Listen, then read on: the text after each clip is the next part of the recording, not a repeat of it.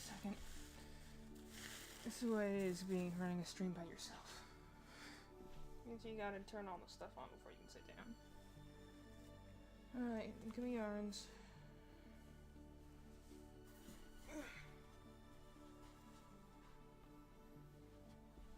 Again, you don't have to tell me if background noise is too loud or not.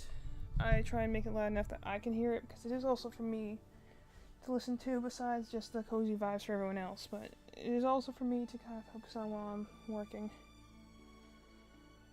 Oh boy, we're going to see how much we can get done today. I'm going to try and do another plushie, although after that I might have to do some video games for some while, because I've been kind of cranking them out the last few days.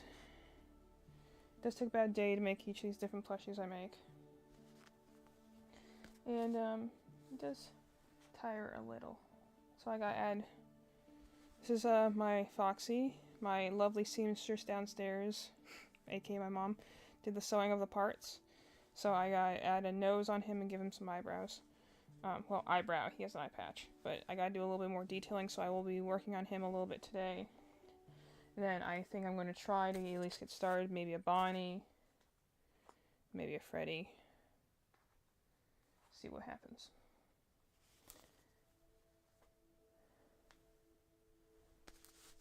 And we'll go from there.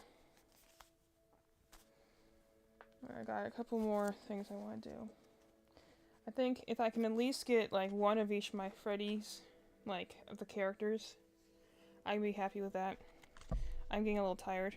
You know, just, it's not actually bad. I enjoy working with this stuff, but it's a little tiring. And I got varying tisms to make it so that, like, while routine is a nice thing, I also did crave spontaneity and new stuff.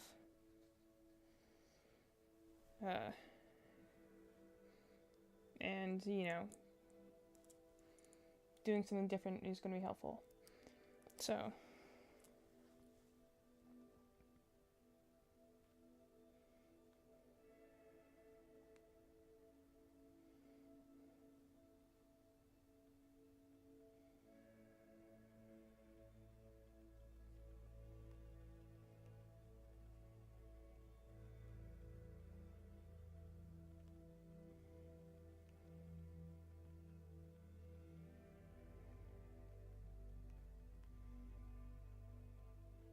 right now I'm setting out my notifications. And I did put the tag in there that essentially, unless someone's coming in to talk and like poses a question for me and gets me all rambling, I'm probably not going to say a whole lot while I'm doing things.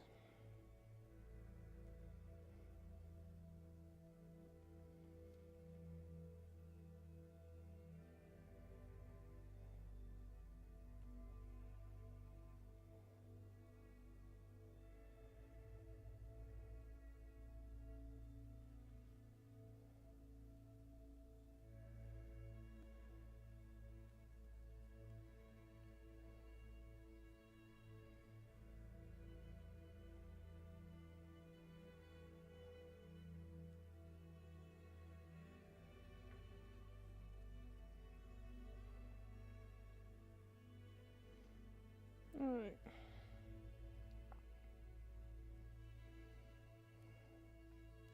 That's another thing I have. I have some patterns. There it is. It's looking for my Foxy pattern. I have some patterns for like some other characters I want to do. Like, I do have, where did my hook go? I do have a Sonic pattern I want to do at some point. I just know it involves a lot of sewing, so I kind of put off the sewing ones for a little later.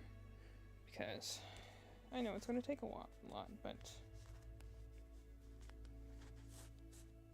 let's give this guy a little bit of detail. I gotta put some fuzz on him. Okay, let's see here.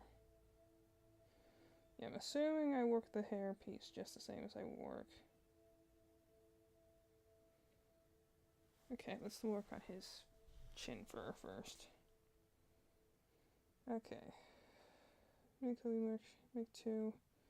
Chain 6, alright.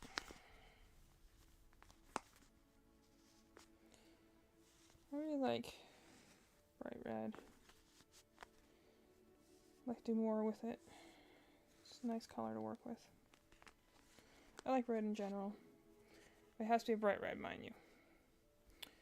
I'm gonna put this red. Oops. Pulled my microphone too hard. I want to push it there. That way I can at least see the chat and hopefully still hear my voice fairly fine. I'm not terribly loud in the mornings unless someone gets me to talk about something, so, which isn't hard necessarily, just until I really get going I won't be doing a whole lot. I've said to talk about, mind you, it's just, I got, you know, a couple of video ideas I'm thinking about, 2, 3, 4, 5, 6. The thing is that I'm just like, I want to find out when's the ideal time to do some of these video ideas, because you know, there's one reason I'm lately been I stream over doing videos right now, or even when I want to do videos eventually, is community. I want people to talk with, I want to talk to, I want people to bounce my ideas off of and hear their opinions in return. It's the reason I chat with my sister a lot. Sometimes you just like hearing someone else's opinion that's like, you know, either similar or counter to your own. 4 single crochet, alright.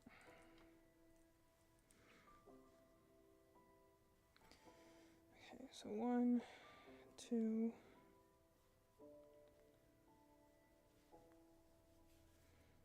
1. Suspect just a lot of counting until there's much activity in the chat. 2, 3, 4.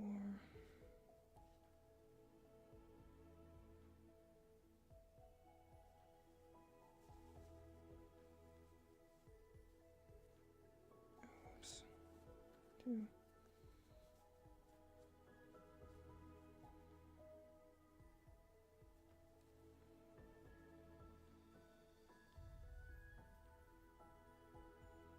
Gotta do the slip stitch.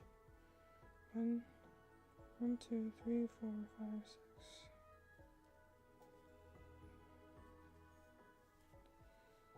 Slip stitch first. There we go. 1,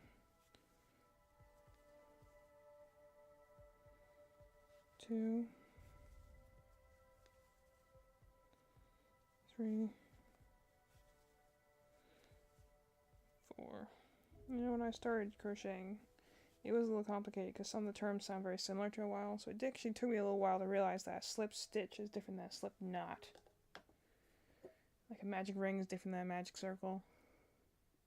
Although technically they really aren't. It's just a different method of doing the same thing.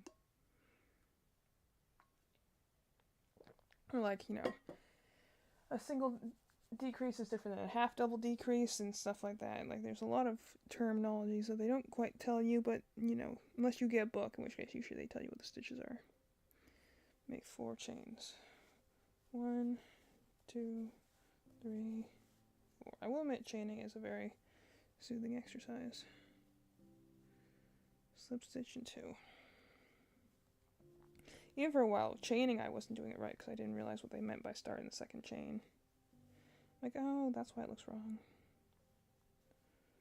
1,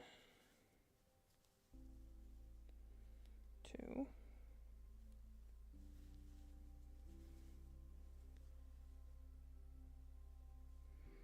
Here we got a little chin fuzz. Fasten off. Long tail. I also can never tell what they mean by long tail. Like one person I remember actually being like, leave like a foot of yarn so you can sew this later. I'm like, okay, and then I ended up not really needing that much, and then sometimes I try and undercut my long tails to be like, well, I don't need that much excessive yarn, and they'll be like, no, I don't have enough to sew on with. It's amazing, you know, any sort of artistic skill from baking to drawing to writing to like I'm doing now, crocheting. Like, you can use the basics and stuff, but so much of it is experience-based. Like, you just kind of have to get a feel for it over time. Alright, let's get another chin. Let's get another cheek fuzz going.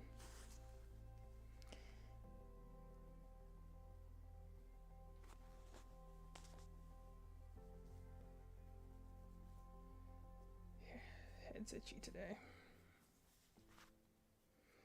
I'm also trying to think of what other video games I can play, because I've done quite a few crochet chats lately, because when I don't know what video game to play, but I still know I need to keep streaming, just to, you know, to keep my numbers up, just to make...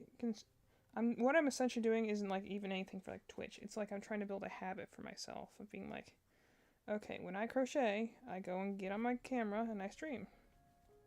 1, 2, 3, 4, 5, 6. And the idea is to eventually do that with video games more, so I can work on my backlog. Because I have quite many backlog games I need to work on. Maybe I'll do that after right now I'm focusing on a lot of crochet streams because I got market that's coming up that I'm trying to do. And get as much stuff done as possible. 2, 3.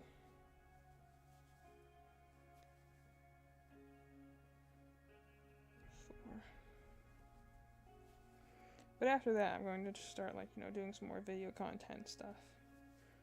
1, 2, 3, 4.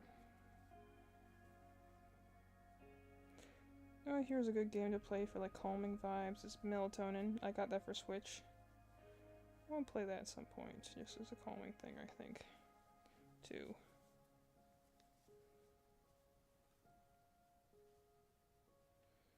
Because the funny thing about, like, our channel in particular is that, like, we're called Cozy Gamers. And typically that would mean, like, we play a lot of cozy games, when in reality, funny enough, because we just didn't think that far ahead, when we made the title to this channel, it was actually not in the idea that we play cozy games. I mean, that's part of it. We do play cozy games, but it's also more the fact that we are cozy while gaming, because we have an excessive amount of blankets and plushies, as you can't quite see because I don't have the camera pulled back far enough, but we have an excessive amount of blankets and plushies. And I'm usually cozy. Got my nine-tail sweatshirt on today, too, as well. Alright. Let's see about that hair fuzz on the top.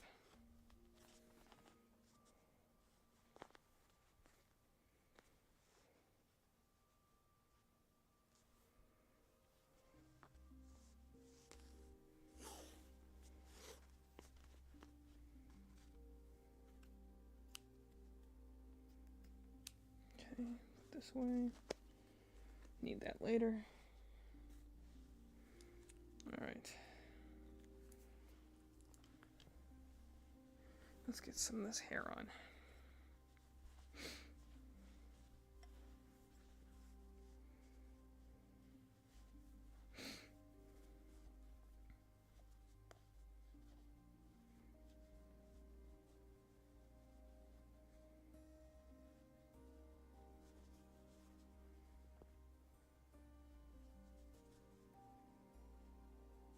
One.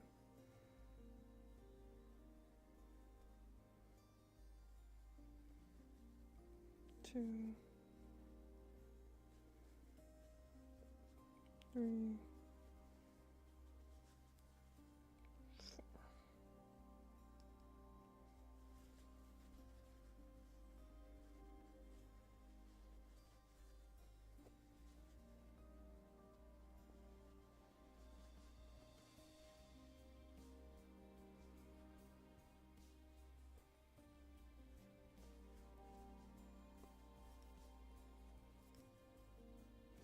No, there's usually a better way to attach yarn when you're doing stuff like this, but I don't use it. I did forget to get my needles down, so I'll have to grab some of those later, but...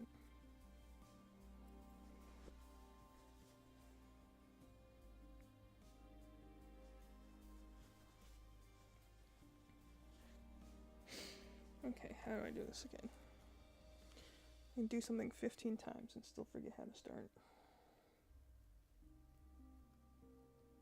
Let's see. Okay, and then they also say, like, join yarn and stuff like that. And you're like, how do you technically do that the proper way? I've seen, like, 3 different ways to do it. Start, slip stitch in 2, alright.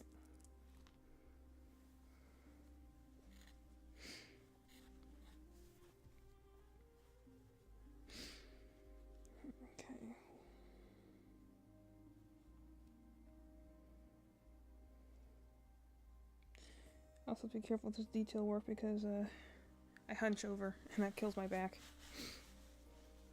What I need is like, honestly probably a table, but a table will get in my way.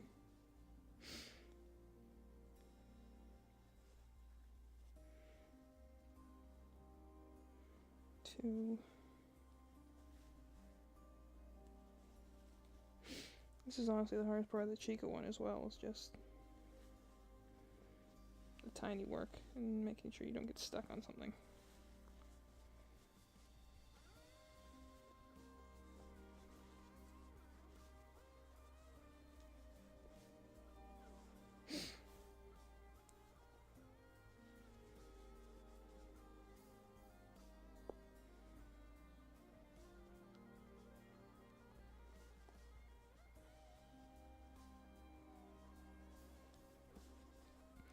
One, two, three, four.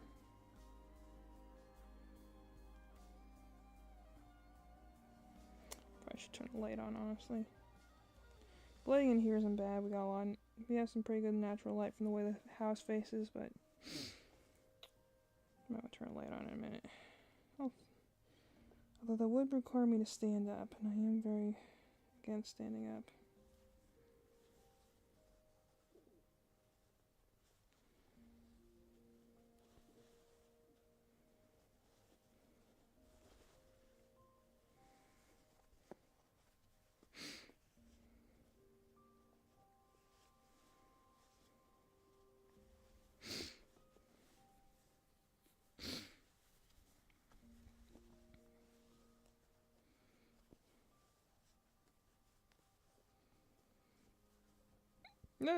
Another great thanks to shout out to goes to my mom for sewing the ears on this. She told me it was kind of annoying to get the ears on, and I'm like, yep, I know it. I've done it before. That's the reason I find difficulty sometimes completing patterns, is that I'm like, crocheting part, fine. The sewing part is where it gets me.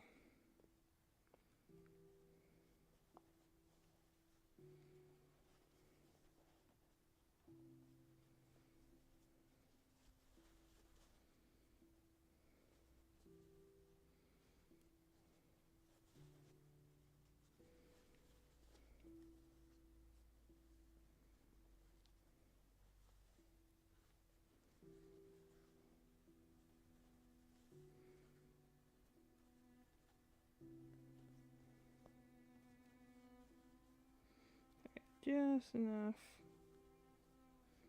There we go. Cut the string a little short on that one, but it ended up being fine.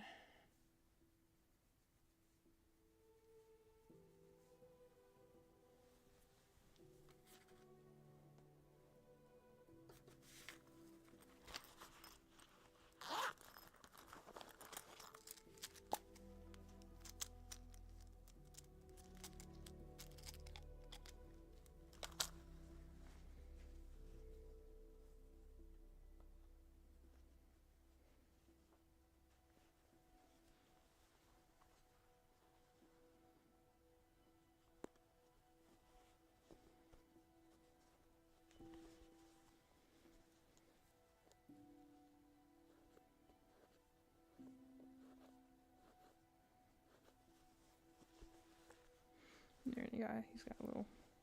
I didn't intend to give him a mohawk, but now he kind of has a mohawk. I guess I should have spaced those out a little bit more, but that's fine. If he has a mohawk, he has a mohawk. He's a pirate.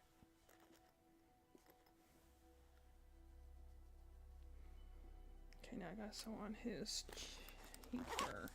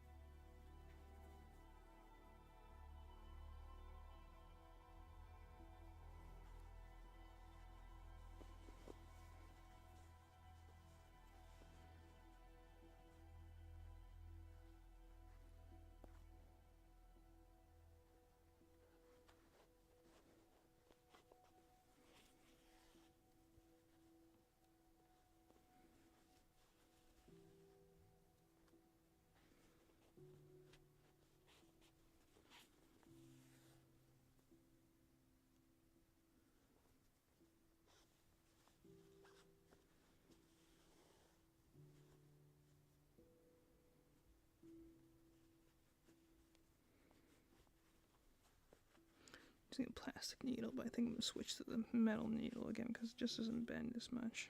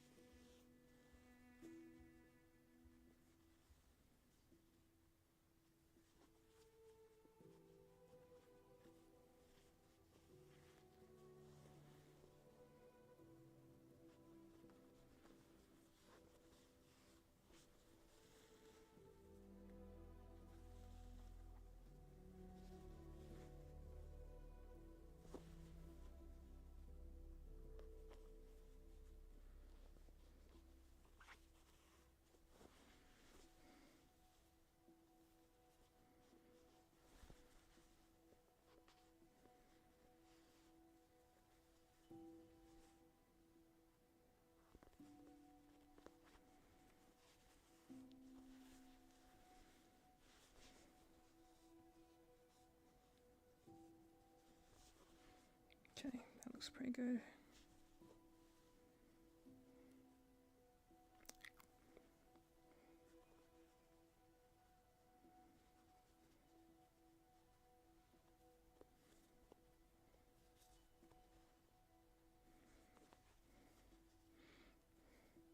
Honestly, this is kind of the thing that takes long in any artwork. The main body of it, the sketch or whatever it is, never takes very long. It's always the detail stuff at the end that takes more time.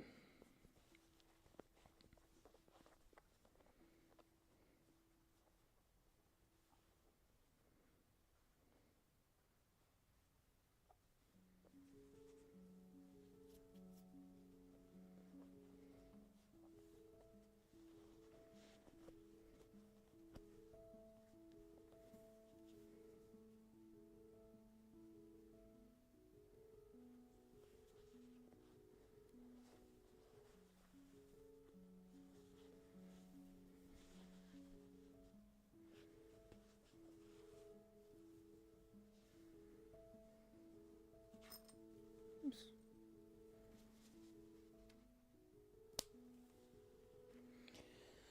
I'm making wither, so I'll have some of these red scraps left over to make wires with. Okay, that's one cheek. Look at the other cheek. Turn the other cheek, if you will.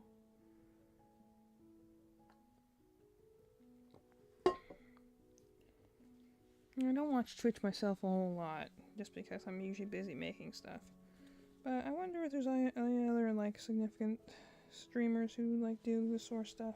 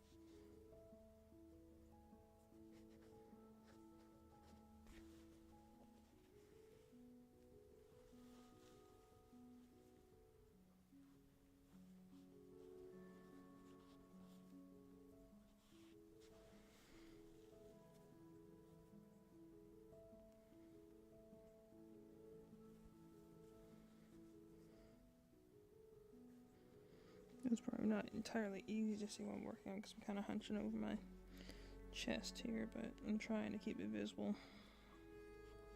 I'll also keep myself stable.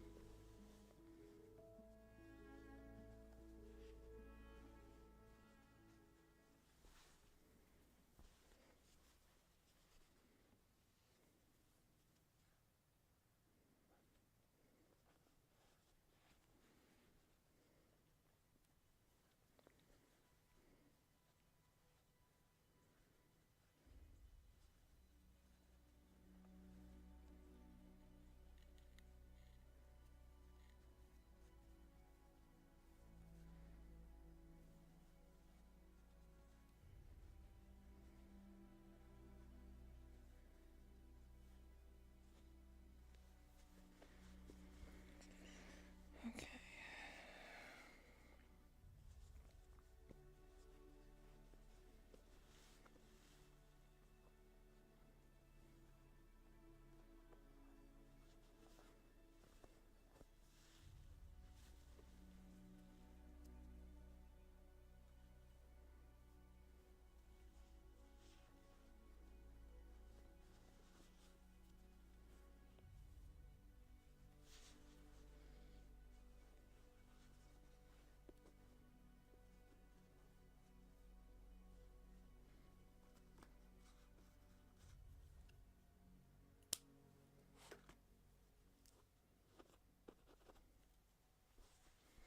Alright there, so we got the Foxy.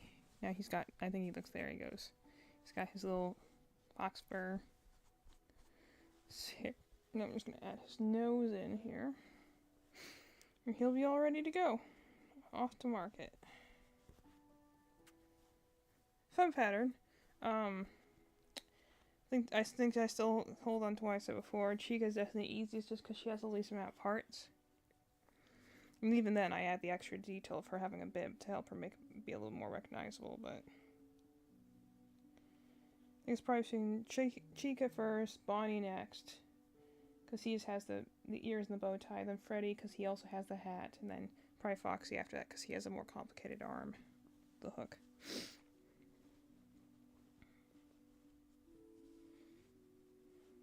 Where's there? There it is.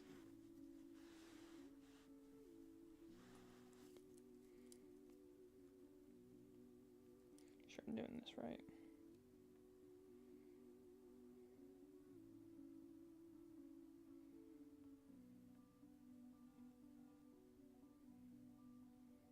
There we go. Yep, want to make sure I'm doing the nose right.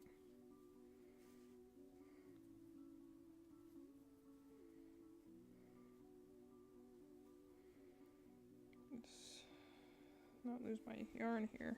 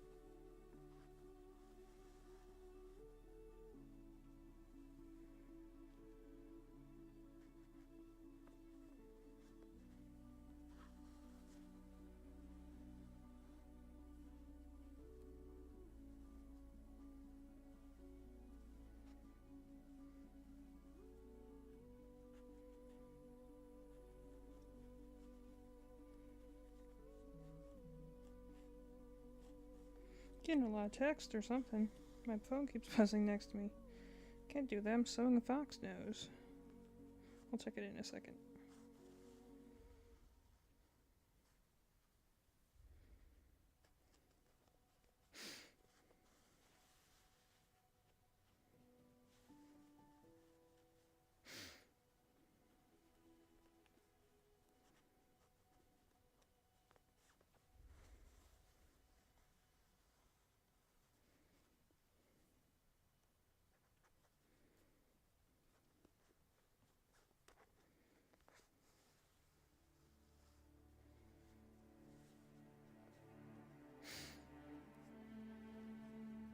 look too bad.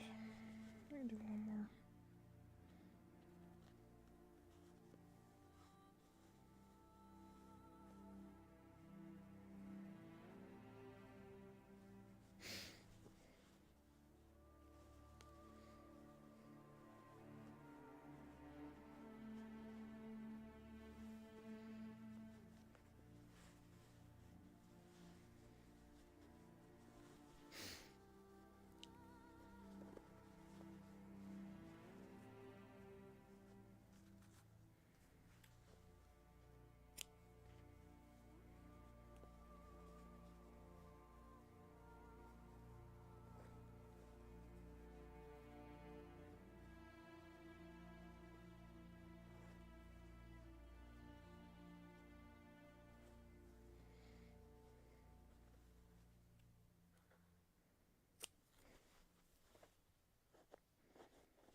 Okay.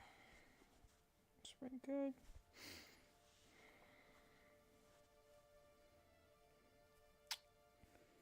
Put the eyebrow in and he'll be just about done.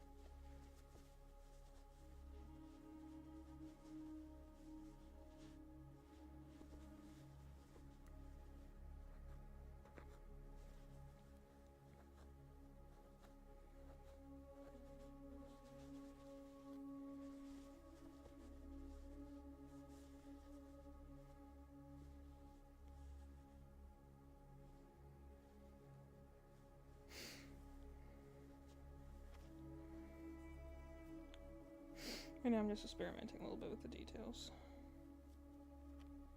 I'll show it into the camera in a second.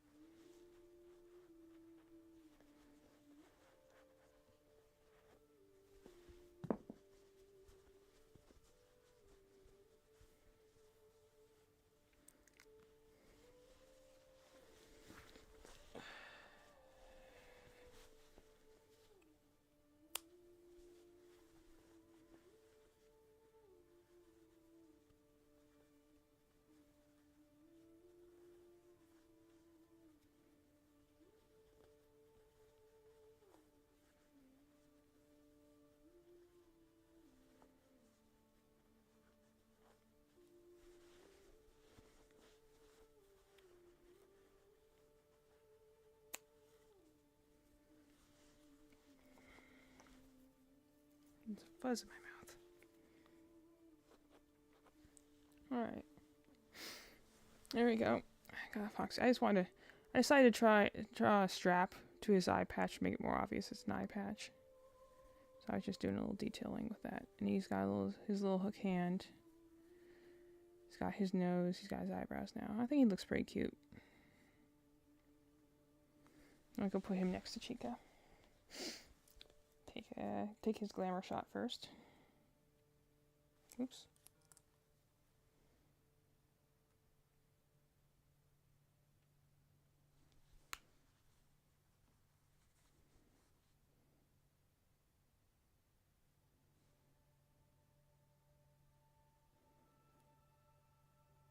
There we go. Alright, so we'll put him over there next to Chica. We got two of them. Try and make another one, I think.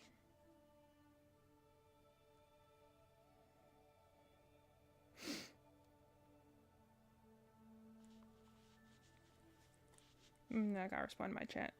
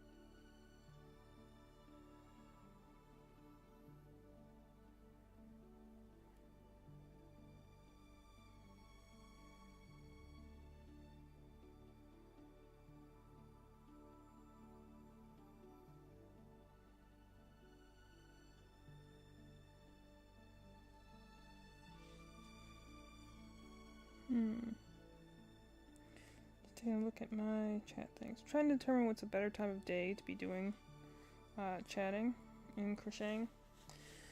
Because I've been doing mornings a couple of days because, you know, just sometimes in the morning I'm least dragged down by the weariness of life and other thoughts, and just, you know, general social batteries are higher in the morning, I guess. So chatting in the morning is a little easier sometimes, but not always, because I also do work a morning job. So in the new year, like I'll be doing preschool, and I might still be nannying. I'm not sure yet exactly how that's going down, but so I'll be busy some of the mornings, but also it gets too late in the evenings that I'm tired and I'm not as chatty. I'm not as active and reactive and responsive and stuff like that. So like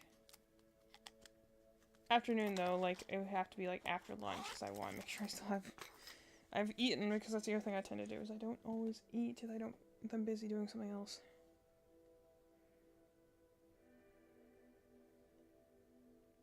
No, that's fine.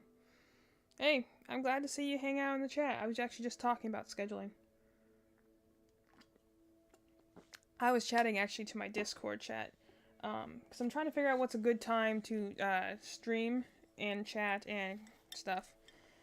Like I've said before, I'm crocheting a lot right now because I have a market coming up. So I feel like that's like the thing I need to pressingly work on. I think I'm going to try and make, you know, one of each of my little Fnaf crews, so maybe another Bonnie and another Freddy. And maybe I'll call it after that.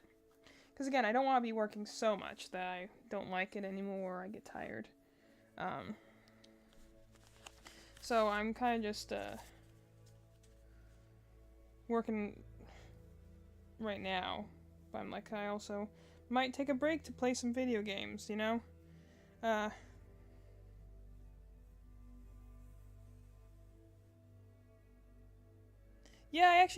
I do. I remember I had in history. I wish you had a nice history professor. Well, that's interesting to know. I don't know a whole lot about French besides the fact that like accents in video games, but and apparently it can get pretty crazy over there. But then again, you know, everything's relative. I live in America, so we kind of do crazy every single day. But like, I had a history professor, ironically enough, teaching us American history, who was definitely British, like very British accent, said some things. When I heard him say words like color and Renaissance for the first time, it was just like, oh, well, guess that's one way to say that word. Oh, that's cool. You used to teach French? Like, is it like a first language or like a second language? Like, my sister wants to learn how to teach Japanese. But, you know, as an English-speaking teacher, because she's gone there, and she's like, yeah, that's where you can get a good job, is if you're an English-speaking, naturally. But then you can go and teach people how, you know, like, and then you, like, are teaching people who speak Japanese to speak English. Which, honestly, anyone out there who tries to speak English, my hat is off to you. Because I don't know how it is for other languages. I figure most languages follow their rules a little bit better. But American English, like much of America, makes rules and then promptly ignores them. I speak to a lot of people who here have only ever spoken English their entire life, and I'm still like, that's not correct. I'm also a writing major. I've said this before, so I know I'm a grammar English person, but you know, I'm very good at writing and stuff like that, but, you know, everyone has their own dialects and stuff, but, man, if you want to try and understand English, my hat is off to you, because most people here don't even get the language right. I can't even imagine trying to get rid of right when you're in another, like, you're starting it as a second language. I know a lot of people just learn it from, like, fandom works. Anyway, do speak a native level, but taught it as a second language. Algeria was French for 130 years. Oh, interesting. Most people can understand basic French here, but our native tongue is Arabic. Yeah, I think that's, like, to some extent how, like, New Orleans works in America, where, like, they have very strong, like, French influence. So a lot of that like, terminology got mixed into the language of what, you know, we now have, like, you know, the Creole and, French and, like, New Orleans accents just have a lot of that inflection in them. It's very funny to, I mean funny in, like, the fun way. Not funny as in haha, but, like, I think it's very funny to look at all the different ways languages change over time, especially, again, America is just funny to watch how, like, we can be on this, like, just one half of, like, between 5 states, you can get 5 different ways you're going to say the same word. It is interesting to see, at the very least. 8. It's funny hearing people not from the U.S. come and visit and are pleasantly surprised it's not like living in an action crime film. Yeah. Well, you know, fair. I mean, but I guess that's kind of works for everywhere, you know? Like, I definitely think it's funny when anyone's, like, trying to do what, like, I've mentioned before, an American accent, because I'm like, I don't even know what that would be. Because America itself has, like, 16 different accents, so I'm like, if you're going for American accent, I'm like, I don't know exactly what that is. It really depends on what part you're calling from, and I imagine, like, I know that, like, I like to joke, because you see it online a lot and stuff like that, I'm like, I imagine that, I don't know if this is correct or not, but this picture based on my interpretation of America in video games, I imagine America is like a curse word to the rest of the world. Like, American is an insult to the rest of the world, or it's something that you hold, like, really high, like Disney World or something like that, where it's like, it's either something that's held very high or very low. Like, when I imagine, just based on how they portray America in, like, Japanese video games, or how they portray America in other things, like, it's funny to see and be like, yeah, I'm like, honestly, it's crazy enough living here. I can't imagine what the rest of the world looks at and be like, what the heck is with those people over there? And then we're over here being like, what the heck is with those people over here? Like, it's all just a little wacky. because I don't travel much. It's largely not necessarily a bad thing. I don't mind traveling. My sister and my mom love traveling. Mine is kind of more like travel has gotten much more difficult, especially if you have to travel by plane in like the last 2 decades than it used to be. And also, again, COVID just spiked my social anxiety, so now it's like I can get really stressed and overwhelmed. And also, part of it's just I realized I was autistic, and now I'm not masking as much and realizing my symptoms and not ignoring them and shoving them down. So now I'm a little bit more sensitive to things, which isn't necessarily a bad thing. It's just more like I prefer it that way because I'm more aware of myself. But where'd my clip go? There it is. It's just more like it's just difficult, especially just airports are stressful for people with my sort of sensory issues. And so, like, I don't travel much. But I do find whenever going somewhere else, it is always fascinating just to exist in another location and see how life is different. You know.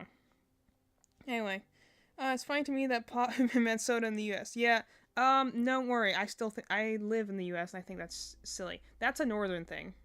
Like, people call it pop up there. So there's some places where they just call it Coke, like Coca-Cola, but they call that for every soda.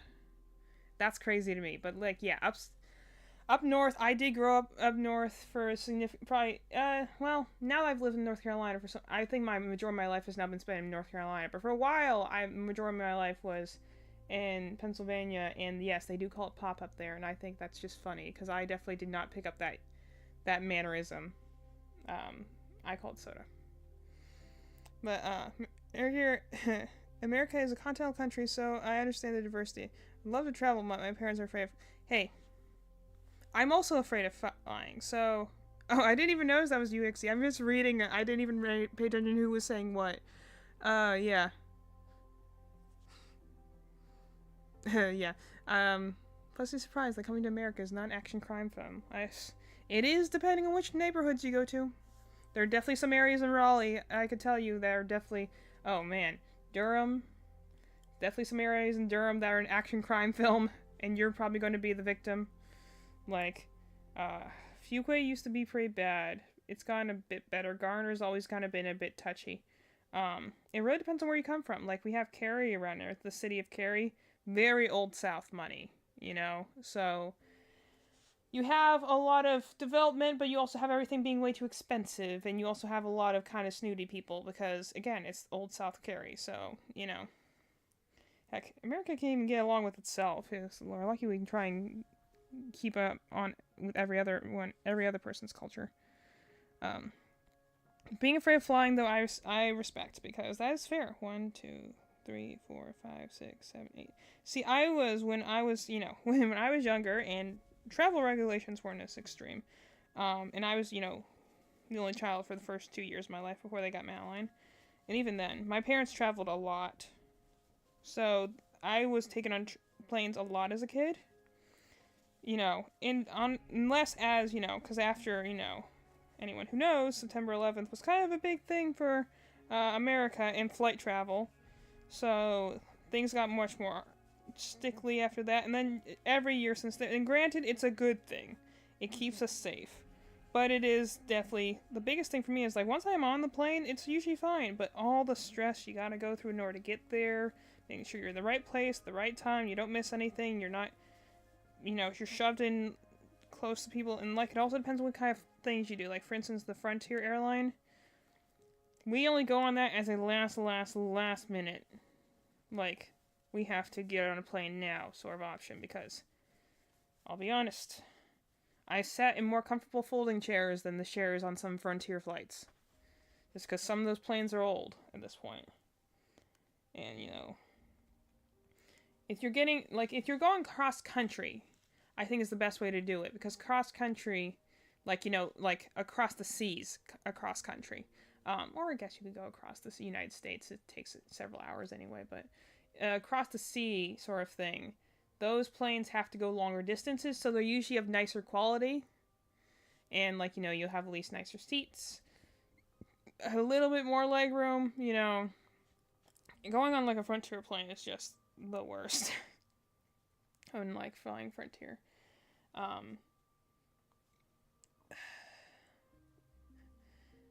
Let's see.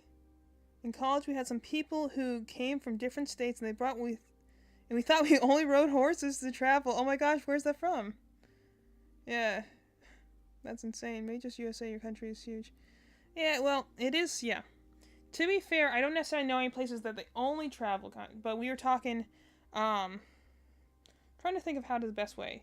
So your username is crapdz. That just feels like I would, if I say that out of context, it might sound like I'm trying to put an accent or something. Can I just like call you DZ or something like that? Will that work? I'm trying to say something that's easy to interpret if I start speaking fast. Anyway, but yeah, we were talking yesterday about the Amish up north in Pennsylvania, and a lot of them, they don't necessarily ride on horses, but they still have a lot of horse-drawn buggies up there. And, you know, and then also I was making fun of how my little sister thought the Amish were a myth. And I'm like, nope, they are real people. A lot of them still do live up there. But, like, I don't think there's any places where you exclusively ride horses. Not, at least, until you get, there are certain parts of the country, yes, and I think it all depends on infrastructure, you know.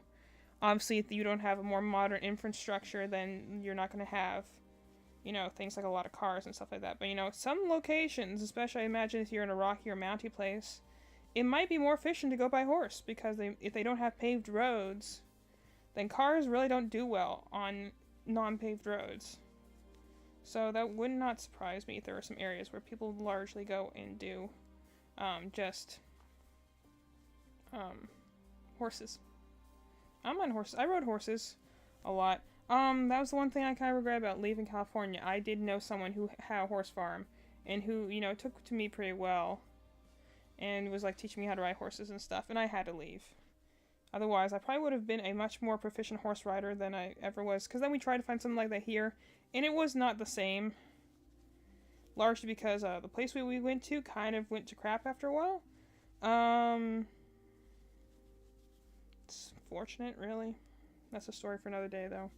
But I did, because California has, like, a lot of, believe it or not, like, a lot of trail areas, depending which area of California you're in. Like, you're not in one of the super metropolitan areas. Like, there's a lot of open space. Because a lot of it is, you know, burnt out during the summer, and there's not much else to do with it, so you have a lot of trails.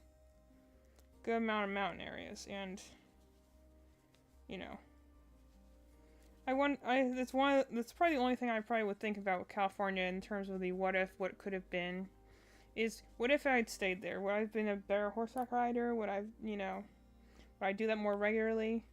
I probably would still pick up things like crocheting, because that was when I started knitting, was in California. You had to, surprisingly, because it got very hot at times, especially in the summer, like, too hot to be outside.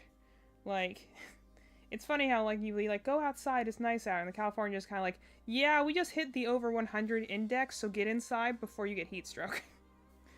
And we had too small of a backyard to have a pool. We always wanted a pool, but we couldn't have a pool. So, it's really a big thing when you're a kid. It's having an efficient way to cool down. Man, and, like, California is an interesting, place, though, I will say.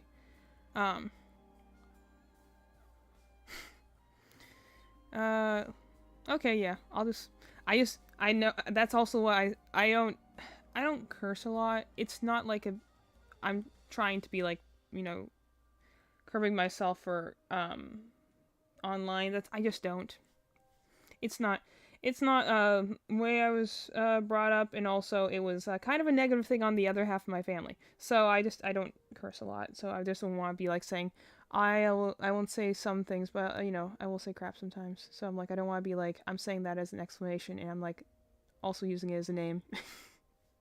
I'll just say DZ. That's easier for me.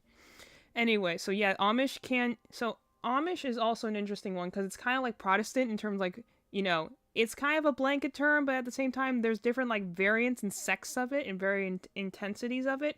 It's actually how a lot of religions works. It's cultures and stuff like that. So, yes, they do generally have cars. Just like I said, if you're in an area with unpaved roads, it's not usually to your advantage to use a car. Sometimes it is to your advantage to use a horse. And, like, you know, if you ever have the horse for, like, plowing fields and stuff like that, then why not use the horse to get around, you know? It's one of those things. And also because there's a lot of slush up there because it's cold. So the ground can be frozen solid or a total mess for like weeks. So sometimes it's not efficient to use cars. But yeah, they do use cars. Usually not as advanced cars as like, they'll have cars that'll have like the minimal amount of stuff, like a car that like runs, but like not one that would have like automatic doors, sort of thing. Um, but yeah, they have cars. But just sometimes it's more efficient not to use a car. So at least from the Amish I've run into in the last several years, never talked to them really. Just like I think like there was one friend of like my aunt or something like that who was Amish. That's the last time maybe I've talked to someone who's Amish. I think I mentioned it, but I live in Texas, so yeah, I do remember. I knew that's the problem. I have to keep people straight. It's like I knew someone in my chat lived in Texas, but so it was insane to hear someone from New York say that. I gave someone from out of country though. I mean, do they allow themselves? Well, I don't know. They use cars.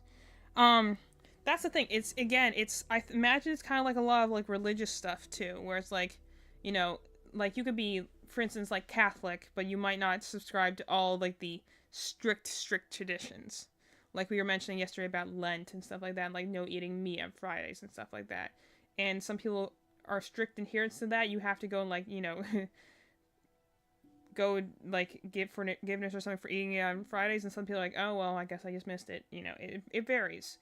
And again, it does vary by community because again, we're talking about very closed gated communities too, that are very centralized, so they kind of just have their own rules that they operate underneath. They all can be called something like Amish, but like it will vary.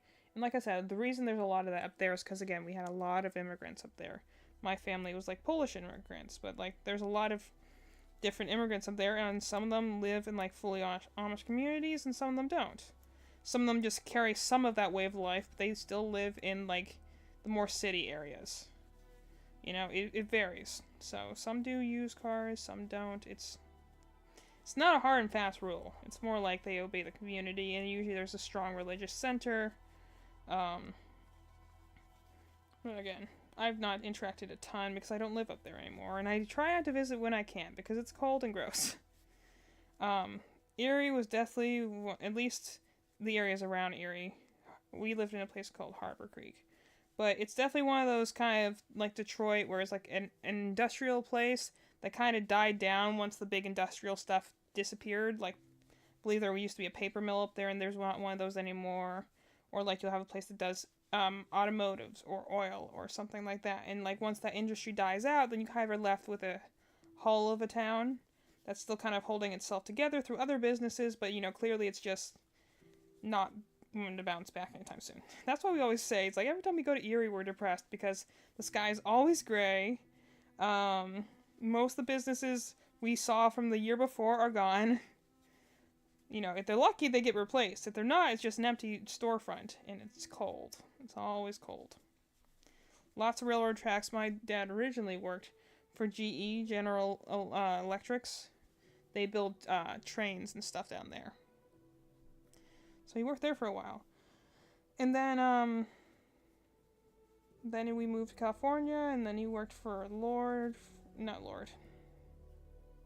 Cisco for a while, and then he worked for Lord, and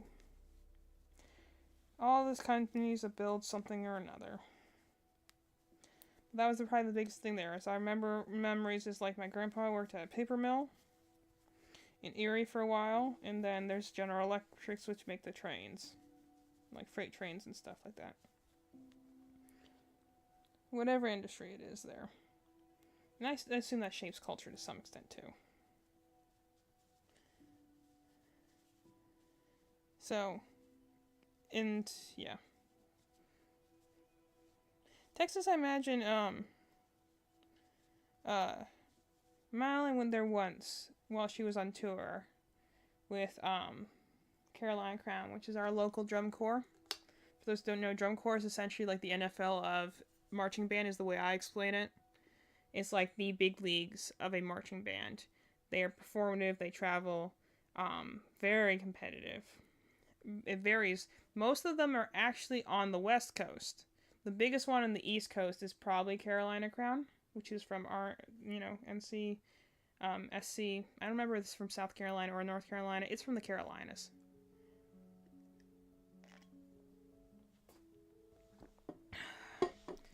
when Malin was traveling and touring with Carolina Crown. She says this was some of the best years of her life and really helped her kind of find herself as a person. So, I'm happy for her. It was a turbulent time in my life, but it also proved that life is, that I could survive on my own. Because, my sister and I, we brought up that we share a room. Even now, we've always been around each other. So that was one of those times where I was just kind of like, it was a little scary and nerve-wracking for me because, she was gone for such a long period of time. So it's, weird to not come home and I'm not able to chat with her as easily. But I think it was a good time of growth for both of us. But she said she was in Texas for a little bit doing some performances. And what was it? She said she liked the dry heat, but like the wind was terrible while she was down there. So it was like she's a flag spinner. So, trying to spin a 6-foot pole with a flag on it. Not so easy in heavy wind. I imagine there's a lot of flat, areas in Texas. Imagine you get a lot of wind off of that. Because you can get wind from elevation, but you can also get wind from, lack of, things to stop the wind. So, planes and stuff.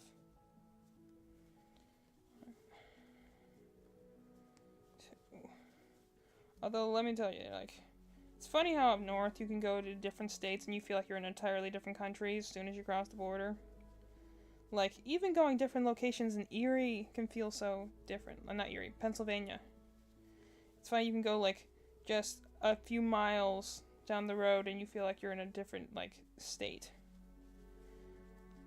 The north can be pretty extreme in terms of how the culture shock will hit you. Going from Erie to Ohio to going to New York. It's crazy. New York is definitely one of those places that, oh no, that's cool. New York is definitely one of those places that you're kind of if you have to say places that are, you don't really want to, no offense to any New Yorkers out there, but they're they are definitely of a different breed, and as soon as they come into any other location, you can immediately tell who's a New Yorker.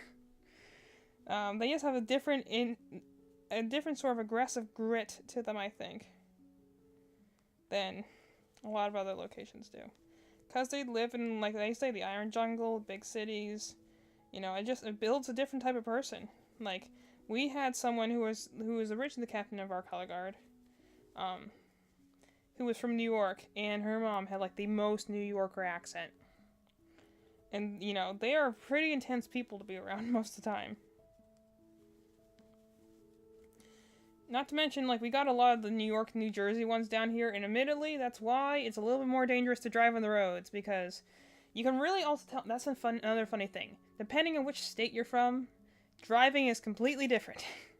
People down here didn't see snow for a while. When we first moved here, about 10 or 11 years ago, people had never seen snow on the roads, so we got, a light dusting of snow, and everyone lost their minds. We must have missed, a week of school because they had no infrastructure to handle a couple of inches of snow. They did not have snowplows, they did not have salt, they did not have any means to deal with ice and snow. And all the idiots down here thought you could drive on ice. And you can't. It's ice.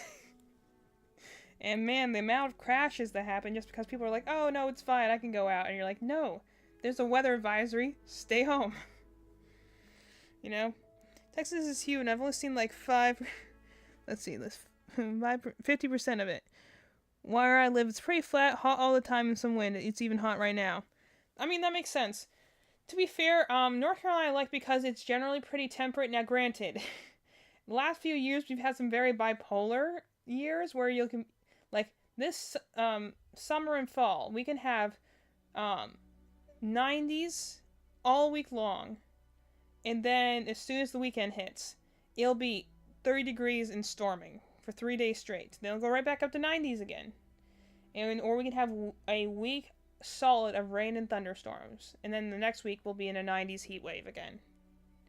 It can go back and forth between the cold and hot so fast here that sometimes we kind of have a running joke around here where, in North Carolina, the only state where you can get all 4 seasons at once in one afternoon even. It's amazing how, sometimes how quickly the weather can shift.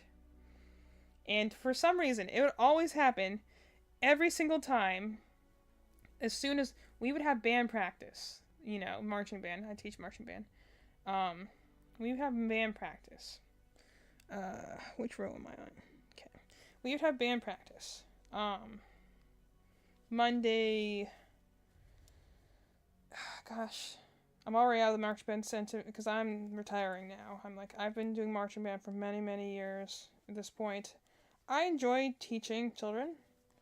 I enjoy, just because I enjoy sharing my knowledge. I enjoy teaching, I enjoy helping and making connections with people, because that is something I struggle with deeply as a autistic person. So, sometimes coming in a position of, like, I can teach you something helps me make connections to people. I also just don't take crap from people, though, because, when I teach, especially in something that I've been in for a while, I might be more, like, I'll be more forgiving to begin with, but after a point, like, I also will be, like, I remember hearing it, that, like, a lot of the marching band, because I've been in it for many years, are, like, scared of me now, and I'm like, well, that means I'm doing my job right. Because my section knows I can be really lax a lot of the times, and I'll be like, okay, let's do our work, and then the work's done, cool. Who wants to talk about video games for a little while? Because I'm mentally checked out now. You know, I keep things pretty loose, and I like, you know, giving occasional, like, you know, gift things for, like, accomplishments, or just, I was trying to be encouraging, but also, I'm a stickler for picking things out. But I enjoy teaching kids, generally. It's tiring, for sure, and not nearly as appreciated as it should be. I mean, like Mallory was saying yesterday, like, people can go and spend, like, thousands on lawsuits about taking a book out of a school, but we can't bother raising the, like, you know, the payroll for teachers, or maybe getting them benefits, you know, more vacation days. Like, you wonder why no one wants to be a teacher these days. It's because it's not a respected profession, at least not in this state. Like, teachers make nothing. If you want to be a teacher, like right now, me and my sister, we do childcare, and she could work 5 days a week as a preschool teacher, and in 1 day a week make more nannying. Like, that's just how hard it is to be a preschool teacher. Or any teacher, honestly. Anything short of being, like, a college teacher, where they, like, have to pay you better because you have degrees. So I'm trying to get my graduate degree. Trying to do it in writing. I had a bit of a setback in the fall that's made it a little bit difficult for me to push forward, but I'm going to try and keep going, because the funny thing is that it's amazing how many people go to college for, like, the monetary benefit of, like, oh, hey, I have a degree so I can get better money. And, like, my motivation has always been, like, I like learning things. I like feedback. And sometimes the only way you can get feedback, especially on things like writing, is in a school setting.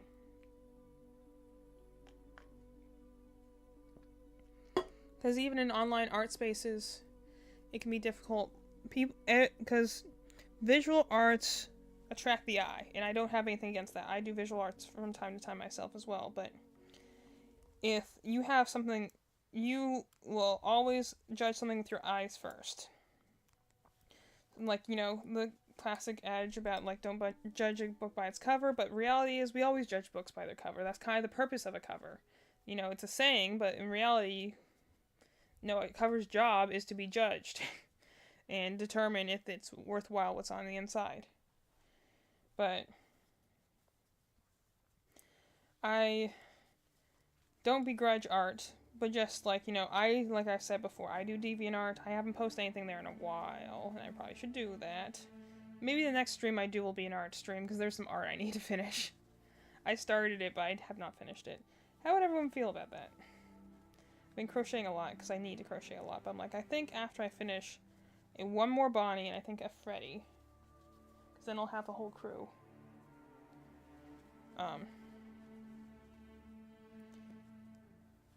I think I might do some art. Because I'm doing a lot of market prep right now. Because we got our market coming up pretty soon. So I want to have, you know, stuff to sell.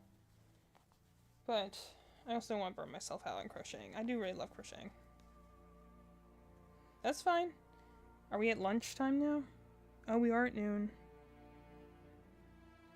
Oh. Heh. I ate a late lunch. I ate a late breakfast, so I'll give myself until the end of this head, and then I'll go get some food.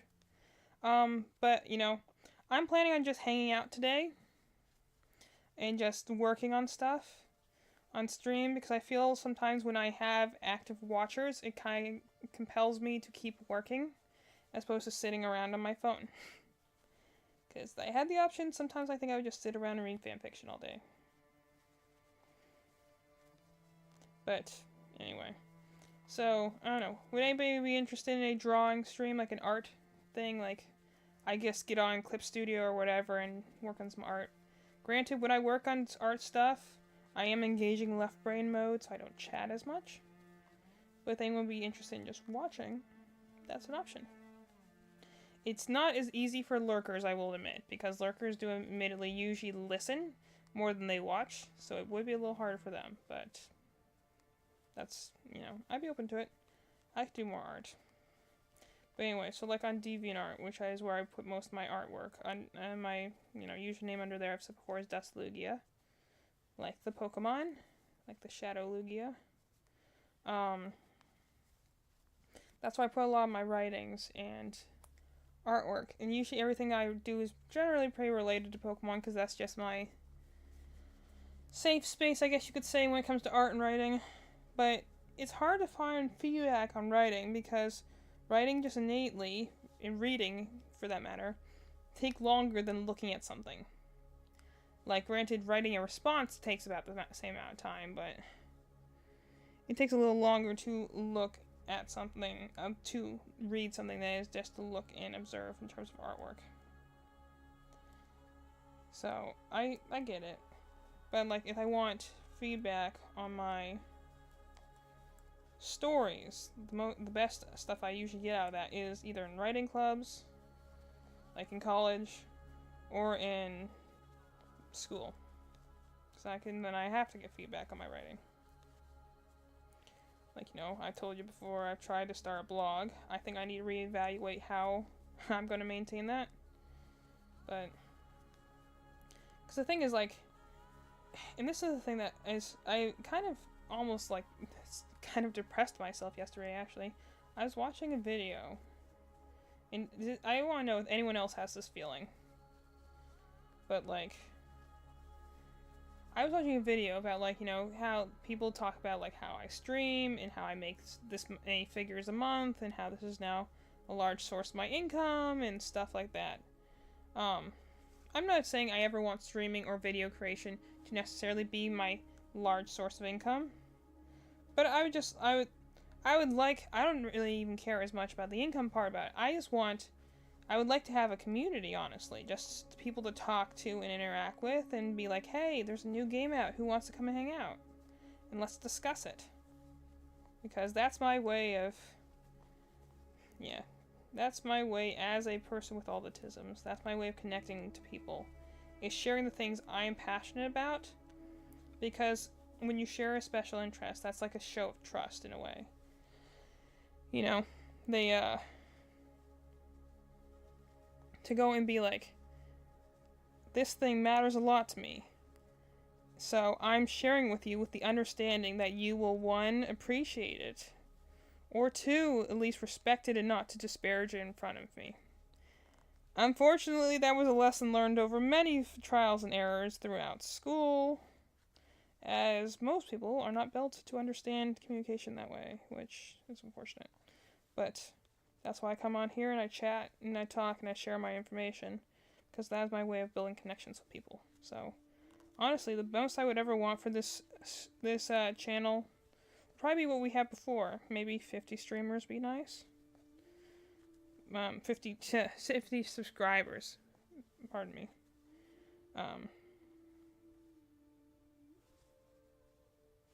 think I missed one here.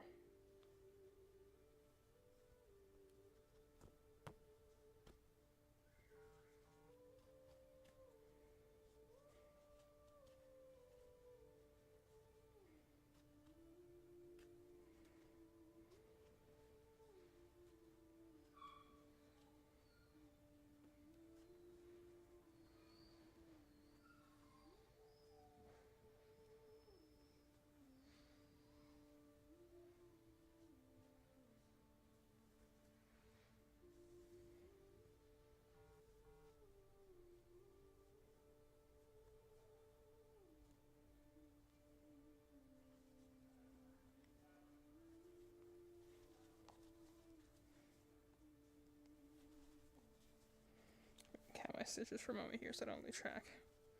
Crease 1, 2, 3, 4, 5. 1, 2,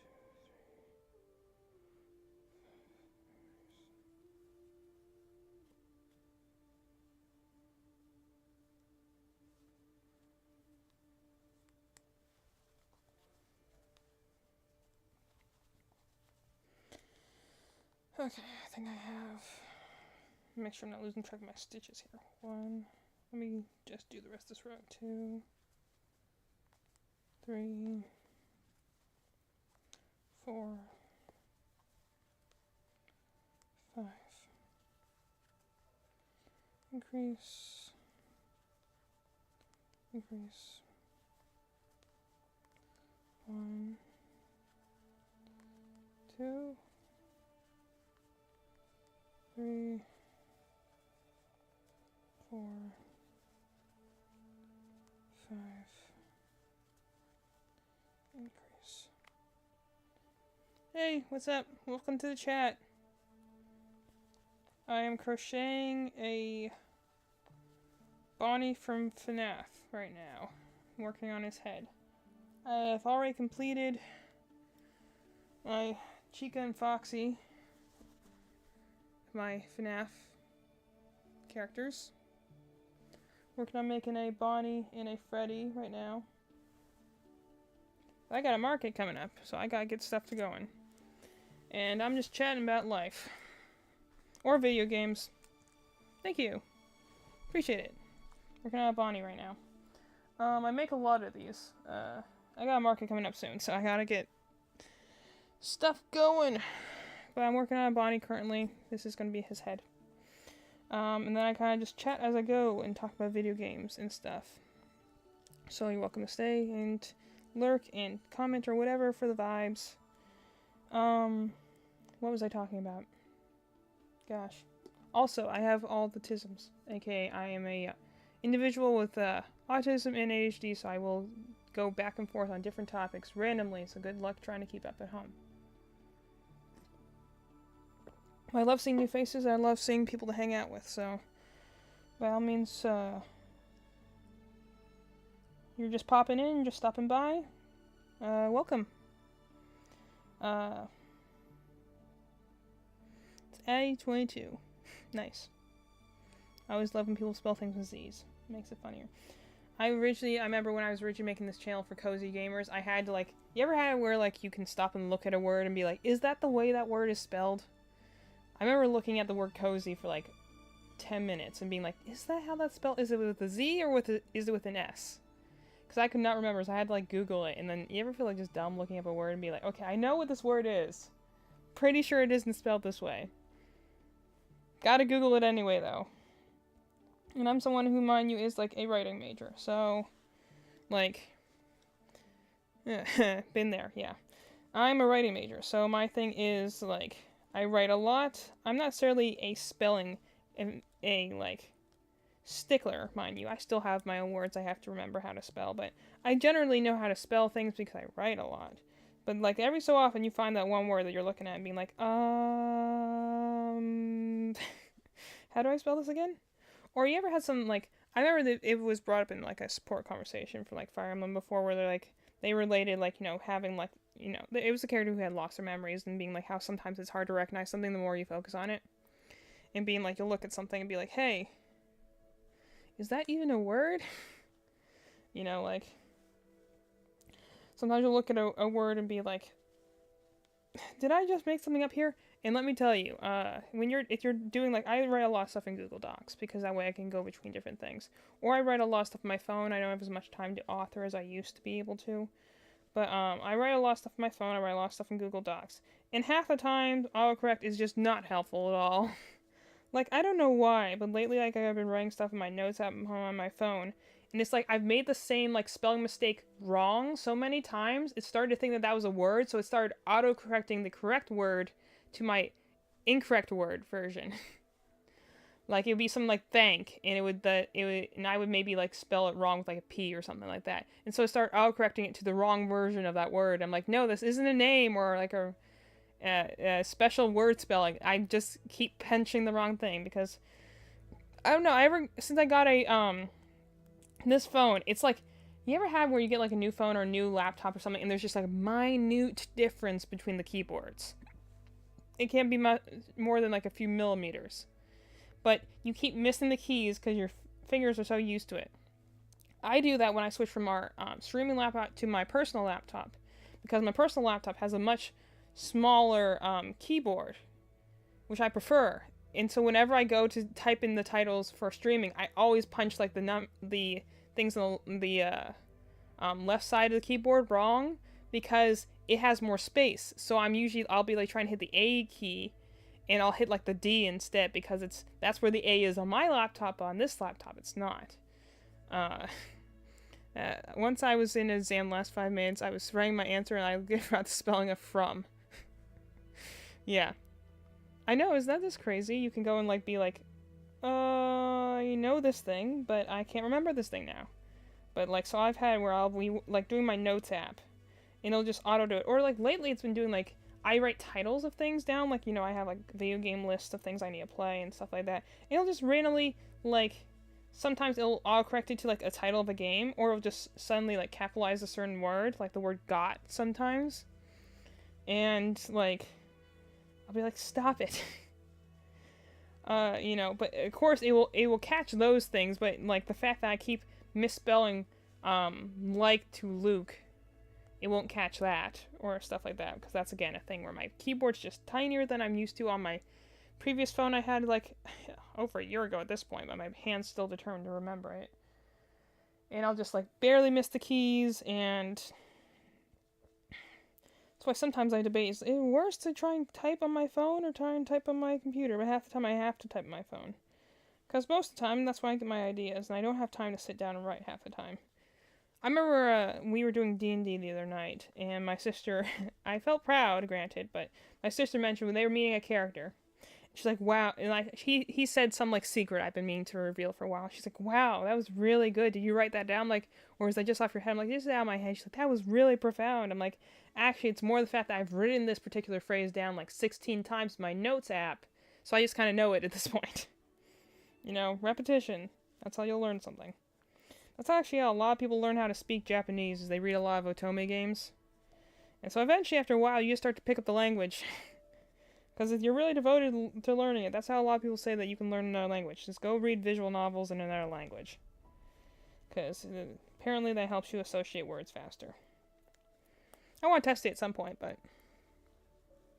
yeah, I see movie true.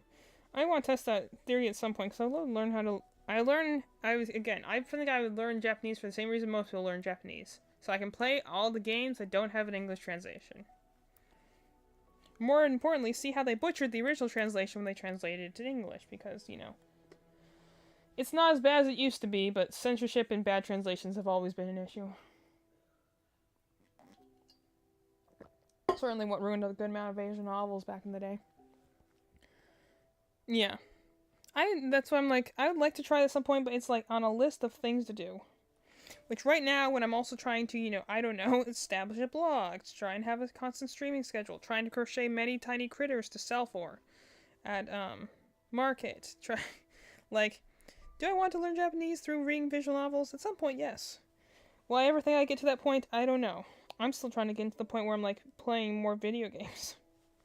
I have such a large backlog, and I want to start working through some of those titles, because there's a lot of ones in there that I really want to play.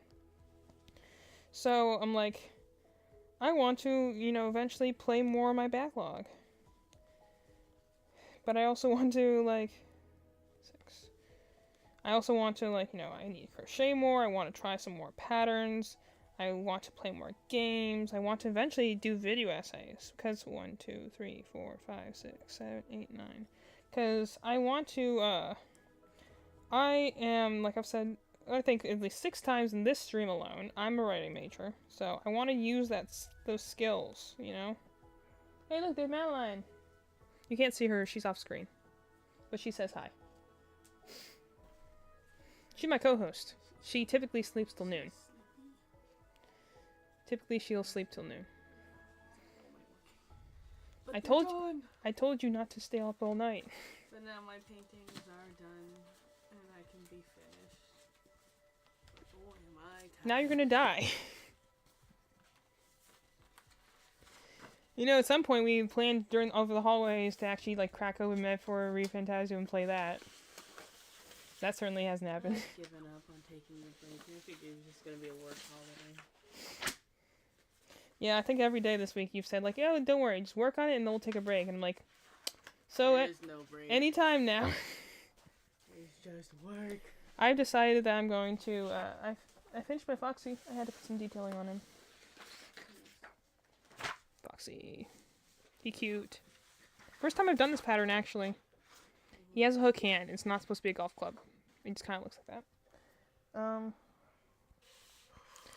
But I figure I'll make these two. I'll make a Bonnie and I'll make a Freddy so I can have all four of them and we can like display them together. And then that will be my goal. And after that, we'll worry about it after that. Because, I don't know if I could do much more than that. I feel like if I'm doing much more than that, I'm going to start stressing myself. That's why I don't think I've been sleeping, because I've been stressed. Yeah, but we need to stop doing that to ourselves. 1, 2, 3, 4, 5, 6, 7, 8, 1, 2, 3. Because I feel that, like, yeah, you can just hit out in there if you want to hear it better. But, I gotta count for a second. No, I'm talking my chat. 2,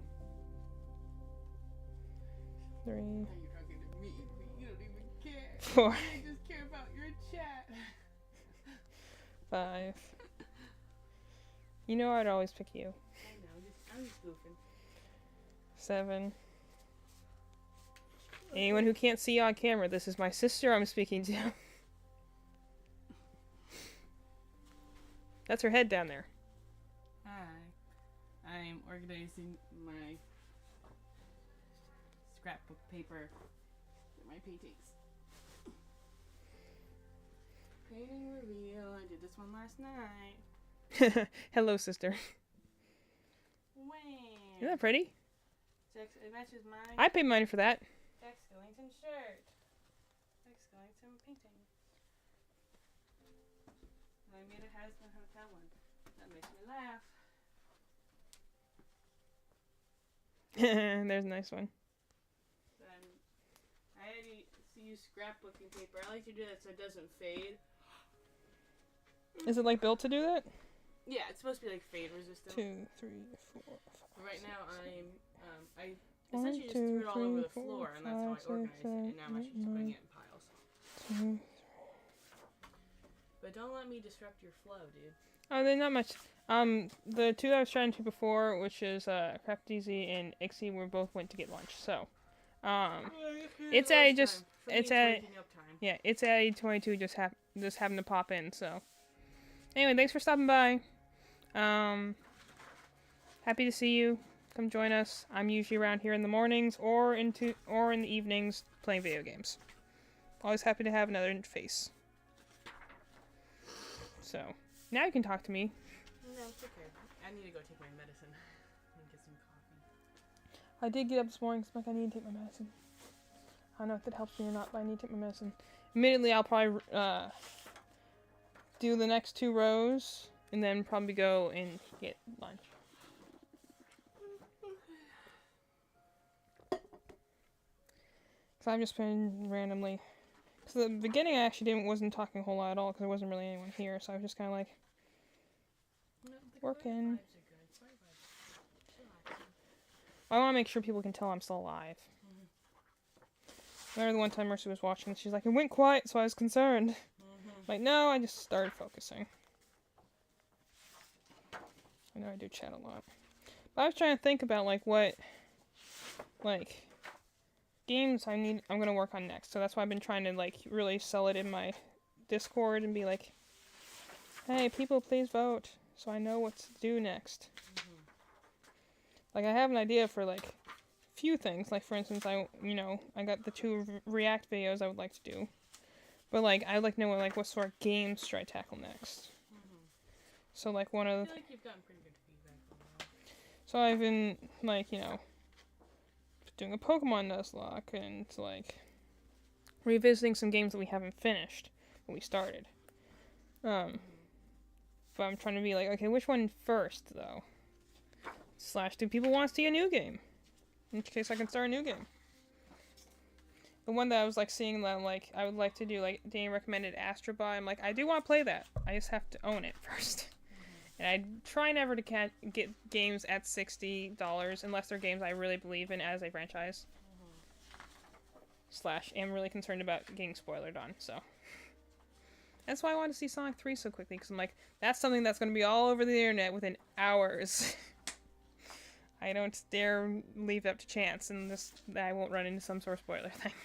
You know? Love to hear how it's kicking Mufasa's butt, though.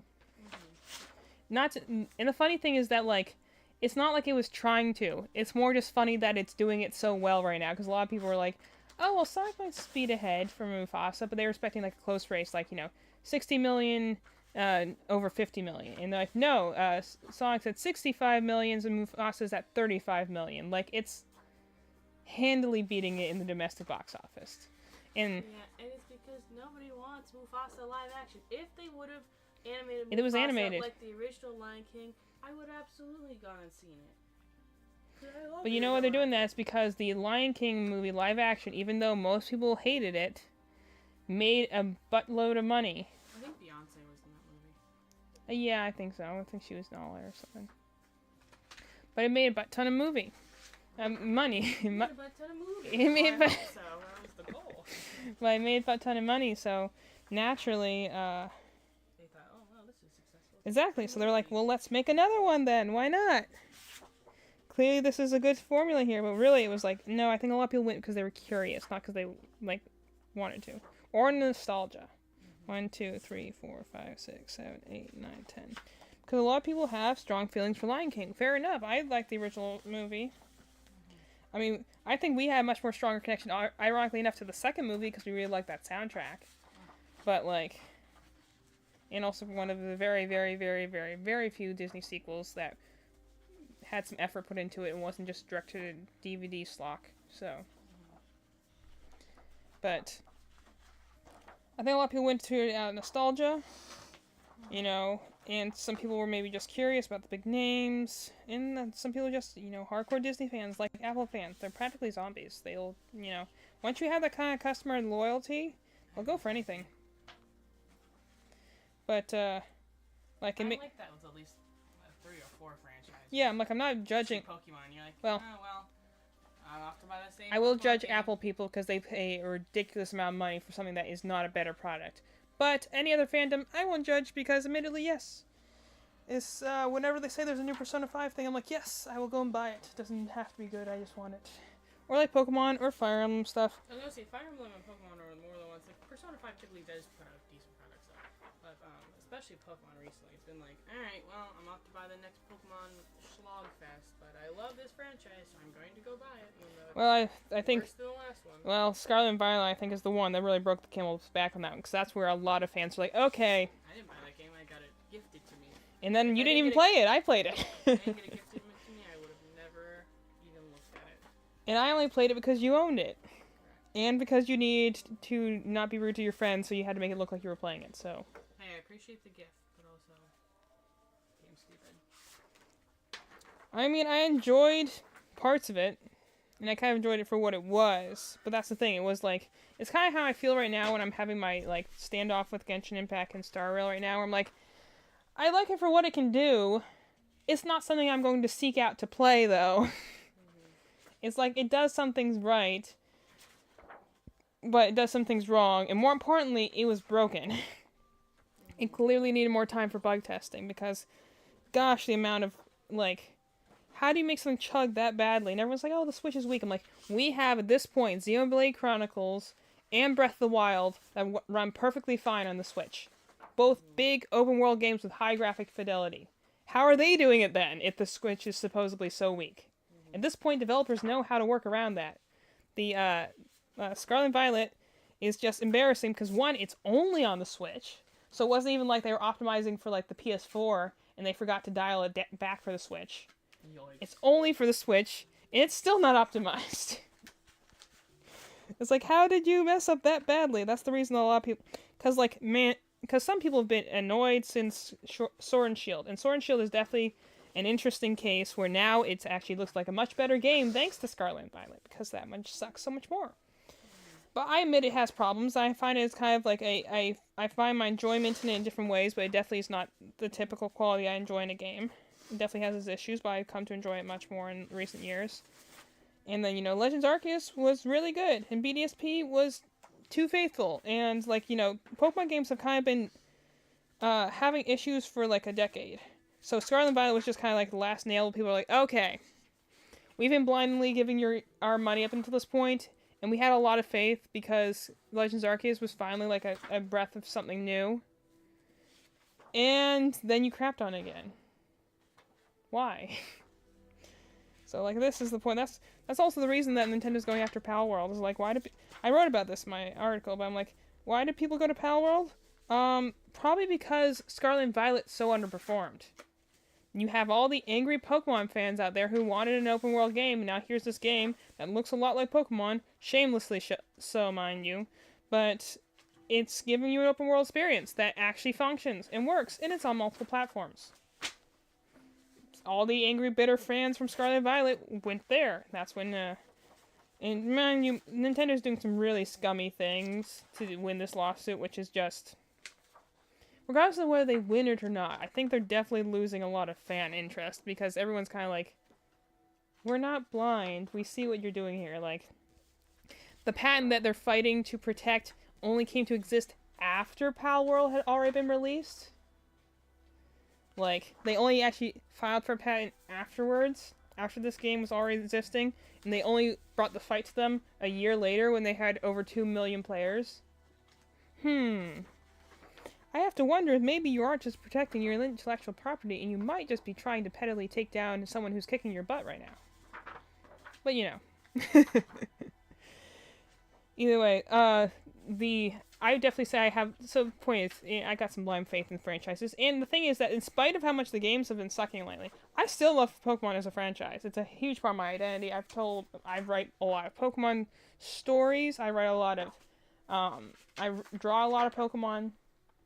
I can make so much money that I could draw humans, because I can do D&D commissions, but I can draw a lot of Pokemon stuff. But I don't know where that commission space is at. It's kind of like us trying to find the right audience for our crafts. It's like the people are out there, you just have to find them and get to them somehow, So I think about it a lot of those people like us are starving for good merch and are willing to give you whatever money you want for that merch. Yeah, I realize I'm probably charging too little for my little Fnaf guy, so that's what I am gonna re-inventory, so you don't worry about that. That's my job. I am gonna, well, especially for the ones online, I definitely should be charging more because we have to account for shipping. And that's what I am gonna work on, that repricing stuff. Not today, because no, I have to take photos first. But in a couple days, I am going to reprice. And that's fine. But if I were to charge 25 in market, I should be charging 30 or 35 off market. Nice when inevitably in 8 months I can do this full time. It'll be much easier, and I won't have to super cram like I have to do over this holiday break before I go back to my other 2 jobs. Yeah. So it's I am looking forward to when I can work on this in a much more casual and realistic pace. That's right fine. now I feel like I'm sprinting, and I'm absolutely exhausted. That's how I feel sometimes with streaming, where I'm just I feel like I need to do a lot of stuff, but I just don't know when to do it, because they're consistent schedule. I'm what if your schedule in general isn't consistent? So I'm the best I can tell people sometimes are I'll be here every day. I can't say what time. Most I can say is Tuesdays are going to be in the evening, because that is kind of set at this point. But I say if I go work as a floater on Monday, then I would do an evening stream instead of a morning stream. But I generally also have just more energy in the morning, just because my social battery has not been burnt out yet. So true. That's why it sucks that by the time I get home from work, which I do in the morning, I'm oh boy, time to lay on the sofa and be a zombie. Well, that's what I'm saying. All you have to do is lay on a pillow next to me, and I'll be here, this is my pet zombie. Which is true, because the last couple times I have streamed with you, I've fallen asleep. So that is correct. I am your little. It's okay. People find you endearing. That's good. I find myself exhausted. I'm working on it. And that's okay. I accept that as just kind of where we are. And, you know, starting a business is a lot of work. I don't mind because I do enjoy our products. That's why why making good things. whenever they have like the videos, they're like, here's how I became this many figure salary, just doing this or streaming or playing games. Like I said, those just depress me to be entirely honest because most of the time they're like, learn all these skills. Okay, I already have all those skills. Do all these things. I don't have time to do all those things. And then you'll be successful. So I'm like, so I'm not going to be successful, is what you're saying. No, I think success is moderated by, for me, it's my enjoyment. If I'm actually enjoying my product, then I feel like that's a better rating of success because at this point, especially just with our lives right now, you can't really measure it by a metric because our metrics are so whacked. Because we're so whacked. Yeah, I was like, because it's like, well, our shops are in person. I feel like they're very, very successful. But also, our success is kneecapped by how much we can make, which is also kneecapped by our daytime jobs, which we have to have in order to afford the products, and it's a vicious cycle. So I was like, I feel like we can. I think we're doing good for what situation we are faced with, Because then there's also, I feel like we were making a great clip until about September when we had extenuating circumstances. So I also feel like, given the year we've been given these past couple months, I feel like we've been doing a very good job of... You're a very good girl. You're a very good girl. I think we've been doing a good job of fighting the good fight, essentially. Not giving up. We're not gaining any ground, but we haven't been obliterated. Exactly. I was like, are we going anywhere? Absolutely not. However... We're not dead yet. Sliding backwards, which is a plus. Or we're not sliding off the cliff. I was like, we might not be moving forwards in any regard, but at least we're not moving back. And I will take that as a win. Well, I was saying earlier, like, my goal is, like, because I was talking about that video earlier in my stream, and I was like, my goal is not to ever this to be, like, a main source of income, or even a subsidiary source of income. It'd be nice, but I'm like, I really just want people to talk to. Yeah, so pretty much always will have a job to do first, because then I think it also takes the stress off the other stream to be a source of income. Exactly. And it helps you enjoy it more. But I'm like, I just want to build a like little community of people I can talk to and be like, hey guys, did you see the new trailer? Did you see this new game that came out? I'm going to do another playthrough. Who's ready? Like, I want a little community. Which is good. I like a group of weirdos. Just hang out together. Cause as much as I love watching the people I love, it's hard to, when you have a huge audience, you feel lost in the crowd. Which is why I find, like, the other thing they were talking about, like, doing is, like, oh, go and collaborate with other channels and talk to them and stuff like that. I'm like, I have trouble talking to people in real life. You're asking for me to reach out to someone on the internet?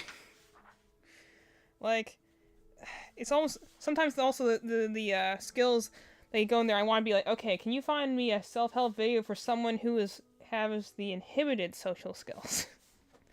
Hey, can we have a neurodivergent guide to starting a stream channel instead of someone who, like, has a business mind? Because I feel like that probably is another big thing that, like, people struggle on. It's like, well, what if I'm not built with an entrepreneurial brain? What if I'm built different in the handicap? What if I, like, trying to have any interactions, even with people I actually know very closely online, fills me with dread? It's kind of one of those... That's why I'm saying, like, I can't watch those videos because they actually make me more sad than they do help me. Because I'm just like, I can't do all that. Like, the one thing she mentioned was, like, try and keep a blog. I'm like, I did try and keep a blog. Like you said, everything went to crap after September. So I didn't really update it anymore because something had to fall through and I wanted to keep streaming. I needed to keep crocheting for business, and so it was like something had to fall. When they're doing that kind of stuff, when I realized too, talking to my peers and coworkers, the difference is we are not two individuals who live two individual lives. We're two individuals who live in a life of six. We live in a communal area. So instead of taking into account, the events that happen in two lives, or like these creators, the events that happen in just their lives, we have to take into account the events that happen in at minimum 6 lives, and then more so if other things happen. That's a perfect color for a catnap. A catnap stuffy. You should make one of those. Not for this marker, but someday. Yeah. I was just thinking about that because I just saw mine in my bedroom. But the thing was, like, you can only deal for so much when you are living in a communal space. Mm-hmm. So that's something that also in those videos they typically don't account for, because I realized that after talking to a lot of my coworkers and peers and being like, oh, they can just do this because they go home and they care about themselves, or they care about themselves and one adjacent. They don't have to go and, you know, like, we're so used to it being like, well, I want to go to the movie this Friday. Well, I have to clear this with this person, clear this with this person, make sure you don't have anything planned versus Maybe other that's people. maybe that's why I have a trigger response to scheduling.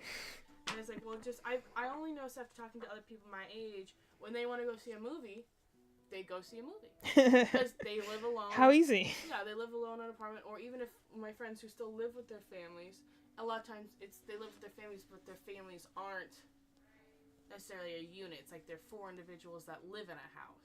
Granted, they're more like roommates than family. Yeah, and to be fair, it's not like I dislike this. I do like living in a unit because it means you have a very strong support system. Yeah, but I just think it's interesting when people are like, well, why can't you do this? We're like, well, you have to take into account factors that aren't visible on the surface because it's something that we are just very used to.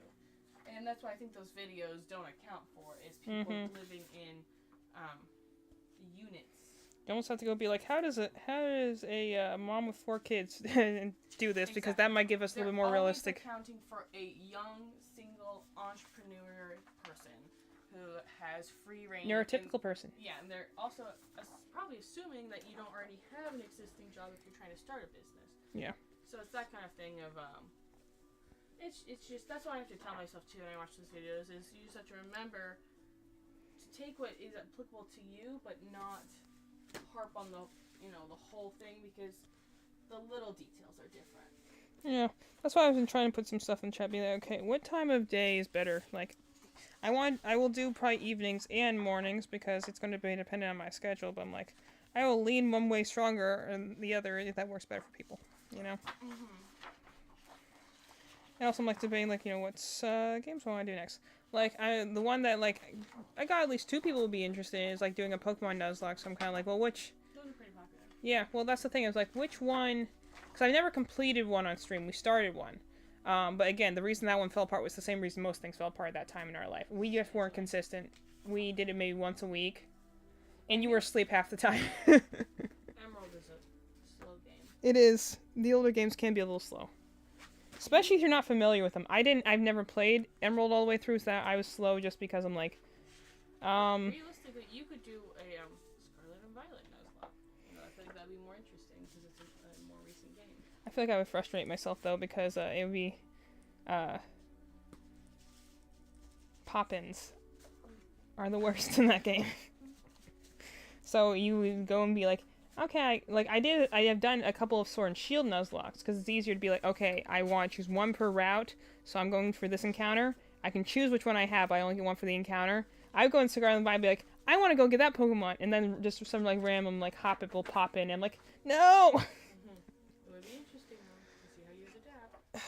I would adapt, but I think it would just make me hate the game more. You already hate the game.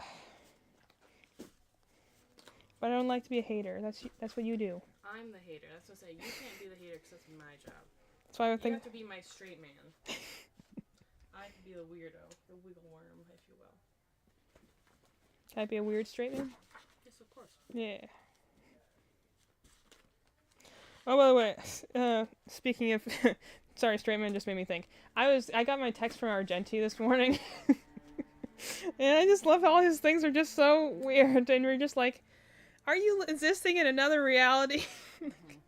Today he's like, yeah, I started a podcast where I just go and compliment people. And I'm just like, okay. He's like, do you want to try? No. And so you're like, okay, yeah, hit me up with you. So it gives you this incredibly flowery, like, Shakespearean speech talking about your beauty. And you're like, and then the funnier thing is the way the Trailblazer always reacts is like very almost kind of combative, like, come at me, bro energy. That's why they're like, described like a rabid raccoon.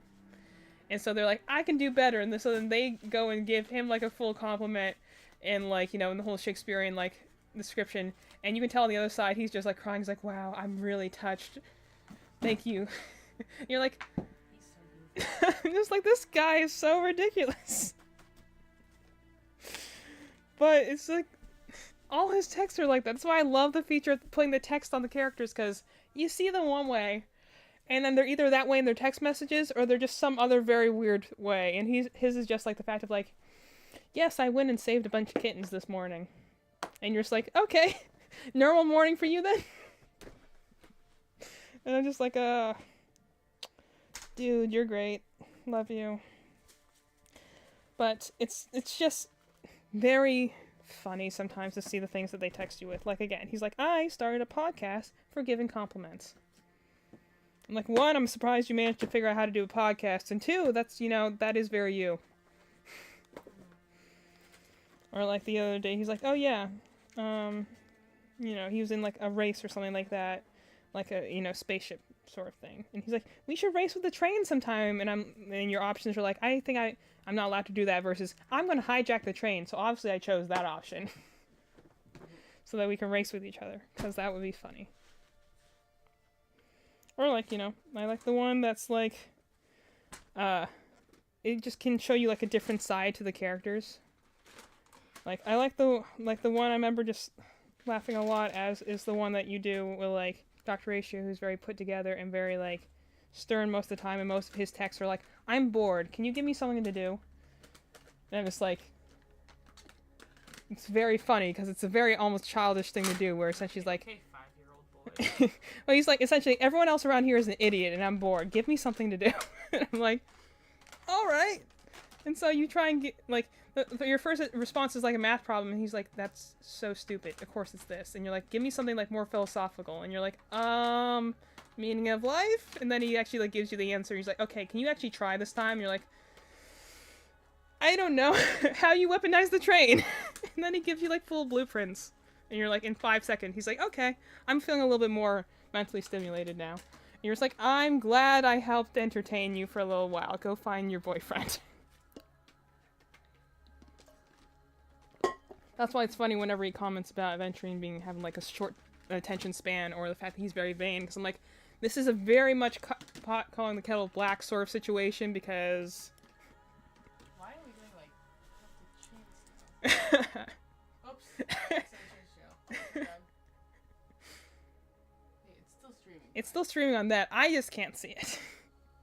Because it's going through my computer. You're going to have to change the input now, because now you're on the channel TV thing. Oh, That was like the most like defeated "aw shoot" ever.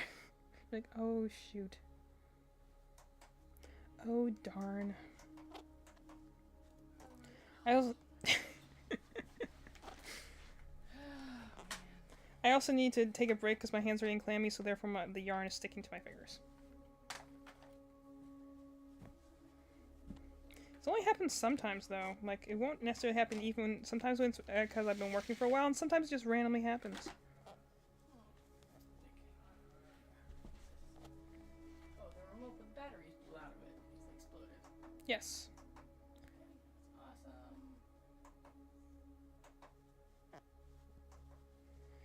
So you have to hit input and then use channels to change it. Okay, so am I just screwed? Yes, we are just screwed.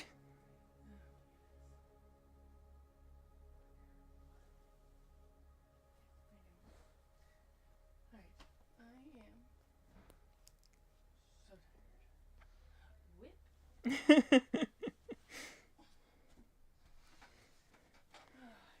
Pictures of these and my other guys. That's Okay, take my medicine. That's why it's kind of like, that's the thing I think that I wish they had something like that. I mean, they kind of do where like the characters send you something on their birthdays, but I wish they had something like that in Genshin, because I would love to see what some of the random people do in their time off. That's how you really get to know someone. It's not when they're having their, like, epic hero moment. It's when they're having their downtime and they're bored. 1, 2, 3, 4, 5, 6, 7, 8, 9, 10, 11, 12, 13, 14, 15, 16, 17, 18, 19, 20, 21, 22, 23.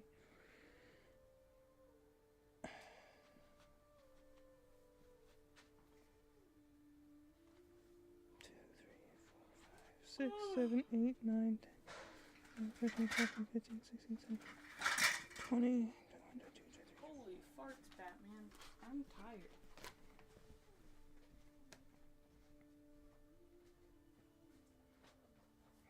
think I'm one row short, actually. Okay. One more row, and then I think I'll break for lunch. Get some food. I thought that was the last row, but I have more stitches than I should, so I guess I'm doing another row.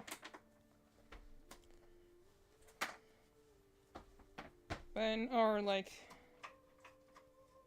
there's also some that are just Sorry, you're not gonna light up. I need to move it back on. very interesting ones. Like, some characters that are like, you know, are straight up like aggressive to you, then you'll be chatting and they'll be like sending you cute little emojis and stuff like that, and you'll be like, all right, this is kind of odd. Whiplash.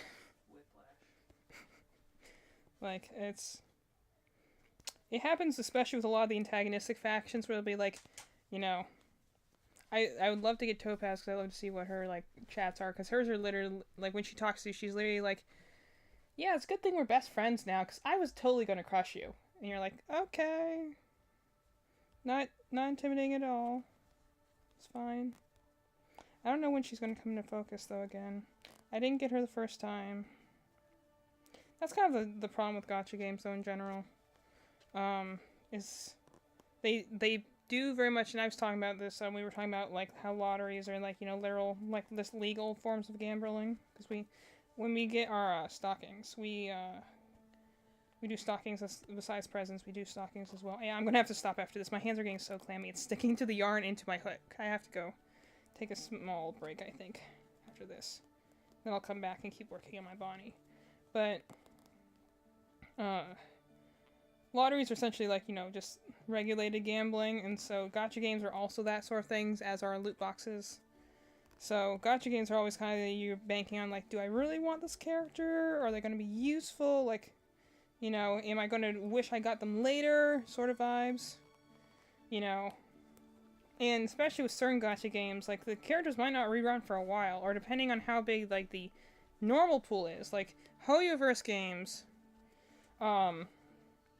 definitely vary in the quality of their small pools, and some characters, like in Genshin, some characters haven't been like drawn in literal years. They have for some reason something against the cryo characters, because those never seem to rerun. Although there is currently there is you're not gonna like this, Malin, but there is currently a leak image going around of what might be in the next banner, which is essentially a rerun of all cryo characters except Ridley. Because I don't know, they think So rude. they think the men don't sell well. I don't know. I love Ridley. I will try. If he comes back into focus, I'll try and get him for you. Because now that I know he's Claude's voice actor, I have to hear him. Just kidding. I actually can't watch her play Genshin Impact because it makes me feel feelings, and I do my best every day to feel nothing all the time, and it makes me feel too many feelings. I will say, I promised Eliza I would go and give another try on. Aw, isn't that cute? She's hurting you, chat. I told Eliza I was going to give Genshin another try, and I think I actually can do it now without, like, you know, choking myself, because I've been playing, I got Zhongli, who's my favorite character, and I got Nuvula, and I also actually got Diluc. I didn't intend to get him, but I did. I'm like, actually, I like you.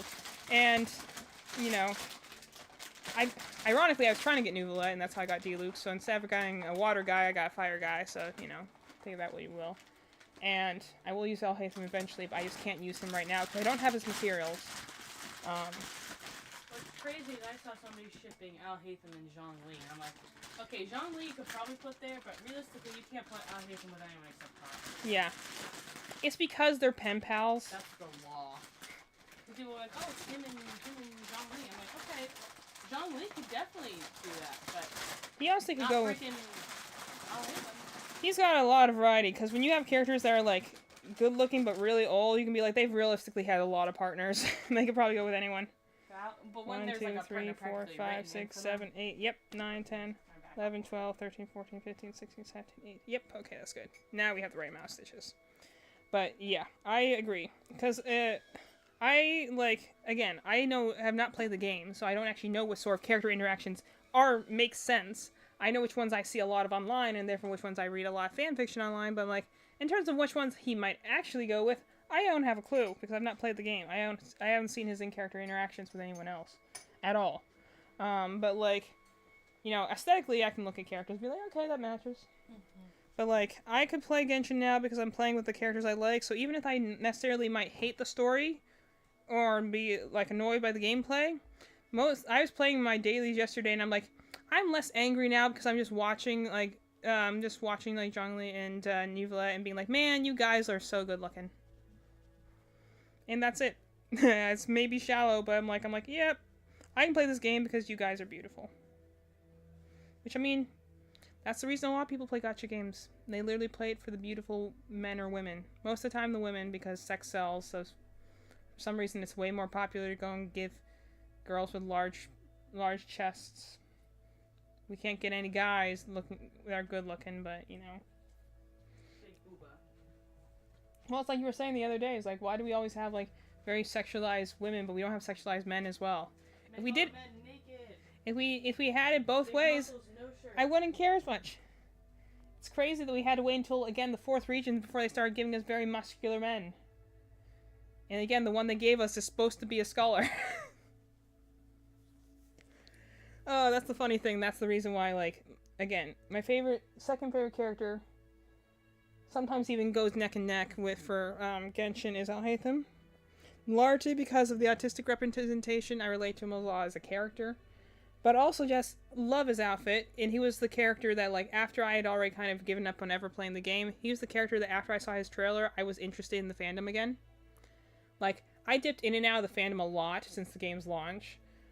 Mostly because I thought Zhongli was beautiful, so I just looked at stuff with him in it. But, like, I didn't really focus on it because there wasn't anything, like, character-wise or story-wise that intrigued me. And then I saw, like, Alhaitham's trailer, and I'm like, that's really cool. That's a very well-done trailer. I love the music score. And that guy looks awesome. And so, like, that was the one that kind of also got me, like, really interested in the game. But, I love the fact that, like, yeah, the first guy that we see that has, like, a six-pack and a muscle shirt and stuff like that is a scholar. That makes sense. And then the funny thing is that this works so well, apparently, in Genshin Impact that they go into Star Rail, which is its sister game, which do technically exist in the same universe. And, like, they have, again, another very muscular scholar in that game, who I also love. Who I brought up before is Dr. Ratio in that game, who I also really like. Not necessarily because I love Alhaitham, they are very similar characters on a lot of ways, but they're also key differences as well that make them both unique characters. But, like, I also think that for some reason I think Dr. Ratio is funny because, like, this is someone who on paper is a scholar, but is also built like a Greek god. And I don't know why those two things work together, but I'm also like, yes, I'll take this. I'll take this clear objectification. Makes me feel a little better, especially when you have all this objectification of women. I'm like, hey, as long as we're doing with the men as well, fine. You go have your large boobs on your women, that's fine. Just give me 1 or 2 guys that are, like, really, really, really pretty, you know? That's all I'm asking for. So I have to go, and I'm going to grab food, as long as we don't have a lot of people in chat at the moment. I'm going to take a brief recess to go and get myself probably a ham sandwich.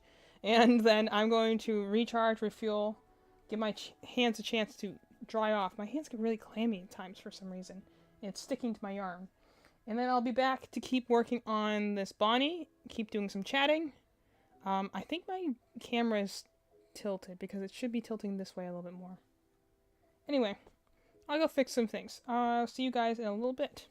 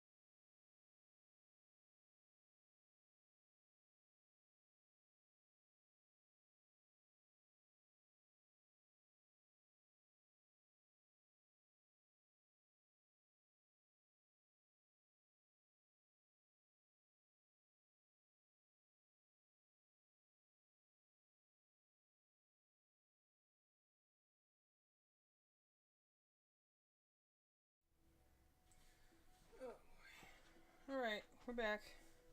I had to take a moment to rearrange my setup. And also then I had to find a tissue. Don't want to be sniffling here the whole day. Being getting another pillow. Some sort. Maybe I'll just put my Phoenix behind me. Need to make sure I'm properly propping myself up when I crochet, because otherwise I get serious back strain in the evening.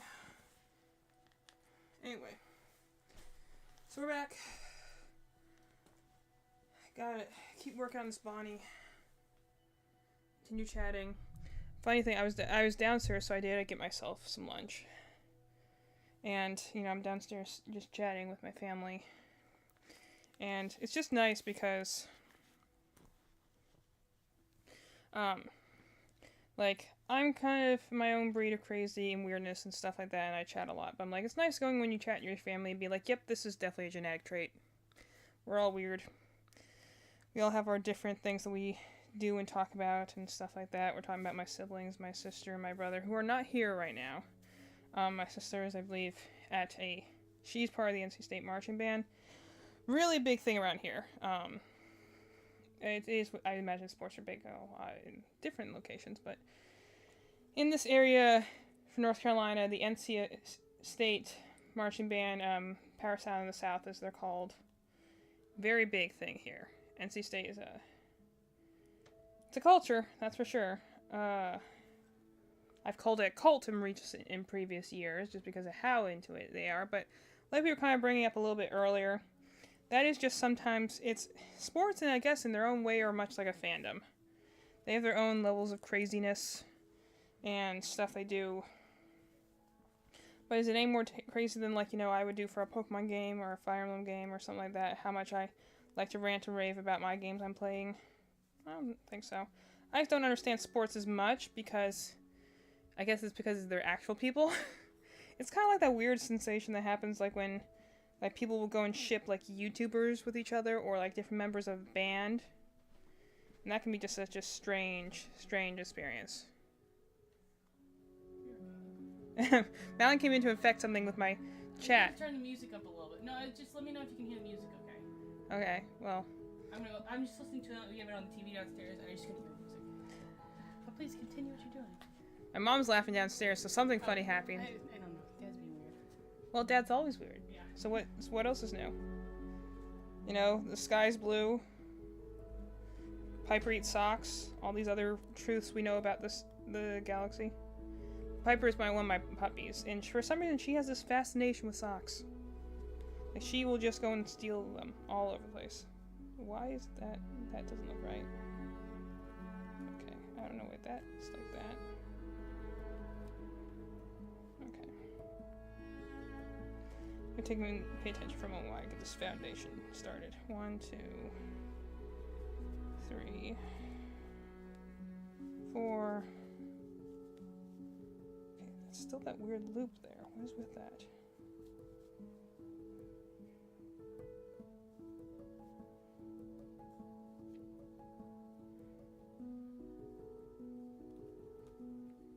Just because that one's really loose.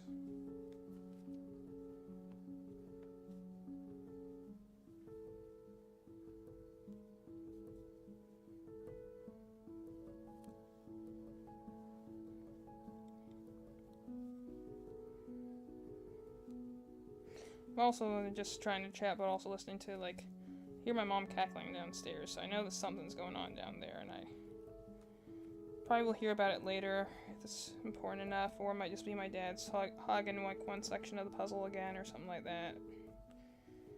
Which, you know, it is always funny to watch, like, you know, how we can turn even things like puzzles into a competitive sport. It's probably a good thing that we don't ever play Mario Party or something of this similar ilk together, because it probably would just end up with us all hating each other. Although one thing we were talking about is how, like, I've talked before, 1, 2, 3, 4, 5, 6. I have 3 siblings. I'm one of 4. I'm the oldest of 4. And so, like, I have 2 younger, I have Malin, who you've seen before, is my closest in age, and I have 2 younger ones after that. And, you know, we were talking about them and how, like, you know, I've been told by many friends, like, Like, oh, I'm like, my brother's he's off kind of out there right now. And they're like, don't worry, he'll grow out of that. I'm like, okay, we've been saying that since he was 17, and now he's in his 20s. How much longer are we waiting on that development? But, also my sister, like I said, the one who's out at NC State right now, that's where I started this. I can't keep my thoughts straight for more than 10 seconds, but that's also the reason I do the crochet. It's kind of a fidget toy in a way. It helps me keep my thoughts a little straighter, at least. But, she's doing marching band stuff right now. And, you know, like, she's the one that kind of, like, is definitely one of those, I would say, not morning people. Like, you wake her up too early, she's just vicious. You speak to her the wrong way when she's had a long day, she's vicious. I just say hi to her at any point in the day, she's vicious. I don't know, she just comes after me for any reason, or I have a naturally sarcastic tone of voice, I guess. I think I've said it before on stream, but I remember when I used to play D&D in college. I had this one person who, granted, I did not like, but, you know, someone I played D&D with. And I remember her telling me that I was the nicest sarcastic person she had ever met. And I think that's fitting. It kind of has to do with the whole, like, tisms and stuff like that. I don't have a very expressive voice. My voice is in a lower register, and I often talk in more of a monotone. Unless I'm excited, in which case I just get louder. I don't think I necessarily get more expressive, I just get louder. I'm very Ingo-coded in that regards. But, maybe I should do black and white for my Nuzlocke. Black and white or black and white too. It'd be nice to revisit Unova. Anyway, original thought. And the whole thing about that is that... Okay, 2 rows. The whole thing about that is that I guess I have a very dry sense of humor, but also because, like, I say things with a lot of deadpan, so sometimes I've been told this a lot, that I can be very, like, unintentionally funny. Like, I'll just say things as I see them, and then it makes people laugh, you know. But, like, I'm not someone who's going out to be comedic. I'm usually just saying things as I see them, and I guess because I deliver them very dryly or stuff like that, that's why people find it funny. But usually, the thing is that, like, with someone who I don't know or who I'm not comfortable with, I usually either will just not speak, or I'll be very polite or very neutral. I try to be polite general, but, you know. With someone who I care about, someone who I think understands me as a person, I'll be more sarcastic and a little bit more biting with. Because I will hope and understand and trust that they know that that's me showing affection. You know, like I used to say, like, some of my dad does still say, which, you know, is, I scare because I care sort of thing. You know, the Monsters Inc. sort of mantra. Which I think is true. Like, you know, this is kind of what I was talking about with special interests earlier. Like, I don't know if this works for all, like, autistic people or stuff like that, but, like, in my case, if I'm sharing something I'm very passionate about with you, it's a show of trust sort of thing, where I'm like, I want you to come into my world so that we can communicate with each other. As opposed to, like, you know, and same thing with, when I'm talking more dry or sarcastic on, is like, I speak this way because I trust that you know I don't mean this in a malicious way. This is my natural voice and my way of speaking. And I trust that you will not be offended by it. Which is something I guess my little sister still has not gotten the memo on, because I do that, I'm like, I never mean this, because she'll be like, oh, you're attacking me, you're trying to be mean to me. I'm like, no. This is actually me trying to show affection to you, believe it or not, because I think, you know, being just, you know, I don't like empty praise or platitudes or saying things I don't mean. This is why I'm not great at small talk, this is why I'm not great at doing social media posts, because I can't really, with, you know, a good conscience, put forth something I don't mean. So I can, you know, I'll hold myself back to say, like, things that I know I shouldn't say, but I'm like, I'm not very good at, like, giving empty praise. I remember I had a discussion with this once. Like I said, I'm a color guard, or at least was. I'm going to retire this year for sure, or else I have, like, 3 friends who will go and kidnap me. I was a color guard teacher. Retired now. And, I think I was it the first or second competition? I had the greatest group of girls. It's funny, I'm talking about this now and neither of them were able to be on today because they've been busy, but I'm like, I had the greatest group of girls. Some of the best I've had in years. And I've had good individual girls throughout the years. This was the first time that I had a collective unit that I didn't feel like any of them was a ball and chain holding the rest of them down. Because every year otherwise, I've always had someone who was just like, please, quit. You're not, it's never even a matter of talent. That's the thing I've learned a lot with, that's why I think I could, like, you know, a good and bad thing about teaching is that's something that, like, I've learned a bit with teaching is that, like, lack of knowledge, lack of understanding is the easiest thing to solve. You cannot change, though, lack of motivation or, you know, the want to try. So you can have people that are horrible at something, but if they want to try and get better, they will succeed because they have the motivation to try. And the thing that happened with me for a lot of years in color guards is that I had girls who just didn't want to try to get better. You know, it's not even a matter of practicing. It's a matter of, like, they want to get, like, they wanted to either just be there to socialize, or they didn't care that they looked like fools on the field when they didn't know their work. And at the end of the day, I didn't care either, because, you know, I don't get paid more or less depending on if my guard wins. You know, I get paid for my time there. And whatever happens at the end of the day, that's their things to brag about to their friends, you know? But I had some girls, I won't name names, I had some, like, borderline little monsters in the first couple of years. But then, those ones are the worst, and those are the ones that I think every teacher has their, like, demon stories of, like, oh, this kid, or these kids, or something like that, you know, you all have your stories, but sometimes the worst ones were the ones who were not explicitly bad in any way, but they just wouldn't try. So you try and elevate them and teach them and give them something good to do, and you try and push them a little more.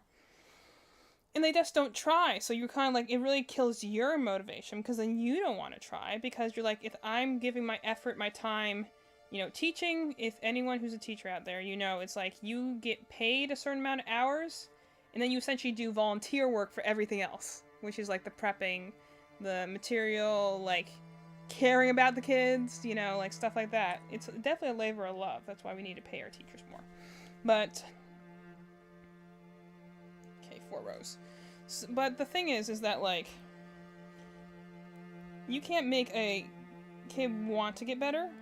So if you have a bunch of kids that just don't want to be better, then, like, sometimes you'll have the one that shines and gets better and will inspire all the rest of them to get better. But most of the time, the ones who do want to get better will get bogged down by the ones who don't, so they won't try anymore. And then the next thing you know, you have just kind of a lot of mediocrity for years. To the point where, like, you forget what it's like to actually, like, score not in last place, you know? And, like, the last couple of years I've had, since, like, especially since COVID, kind of reset a lot of it. So, again, I talked about this a little bit earlier. We don't have a huge marching band circuit around here. It's definitely a lot of that is on the West Coast, because, unsurprisingly, that's where a lot of performers go. You have a longer season because you don't have as much inclement weather. Like I said, we have a temperate climate here, but we do get a lot of surprise rainstorms. We even get a lot of very early hurricanes that will just wash out the fields and we can't use them for weeks. That's why, like, this year we had a pretty good show, but we did lose, like, a week's worth of practice. Actually, maybe even 2 weeks worth of practice, just because the field was so washed out, because, like I said, I was talking about earlier, it only rains here when you need to do something, so it'd be, like, warm and sunny all day long, and then as soon as it was, like, you know, we would have our practice from, like, 6 to 8, and 5:30 is when it decides it needs to pour buckets. And you're just like, why? Come on. I just need the field dry for a few hours, then it could rain all night for all I care. But every single time for, like, during hurricane season, we would just get a lot of rain. And so the field is a mess, so we can't really be on it. And we need to be on it because you need to learn how to move on the field, especially for some of the new marchers. And just, it was like, we got dead late. And I was talking to my band director, he's like, well, you know, this is the one of the worst we've seen. I'm like, not as bad as we had this one year we just refer to as the space show. We had 2 hurricanes, like, back to back, maybe 4 weeks apart. So by the time we were done dealing with the end of the first hurricane, the other one hit, and we lost 2 straight weeks of practice. And what ended up being a short season anyway, because of, again, inclement weather, things getting canceled. And it was just not a great time. And it was a good show, but by the time we got to our last performance was when we finally felt like we had hit a stride. And that was and that's the thing, is the last performance, so you're like, well, we can't do anything more with it. There's no more competitions to perform it. That's it. So it was all, like, we literally, the morning of that space show year, and it was a rough year. We had great props. Well, we had decent props, let me put it that way. We had great costumes. We had wonderful flags. We managed to borrow them from some other schools. But it was a rough year. We did not have the best performers. We had such bad luck with the weather, and that was also a year that, like, me and Madeline as instructors were really clashing and butting heads a bit because she was going through some stuff at the time, I was going through some stuff at the time. We were both in the middle of college and you have no idea what we're doing. So we were definitely not working together as much as we should have been. And it was just a rough year, and it was a great show. Like, it had a lot of potential. We had some really good music. But it just never got there because of, like, other extenuating factors. And that was kind of what we had this year with what we call our Western show. Great. I still think good show, good concept. We just lost a good amount of practices. And, well, the other thing is that, like, our show writer, which has been my brother for the last few years, he's also our drum person, is that, like, he just got behind the 8 ball this year as opposed to the last 2 years we've had him writing shows, and just stuff didn't get done on time.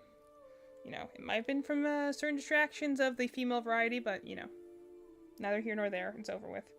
And just, we got behind the 8 ball, we were getting music late, and then, like, you know, the band would rush ahead and be like, okay, we got all the stuff, and then I'd be like, wait, I don't have drill. The drill is what you do for marching.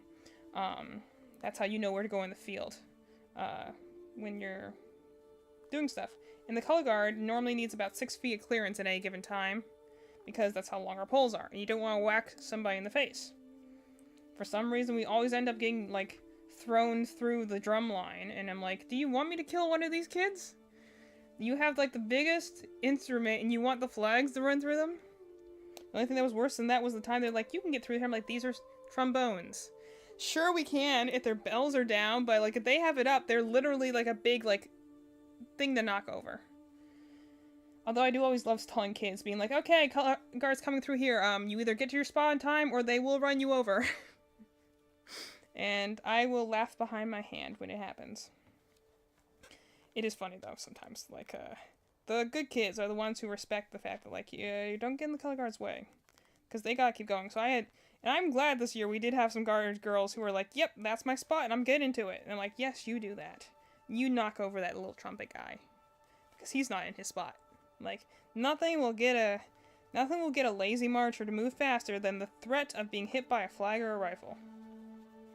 I think they hit my brother once or twice too, and I gave them, like, bonus points. Because I think that it's a running joke that I'm like, hey, don't hit anyone unless you hit the drum line, because that's my brother's section, so you're allowed to hit them. And, you know, I mean nothing bad by it, you know. My brother can be a pain in the butt, but I still love him because, you know, that's how family works. But, you know, what is true love but, you know, talking about all the ways that they frustrate you? Okay, I think this is... Do I need to do enough rows? 1, 2, 3, 4, 5, 6, 7, 8, 9, 10. Yeah, that should be enough. I mean, if I throw an extra row in here or there, it's fine. It's just if I'm making arms, I have to make sure they're the same length.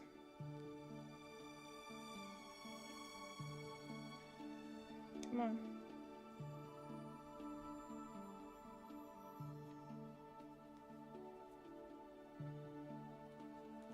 Hands are getting a little clammy again. Maybe they just have some venom inside it, I don't know. But it's sticking to my fingers again. 3, 4. Okay, that's one arm.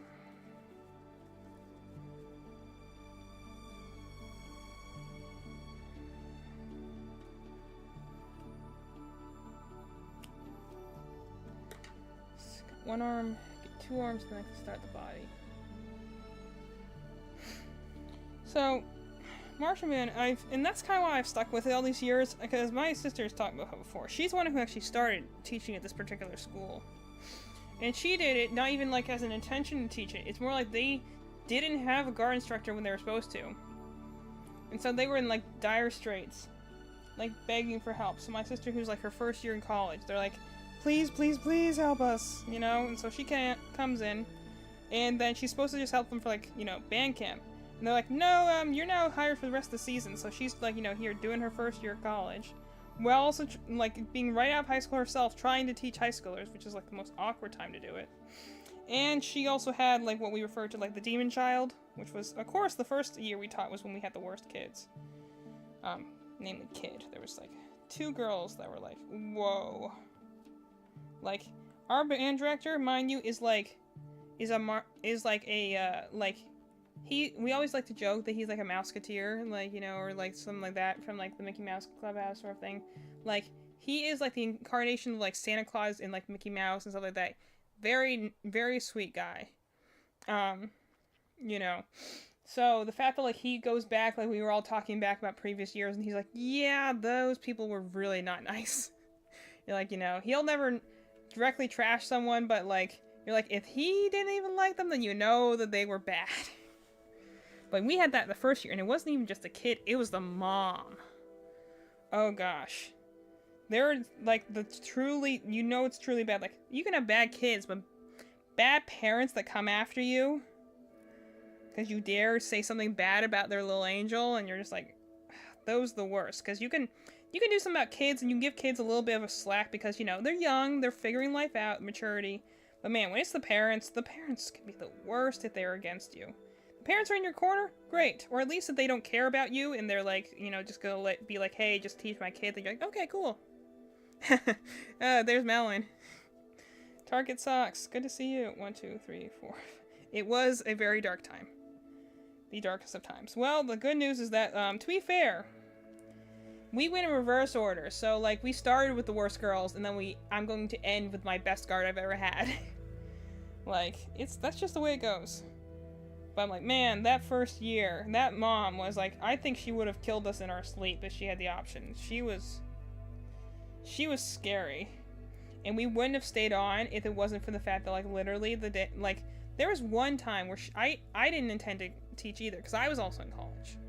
And so my mom just kind of came in, like, you know, as a Hail Mary call type of thing, and be like, your sister's dying over here, can you please help her out? We'll drive you and give you cookout. And I'm like, okay, cool. I get a free dinner. I'm down for that. Like, I remember the first night I came there, she's like, don't even teach anything. So I'm like, I don't know anything about color guard. I can't do this. She's like, just go there and act as like your emotional support animal for your sister, because she's going to like have a mental breakdown. I'm like, okay, I can go there and be calm, and help her like stabilize. And I remember, I think maybe the first or second night I was there, and one of the moms just came after us, like literally followed us across like the band room. I'm glad those brought us closer together.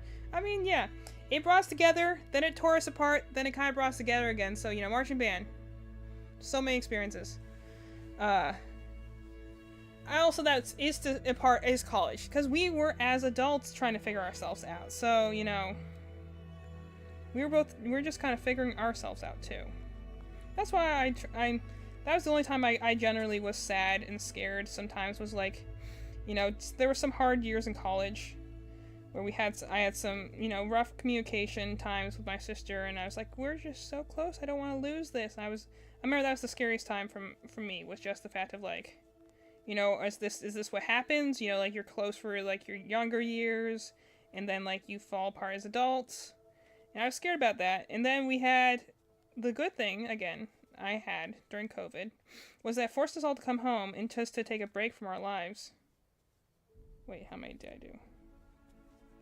And so we came home and kind of did detox, and then we kind of found each other again, and then we're, you know, back to what we used to have, and I couldn't be happier. Now we're doing a business together, we stream together, we hang out a lot, you know, and we're right back where we started. So it's like, it gives me, like, we weathered that initial storm that I'm kind of like, okay, anything happens coming our way, even if we don't talk to each other for like a year or something like that for some random reason, I know we're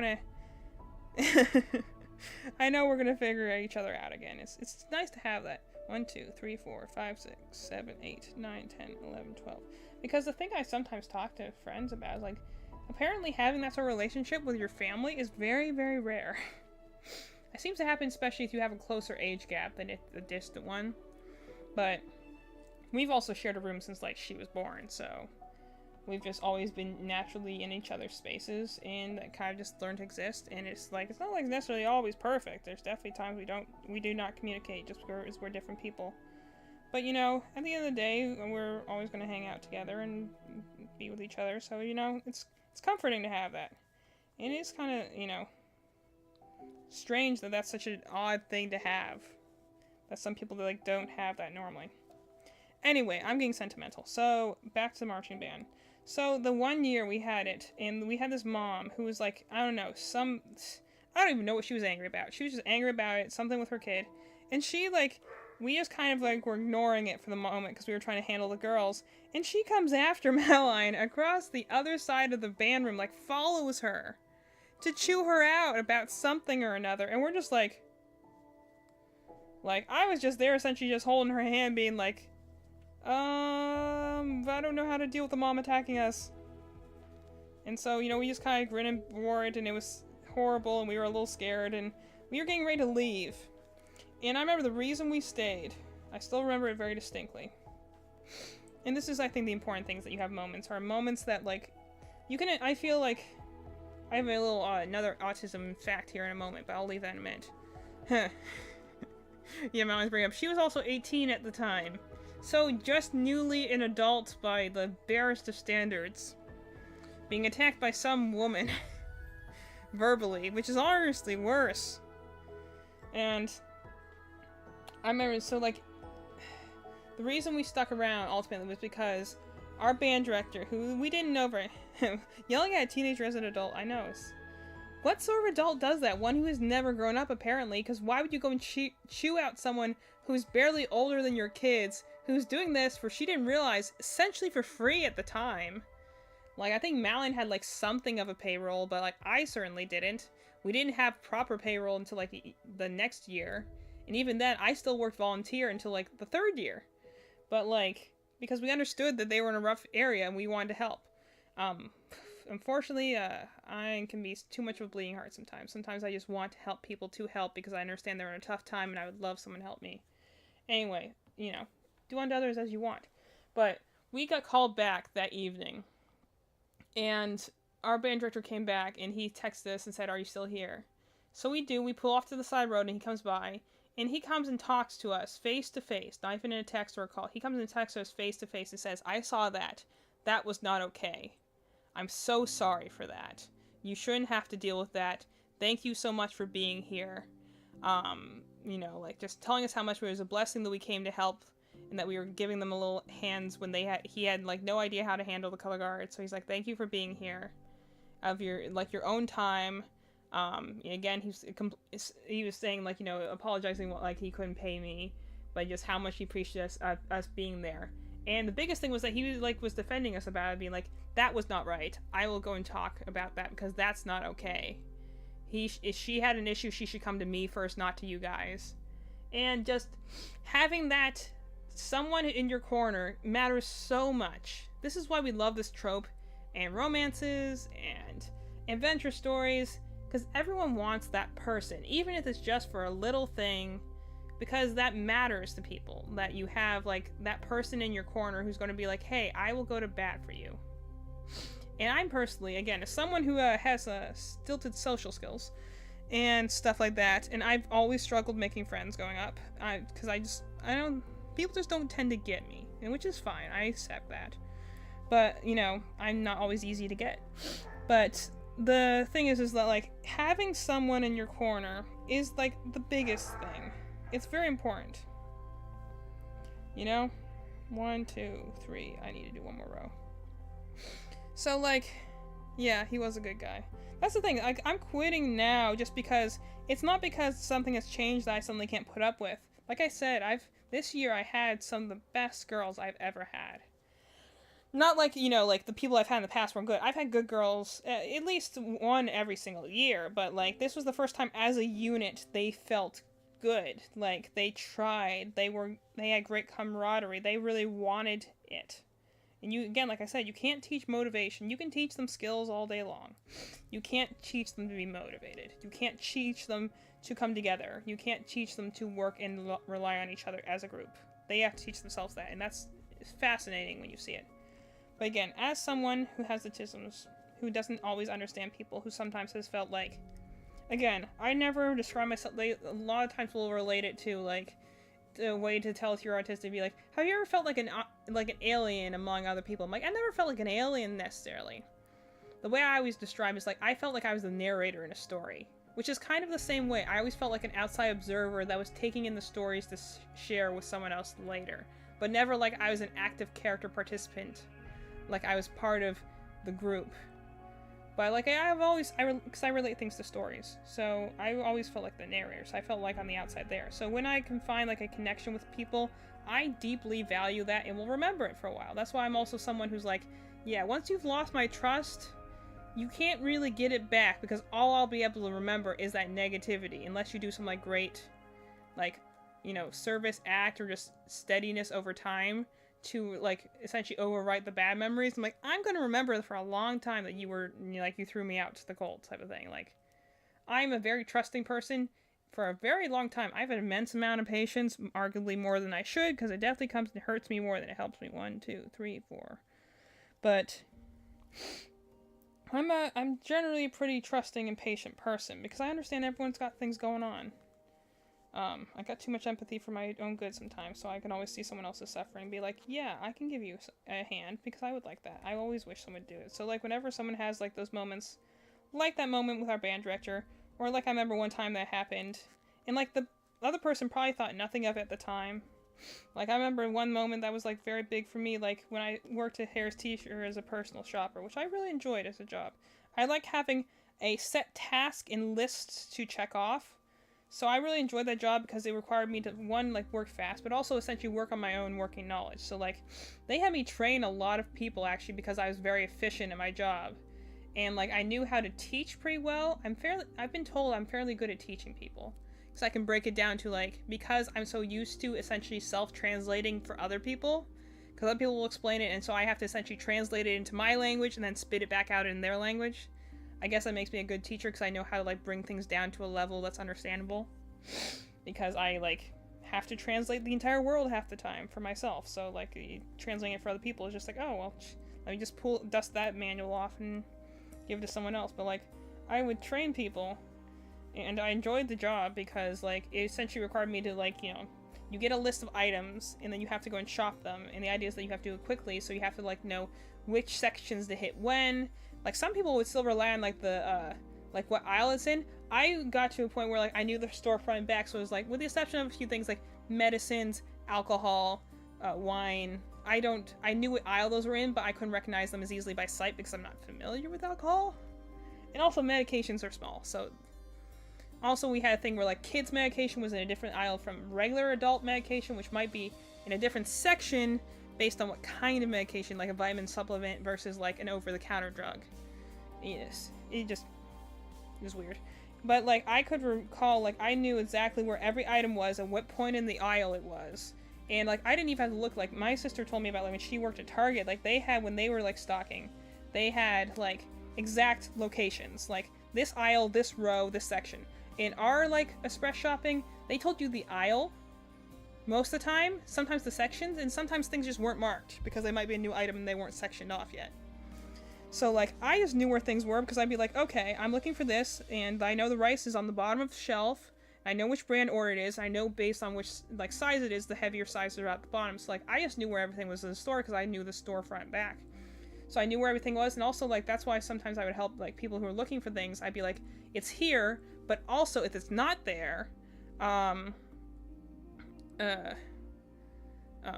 answer my question in a second there, but, like, if it's not there, like, I could also be like, hey, like, they're like, I can't find the sour cream, it isn't here. I'm like, well, it's normally here, but if you can't find it there is an end cap where people usually forget to look. Go check there. Like, I remember I used to help so many people during Thanksgiving and be like, I can't find their sugar, there's no sugar. I'm like, well, there probably isn't in the aisle, but if you go and look in the bread aisle on the bottom shelf, they tend to hide a couple back there. You know? Hey, DZ, you're back. Welcome. We're having a little bit of discussion. I'm talking about past work experiences. And, my sister's in the chat right now. The current question going around, if you would like to answer, is, what is your favorite movie? So, are you talking about movie, or movie genres? Like, cause you think, I think anime are my fave. So, like, movie genres? Cause I think, Because that's the thing I was kind of talking about with anime earlier, where anime is an art style. It's not so much a genre, even though a lot of people will consider it a genre. Contact with Jodie Foster. I feel like I've heard of that one. No, yeah, our dad is a big fan of Hallmark movies. I feel like I've heard of that one. Contact. Sounds familiar. So let's start big and we'll narrow it down. So like genres. What would be like your favorite like movie genre? I would personally think live action versus animated is more of an art change, but I will admit that anime movies are kind of their own genre in a way. So, sci-fi all the way. Well, that wasn't hard to ask. Katya had a whole running a bit about loving that movie. Yeah. Well, okay, so that's pretty cool. Contact. I'll put that talk show is where you heard of it. I probably did. I like, you know, and also because I watch a lot of channels that are writing channels, so they'll usually refer to writing in other media. So they also could have, Alien versus Aliens. Are those two different genres? I mean, two different movies. I know Alien's a movie, but what's Aliens? I know Alien from things like, and also some things like some are just like certain directors are like kind of like almost in a genre of their own, like a Michael Bay movie versus like a Stephen King movie sort of thing. Like some are just like so prolific that they almost are their own genre. But I'm curious, DZ, what do you love about sci-fi in particular? Is it like the aliens? Is it the space, the new age technology, just deeper philosophical themes? Because they always, much like apocalyptic, sci-fi tends to deal with a lot of themes of what humanity is, especially in an unknown universe. So, here's what you like, because for instance, in the Alien franchise, yeah. Funny thing about a lot of those big franchises like Terminator, Aliens, a lot of stuff. The first movie like sets the precedent, but it's always the sequel that's the one that people really know. Like, people know about Terminator, but the one that people really know the clips from Terminator, the philosophies of Terminator, is the second one. Terminator is also a fascinating franchise to look at, because the first one is genuinely a horror movie. The second one is not. So, philosophy and cool tech stuff.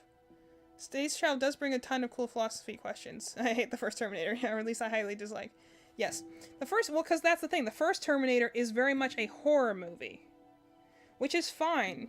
But horror is a very fascinating genre in movies and especially in literature, because it's the art of how to scare someone is really kind of like, because the horror genres, and this is something very true of video game horror as well, like, are you the type of horror that wants to shock people, to make them feel unnerved, to give them a jump scare?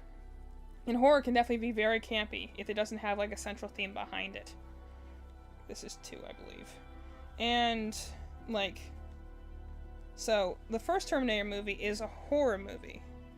The second movie, though, it has so much more heart to it, which is why I think most people more fondly, when they think of the Terminator in the fond way, they're usually referring to the second movie. Because the first movie is just a horror movie. It's kind of very paint by the numbers in a lot of ways. It's not doing anything too crazy.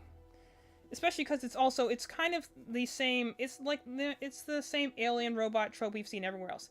An unfeeling, moving robot that cannot be stopped, and you're just trying to stop it. So then you beat the enemy in the end. That's kind of the way any sort of things like Alien or any other horror thing works. Terminator 2, however, puts a lot of heart into it, because it starts asking questions, which brings into things like we were talking about with Detroit Become Human the other day, of like, can machines learn to care?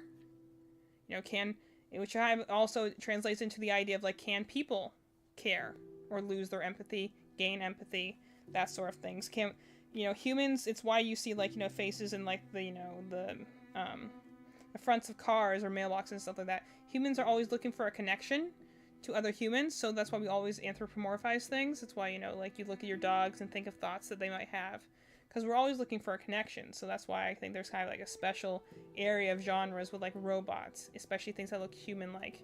Is the idea of like, can we find empathy in something that shouldn't have it? Can that thing learn to have it? That's why I think the idea of like things like iRobot or androids and stuff like that intrigue us so much.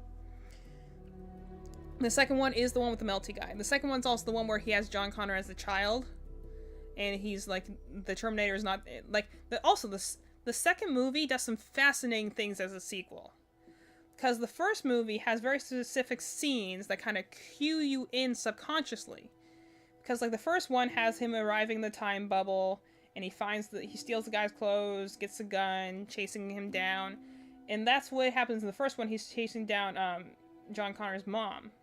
So the second movie does that. It's a sequel should always be aware of where it comes from, but also strive to do something new and different. So the sequel does those same play-by-play scenes.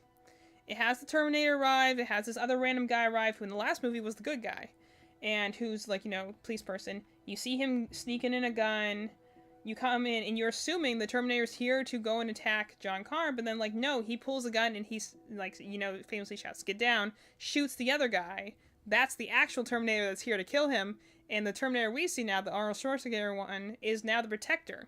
It immediately paradigm shifts the whole movie. From being like, oh, hey, we were leading you along with this easy formula that you recognize from the first film, even if subconsciously.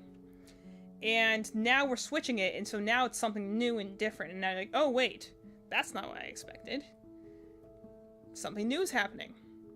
I love the third Terminator. Most people don't. I have trouble remembering what the third Terminator was about.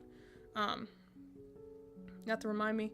Android versus robot and their relation to humans, also a cool topic. Yes, that was also a fun one. Notice every sort of sci-fi TV show usually will have an android of some sort in it. I don't know if everyone is looking for connection, unless you'll tend to be more for connection. Well, that's one thing. Everyone's looking for connection. Let me put it this way. We are social creatures, so we are always looking for something that understands us. We are looking as innately we survive. This is why you put people in like solitary and it messes with their heads. We're not meant to be alone, you know? We're meant to be in a group because that is safety, and being alone and isolated is the way to get yourself killed. You know, at least instinctively, you know, ancestral, whatever. So it's like everyone's looking for connection in the fact of like, you're looking for understanding and empathy naturally. That's why, you know, like you might see faces and things. We're looking for something. We're looking for keys. You know, everyone's looking for connection in different ways, like intellectually, emotionally, whatever. But like, that's why innately humans look for things that are like them. That's why when you look at a poorly animated human, you get that uncanny valley effect, because we are so used to looking for human faces that when we see one that looks not quite right, that looks too realistic, and we're so used to seeing humans that we will immediately pick up on those details that aren't quite correct. And that's when you get the uncanny valley effect. I don't know if anyone... I'm kind of elitist. I love when the melty guy asks the kid he knows John Connor. He says no, even though he does. Yeah. The third Terminator was with the adult John and the redhead girl. True, we are all super... but the way people look for connection is more basic with basic people. Yeah. And that's also the kind of thing, is that, like, you know, it changes over time what we define as connection. But, like, innately, that's why people search people out. And honestly, what counts as social changes nowadays because of technology and stuff like that. That's why. But why do you think everyone lost their minds during COVID? Because suddenly we were a social society, could not go out and interact. Our schedules were disrupted, jobs were disrupted, people couldn't go out and socialize. It's why most people got stir crazy. That's why when, you know, we had a couple of certain movements that happened during that time, and like they might have been for a good cause, but I think that there were a lot of people just being stir crazy and being like, I need to get out and do something, you know? Because people are not meant to be isolated. That's why it was this really strange time in the world, right, back then. Because people did not know what to do with themselves. We were in a situation that just was not normal. 1, 2, 3, 4, 5, 6, 7, 8, 9. But like I said, it wasn't all bad. I reconnected with my sister, and online video chats got way better because they finally updated the technology because it was the only way people could actually continue doing business. People won't update something until it directly affects them.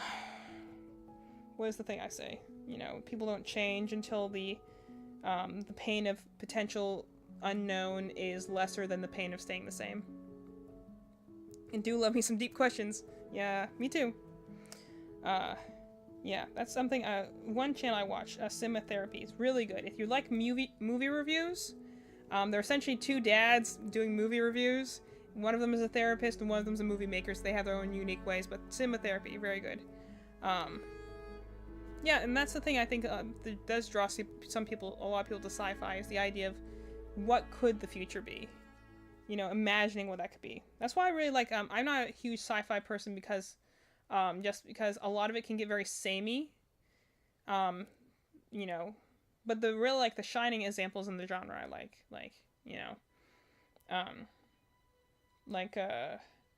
Mass Effect is like a game I really like. That's a very sci-fi space opera sort of game. Really love Mass Effect series. But again, the reason I love that one is the world feels so alive. So it's good world building that really, it drew me in on that one. 1, 2, 3, 4, 5, 6, 7, 8. I think I need one more row. So like, Mass Effect is, you know, a masterpiece. But it's because the characters are well written, the world feels alive, it feels like when you do things, it matters. And I love the fact that, like, you have all these alien races, but a lot of the times a pitfall in sci-fi is the characters just become their race. Like, oh, this person is hot-tempered, so because their race is hot-tempered, and therefore, oops, I lost my pin. 1, 2, 3. But, you know, so like this race is a race that seeks war, so this character is only ever going to be aggressive. You know, then like you get a little tropey. But like, I like the fact that all the characters in that, regardless of race, they are people at the end of the day, and you get to know them as people, as your shipmates. And they all have their interesting differences. And also, the biggest thing I think that drew people into the Mass Effect series, much like with Terminator, was not necessarily... The first game's great. But I think a lot of people have fond memories of the second game, because again, it's how does it change the status quo? How have our characters changed? A lot of them have like a full like philosophy shifts. Some of them straight up don't even come back. Because they're just, you know, they're done with their journey with you.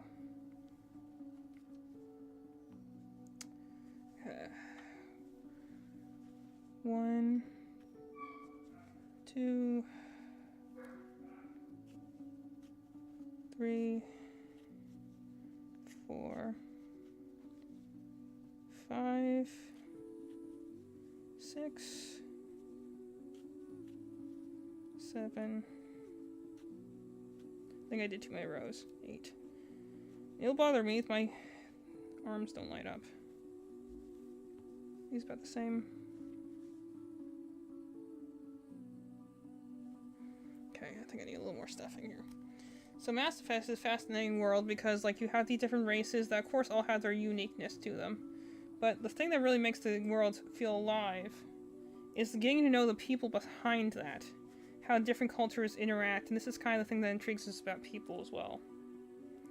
Is that this world...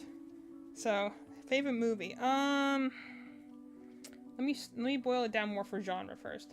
I enjoy, because my thing is that, like, genres are hard to choose. I can definitely say a lot of favorite movies for, like, enjoyment-wise, like, movies I could watch, like, maybe every single year. Like, I think I've definitely put up there, like, a couple animated ones, like How to Train Your Dragon. That was the big movie for me. That was kind of like, this is a movie I could write. Because I've always had, like, the obsession with dragons and mythology and, like, you know, outcast stories. Love How to Train Your Dragon. What an epic movie. I obviously am a fan of the Lilo and Stitch series, so Stitch the movie was one of my very high up there movies, because that was just a big comfort movie for me growing up. We just recently watched Klaus. Definitely the best Christmas movie that exists. Such good storytelling. You know, sometimes when you end a movie and you're just like, wow, I can't find anything to criticize in that. Let's see, what else?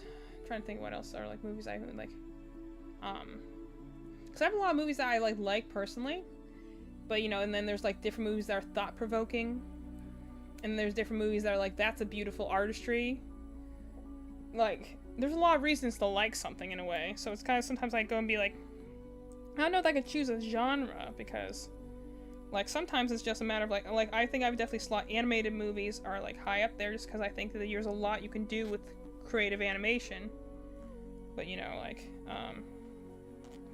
there's a lot of movies I go and finish at the end being like, wow, that was just a very well written movie. Like, that's Puss in Boots 2, The Last Wish. A lot of sequels being talked about today. Puss in Boots 2, what a great movie. Like, thematically firing on all cylinders. Able to give us all the 3 perfect villain archetypes, from like the redeemable villain to the irredeemable villain to the force of nature villain, you know, the neutral villain. Like, and somehow it doesn't feel bloated. Somehow it all works and feels really like, I think that's the other thing I was talking about too, about stories the other day, about like, I feel like sincerity in storytelling is what people really relate to. When you feel this person's, like, whoever made this, the people who made this, cared about what they're doing, they had something to say, a message to tell, and they were willing to do whatever it took to get that story across to you, the viewer, and you feel like they have something sincere to say. And this can even happen with silly happy-go-lucky, like if we were watching like the Sonic movies, or the Fnaf movies. Those feel sincere because you know that they're for the fans, and they're there to give what you came for, essentially, you know? Okay, I'm losing track of the chat. Yes, watch Klaus, please. It's Christmas time. Klaus is such a good... It's on Netflix. It's, very good. It's a 3D anime movie that was animated to look 2D, but it has such a good story. It's such a good, like, Wintertide story. Like, you think it's going to be like a Santa Claus origin story, but it's not really. It's told more like a wintertime fable. And it has some very believable characters because, again, one of the things, like, the main protagonist is a pretty despicable character in the beginning, and his growth to becoming a better character is very believable because it's never, like, a sudden turn. It's how people naturally do change over time. It's little acts of kindness building on each other over time. It's a great movie. I recommend it. Highly recommend it. It's something we've started watching every year because it's a great movie. Little animation studios can just do amazing things nowadays, especially when we were talking about like big animation studios, like big game companies, are kind of falling on their faces a little bit because they've almost kind of lost what made them good. And so like it's the little animation studios that are lately are doing really well. And DreamWorks. DreamWorks is also doing really well for itself right now. I was going to say Claude's favorite 10 out of 10 rewatch film. Sonic 2 maybe, and also the original Avenger. Yeah, the original Avenger movie was really good. Because it did build up correctly. Like, it felt, like, good to watch it. Like, it felt like payoff. Everyone loves a good payoff. You like feeling like, hey, I've been here loyally with you for your movie for this long. I feel like I should get something out of it. So, a good payoff always will be. Something me and my sister were talking about earlier is the idea about... What would you... while you're Googling, DC, what would you think is worse? A bad ending or a bad opening to a movie? Cusco is, yeah, another good one. That's the other thing. Some movies you might love for, like, the memeability of it. But what do you think is more unforgivable? A bad beginning or a bad ending? Me and my sister have talked about this at length.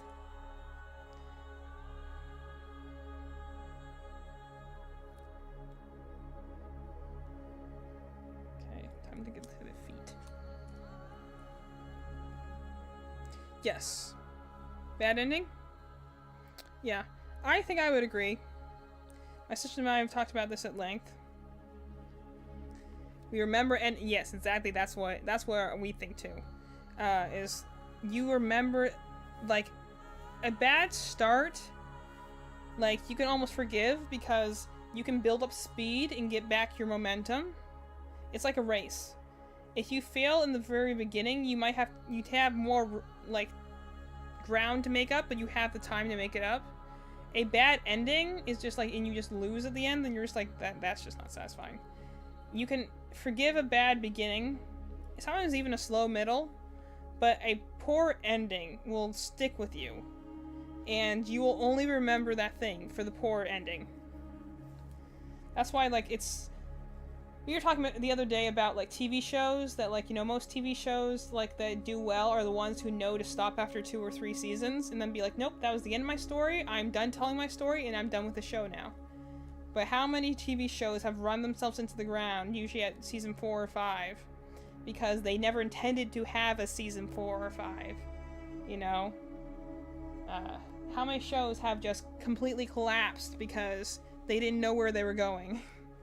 And they didn't have an ending in mind. So they have a poor conclusion because they just kind of lost where they were going. They ran out of steam or, you know, stuff like that. Not that reasonable. Emotions have more of an imprint. So the last imprint, impact, something along those lines.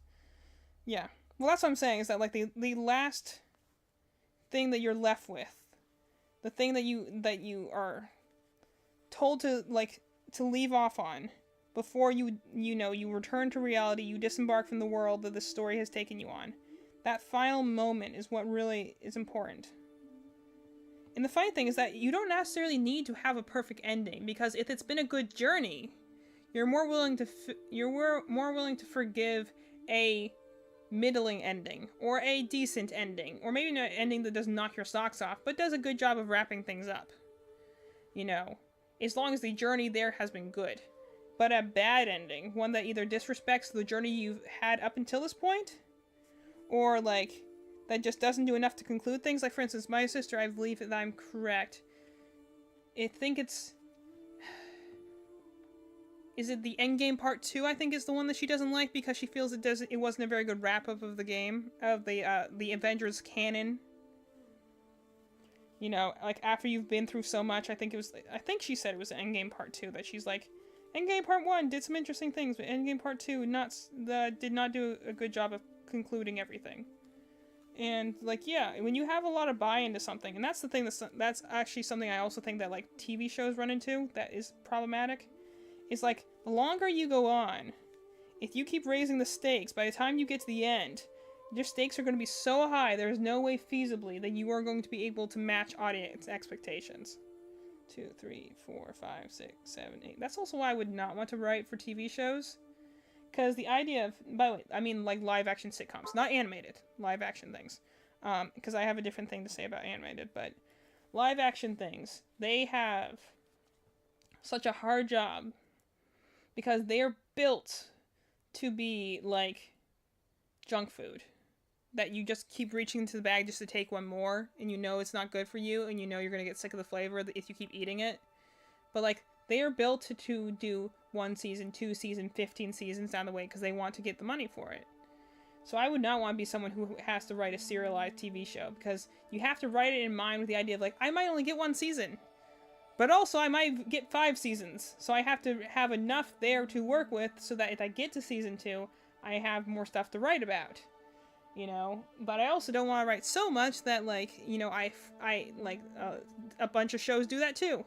I overload the first season, so when I'm really should just be getting my audience introduced into the world and getting them some buy-in to this world, instead I'm overloading them with lore. This is something that almost every video game movie before, like, Detective Pikachu did. They put way too much lore into it. They put way too much stuff from the games. And they forgot to tell a good story. They're so busy throwing cameos and winks and nods and stuff like that they forget to tell a good story. That they lose people among all the video game knowledge so that, like, people can't just sit back and enjoy it. Like, my mom's become a pretty good fan of, like, video game movies. Like, she loves the Sonic movies. She really liked the Fnaf movies. In fact, we watched the first Fnaf movie, and she asked, like, a couple days later, like, hey, can we watch that again? Like, she really liked the first Fnaf movie. And then we watched the Sonic movies, we watched Detective Pikachu, but, like, I think you have to have just enough knowledge to understand how the world works, but then after that, you have to have a story that people can immediately latch onto. Because what is a video game movie but a, like, sci-fi movie, or a fantasy movie? They're all taking us to worlds we don't necessarily understand. Sure, when you're adapting something, you do have to be careful, because you do have to have enough from the adaptation that people will recognize it, and fans will be like, oh, hey, that's the thing I recognize. But also, you have to kind of make your own, like, stand on the beach type of thing and be like, okay, this is the thing you left from the game, but if you're too faithful of an adaptation, then people will be like, but I could just play the game for that. This is the thing I was talking about yesterday, about live-action remake series like Avatar: The Last Airbender. Like, it's faithful. It's very faithful. But the thing is, it's so faithful that you're like, you're not doing anything better or different than the original series, so why wouldn't I just watch the original series? So you have to be careful with that too when you're doing adaptations. But like, video game adaptations are interesting because it's very interesting to see a video game adaptation. That's the reason that I think they struggle more with movies as opposed to like a book. Like, there's certain stories you can only tell with a book. There's certain stories you can only tell in a movie. You can only tell in a video game. And books, in the case, is just like you have more time. So usually when you're adapting a video game or a comic, like the Avengers movies, you have to be aware that you have to cut out 90% of the material because you only have so much runtime, and you have to tell a compelling story within that time. And like, you have now the added aspect of visuals, music, actors, like stuff that normally the reader would fill in on their own in their head. So now when you do like an adaptation of a movie, usually it's like, what do I cut out? What do I keep? But a video game adaptation is difficult because you essentially have to be aware that people who played this game all have their own unique experience, because video games are a unique medium which the audience is not a passive participant. The audience is an active part of it. They are shaping the world to some extent. They are placing themselves inside this world. They are not just a stagnant audience. And so you're turning them into that when you make a video game movie adaptation. So essentially you have to be like, how can I respect essentially the player's knowledge while also telling a story? And so sometimes it's like, that's the issue with a lot of video game movies. Either they put nothing from the original source material, like the infamous Super Mario Bros. Movie. Which, you know, I love the fact that movie, they like, the directors were very much high the whole time they wrote it, and they like admitted to that. That they were like drugged out of their mind for part of it, for like a lot of the writing. And yeah, and then Nintendo smartly never gave away the Mario rights after that, because they're like, okay, maybe that was not a great idea. Let me tell you, the original Mario movie is an acid trip, that's for sure. Stuff going on in that movie is just like, wow. You're calling it Mario, so I'll assume that that's why it's Mario, because there's nothing in here otherwise that's telling me this is Mario. But like, or you had issues like the World of Warcraft movie where you shoved so much lore into the game that people unfamiliar with the property got lost instantly. Before you can even try and care about the characters, you shoved so much world lore in here that people just don't know how to keep up with it all. 1, 2, 3, 4, 5, 6, 7, 8, 9, 10, 11, 12, 13, 14, 15.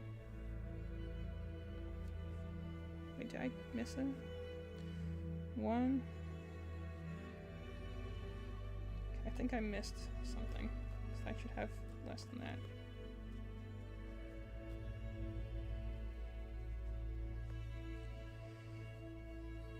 I keep missing a stitch at the end.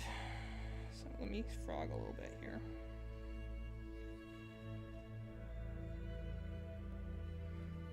It's hilariously, yeah. Hilariously bad, but not on purpose is kind of the worst place to be.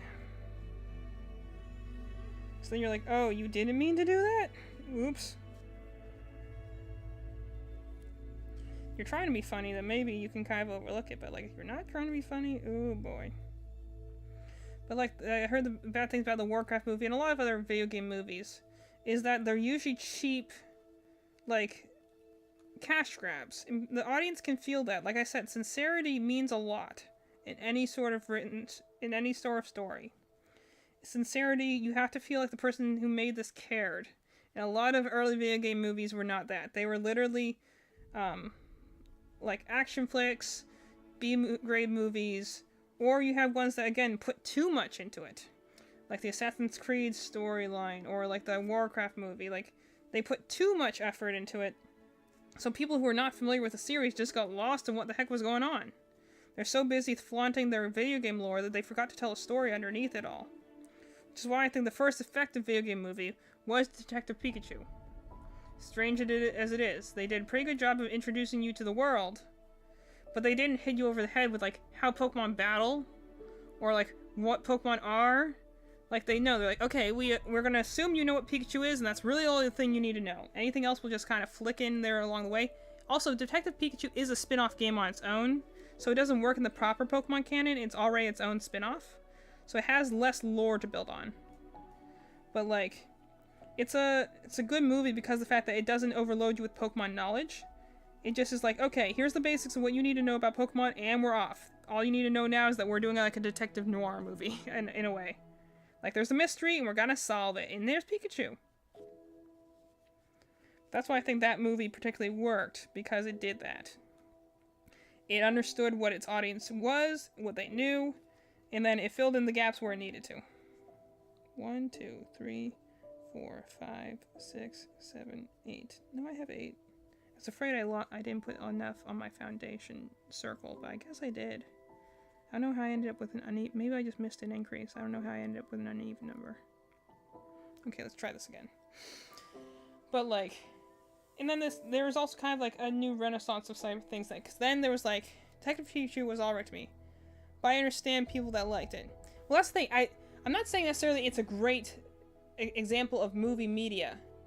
But when was the last time before Detective Pikachu that you saw a video game movie that was alright? All of them were laughably bad. So a movie that was just that was like inoffensive and was functional as a movie. It told a story from beginning to end that you could follow without getting lost in the video game lore. You know, like, that's the thing, the reason I play, and then, like, we're gonna get to the Sonic movie in a minute here, but, like, it was a movie that was the thing that I thought was most important about it, was that it was a movie adaptation of a video game, and it did what it was supposed to do. So many other video game movie adaptations are just trying to be lore dumps for their games. Or they're trying to advertise their games, or they're trying to give a lot of cameos to their games, and they forget to tell a story. And that's why they fail. But, like, Detective Pikachu, like, it told a simple story. And it didn't need to do more than that. It's the same thing like, you know, something like the Mario movie did. Which, again, I don't particularly love the Mario movie. I thought it was fun. That was a good time.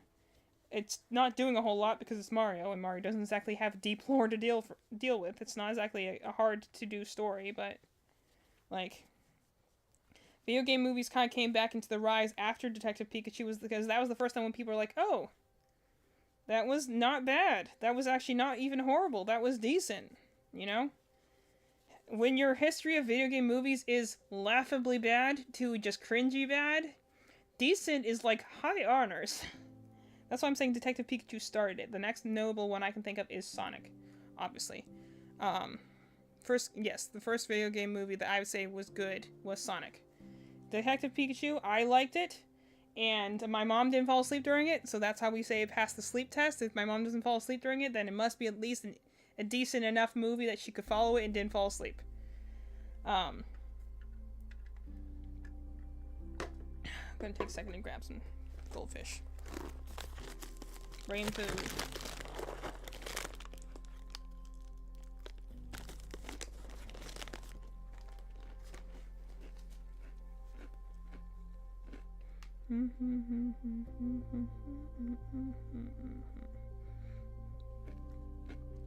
Okay. I think I got the right amount of stitches this time. I had 15 last time. Like, where did I lose a stitch? Okay, let's try this again.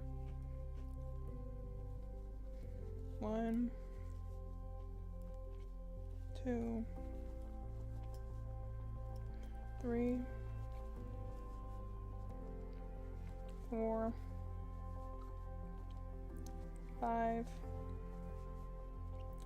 6, 7, 8.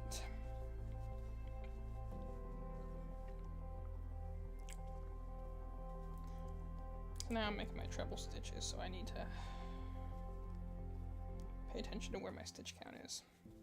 So I'm going to be quiet for a moment here while I count these off.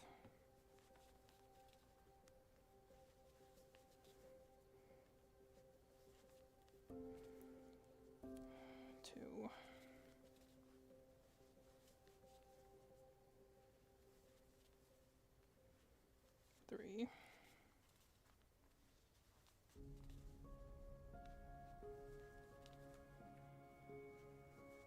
before.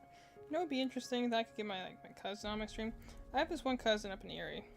I have like 30 cousins up in Erie, but one that I actually talk to who probably remembers who I am. I have a couple, like 2 cousins, or mainly, you know, 1 or 2 at least, that are kind of into Pokemon. It is kind of funny going back. It's almost like a weird, like, uncanniness, where I'm like, they're talking to me about Pokemon. And the thing is, like, Pokemon has been one of my special interest things since a long time, almost as long as dragons. I was very into it as a kid, and the reason I now understand, as someone who understands my, like, mental conditions, the reason it always appealed so much to me is because it's, first of all, it speaks to the, like, the mythology buff in me. I like creatures. I like the imagination of it. But also it has to do with, like, its battle system and its world. They follow easy to follow labels, and they're simple enough to understand without extensive research, but they're also complex enough that you can make so many different strategies with them. It's kind of the same reason people will get into chess or cards, stuff like that. It's like basic knowledge in order to understand it, but the people who really get into it can do some really impressive things strategically with it. And I found there's a lot of people who are artistic adults that really get into Pokemon because it's a system that you kind of grow up with. It helps you shape your understanding of the world, because I was like, you know, right after essentially the first 2 Pokemon games came out, not quite in that, I didn't play like Red and Blue, but I was born around that time, Pokemon craze. And so it's a way to understand the world, because it's a system that more or less has stayed the same for many, many years. So it's something that's like a point of stability. It's something that like you can, that kind of intrigues your imagination. It gets your strategy brain going, like at least for me. So it's like something that I use as kind of like a lot, especially growing up, was kind of a stability thing. It was a special interest sort of thing that I just like really wanted to know everything about. Something that was not allowed in my house for a while, so of course that, you know, kid mentality is if you can't have it, you definitely want it now. You know, as opposed to like if they don't make any fuss about it, you're like, oh, well, okay, fine. But like it's something that you can't have, then you're like, oh, now I definitely want it. But for me, it was also kind of just like, it spurred my imagination. I always had this love of dragons. I did have a love of horses for a very long time. And you like, it just kind of spurs the idea of like connection with creatures. The idea that these can be your friends, that they can fight with you, that you can get a bond with them. That was kind of the big thing about it for Pokemon for a while. Is the idea of having this imaginary world where you can bond with these creatures that understand you. And if you're kind of like isolated as a kid, that really speaks to you. And also, again, it is the battle system, it's the classification. It feels important. You know, but it's like a system of order that kind of helps you navigate the world. For a while, I related a lot of things to Pokemon, and then for a while I related a lot of things to Fire Emblem, because like these are the things that I understood.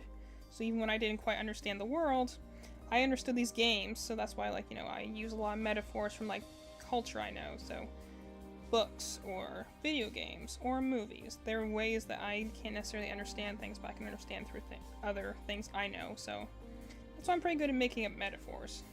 My sister's pretty good at this too. But so Pokemon's a fascinating just one to look at, because it's on one hand a very childish world, but also has a lot of depth to it for the adults. That's like, you know, for instance, one of the things I'm considering doing on stream is doing a Nuzlocke challenge. I've gotten probably the most kickback out of that on my Discord voting thing. So the question is really just, you know, what game I want Nuzlocke. Nuzlocke, for those who are not familiar, is in Pokemon, you know, you go and you catch Pokemon and you travel the region and you make friends and you fight evil bad guys, and ultimately you're trying to become the best there ever was, you know? You're going to fight the champion, you're going to be the strongest person, get the strongest team of companions. You know, there'll be some attempt at a story along the way, but, like, you can, like, heal whenever you want. There's healing items, and you can change your team as you go. A Nuzlocke challenge means that, like, you can only catch one Pokemon per area or route. You have to name that Pokemon, so you have an emotional connection to it. And then if the Pokemon faints in battle, aka it drops to 0 HP, it's dead, and you can't use it for the rest of the run. And also you have to live with the fact that, like, you know, if you made a dumb decision or a reckless decision, you just got your best friend killed. So there's a lot of emotional buy-in too. And it's a challenge mode, essentially, so, like, you know, certain games are easier to challenge than others, and sometimes you can put other restrictions, like maybe you can't use items in battle, or you can't heal, or maybe you can only have you have a level cap, you can only get your Pokemon to, like, level 25 before the first gym, or something like that. Or maybe, like, I've done a couple in the past, like, type locks, you can only use poison types, steel types, fairy types, that sort of things. I'm in the middle of doing a poison type lock, which actually has been really fun, and I think I did, was it a steel type lock? I've either done a steel or a fairy type lock. There's another type lock I've done. And, like, there's a lot of different rules that can come with it. And those locks are fun just because I don't think that they naturally build stories. Because then, like, for me, who's, like, you know, always imagining things in my head. So it's nice to go and imagine and be like, I fought this really tough battle. And my Pokemon barely held on. And this could be my... I remember one time I lost, like, one of my favorite Pokemon. That I had, like, my first Nuzlocke I ever did was in Soul Silver. And I managed to keep my second Pokemon ever. My first Pokemon was my Typhlosion, my Cyndaquil starter. The first Pokemon I caught was a Furret. A Sentret, actually. And my first one, I remember, my starter, my Typhlosion, was named Wendell. I don't know why I named him that. I think I was like Wendell Road or something. Like, there was a reason I, like, named him that. And then the other Pokemon I named was my Sentret. I named Doctor. Because I had, at that point, a character I drew a lot in middle school and high school. That was a ferret based off of the fourth Doctor from Doctor Who. He had, like, a long scarf, and I thought it was funny because the ferret's kind of a silly Pokemon. So he was like a silly, goofy ferret sort of thing. And so I named him after that. So I had my ferret named Doctor. And so I managed to get through the entire game with the two of them. I lost other ones along the way, but, like, I didn't have too many deaths in that run. I had a reasonable amount, but not too many deaths because Soul Silver is a little bit more of a forgiving game. But I got to the end. And I was facing against the final champion, against Lance. And I lost my starter, Wendell, and I lost my ferret, Doctor. And I was so sad at the end, because I had them for literally the whole game. And by the way, it's not easy to use a ferret, by the way. It's the first, like, region, like, it's the first normal type of the area. So it's not necessarily a particularly powerful Pokemon. Let me count for a second. 1, 2... 3, 4, 5, 6, 7. So it's like it has good HP, it has good speed, but it's not a particularly powerful Pokemon. But it's the type of Pokemon that you would only, like, you know, in a Nuzlocke, you only have so many Pokemon you can use. So it kind of forces you to use things that you might have never used before, which is the biggest thing I take a draw to in Pokemon, because I'm like, anyone can use, like, the powerful ones. You know, there's certain Pokemon that you would say would be, like, meta-defining. But it's like, it's nice to use Pokemon that are harder to win with, because then it really tests your skills as a Pokemon player. Like, anyone can win with the good stuff, but trying to scrape the bottom of the barrel and win anyway, that's what shows real, like, strategic play. In fact, that's what a lot of, like, competitive players will do. And that's the thing I did a bit when I played competitively, just for a little bit in college. Is you can use the meta threats, and people are ready for the meta threats. Using things that they've not seen before suddenly throws a wrench into it, because now you're dealing with things that, like, you know, if someone's, at that time, let's see, what was the one I used? A lot of people used a Azumarill with huge power, which doubled its attack stat. And then they would use things like Play Rough, because it had a fairy type, which at the time was a very strong type in the game. And then, so Play Rough was a very powerful attack, and then it had Aqua Jet, which allowed it to move first, so it would be very good for picking off weakened enemies. And then it had a lot of natural bulk, so it could take a lot of hits. So, you know, and then you could usually put it with, like, a citrus berry or something like that, to, like, use, it had Belly Drum, which allowed it to maximize its attack stat at the cost of half its HP. You slap a good berry on that, it heals its HP after having its attack, having its HP, and you're ready to sweep. You know, you have a powerful coverage move, and you have a priority move. Very, you know, and there's different ways to play Azumarill, but it's rather predictable in that regard. So if you see an Azumarill, you kind of know what you're going to get from it. But, like, if I brought, like, I remember for a while, I had a Mega Aggron, which is not something people used regularly. So, you know, it might be, like, you can assume I'm going to use it for a wall, but I use mine kind of as a staller. It set up Stealth Rock. It used Dragon Tail to, you know, phase people, which, by the way, that means that you force them to switch, and they might have, like, status hazards might be, like, damaging them. And then I did use it just as a general wall, like with Heavy Slam, because it was a very heavy steel type. But, like, you bring in something that people are not used to seeing, and then they can only guess what you're going to use it for. And that's sometimes a lot of it comes down to the guessing game. How well does the opponent know the meta, and also how well they can outpredict you and make good predictions, corrections, stuff like that. I've watched this one guy called Wolf Glick, who's like a competitive player on YouTube. He does a lot of these videos. I talk about, like, he's won competitive tournaments, national tournaments for Pokemon, and he talks about his experiences. And it's pretty cool to see where he, like, describes what it's like going through and, like, you know, studying, creating a team, learning the meta, and, like, you know, what Pokemon do this or that or the other, and how the biggest thing you have to know is, like, the strength of your team. And then, like, more importantly, what things threaten your team and how do you get around those things that threaten it. Like, if you have a team that's, like, particularly weak to, like, a fire type, like, how do you counter that? What do you have to handle that? What sort of teams are you not prepared to face? So, long story short, you know, a little blurb on Pokemon there.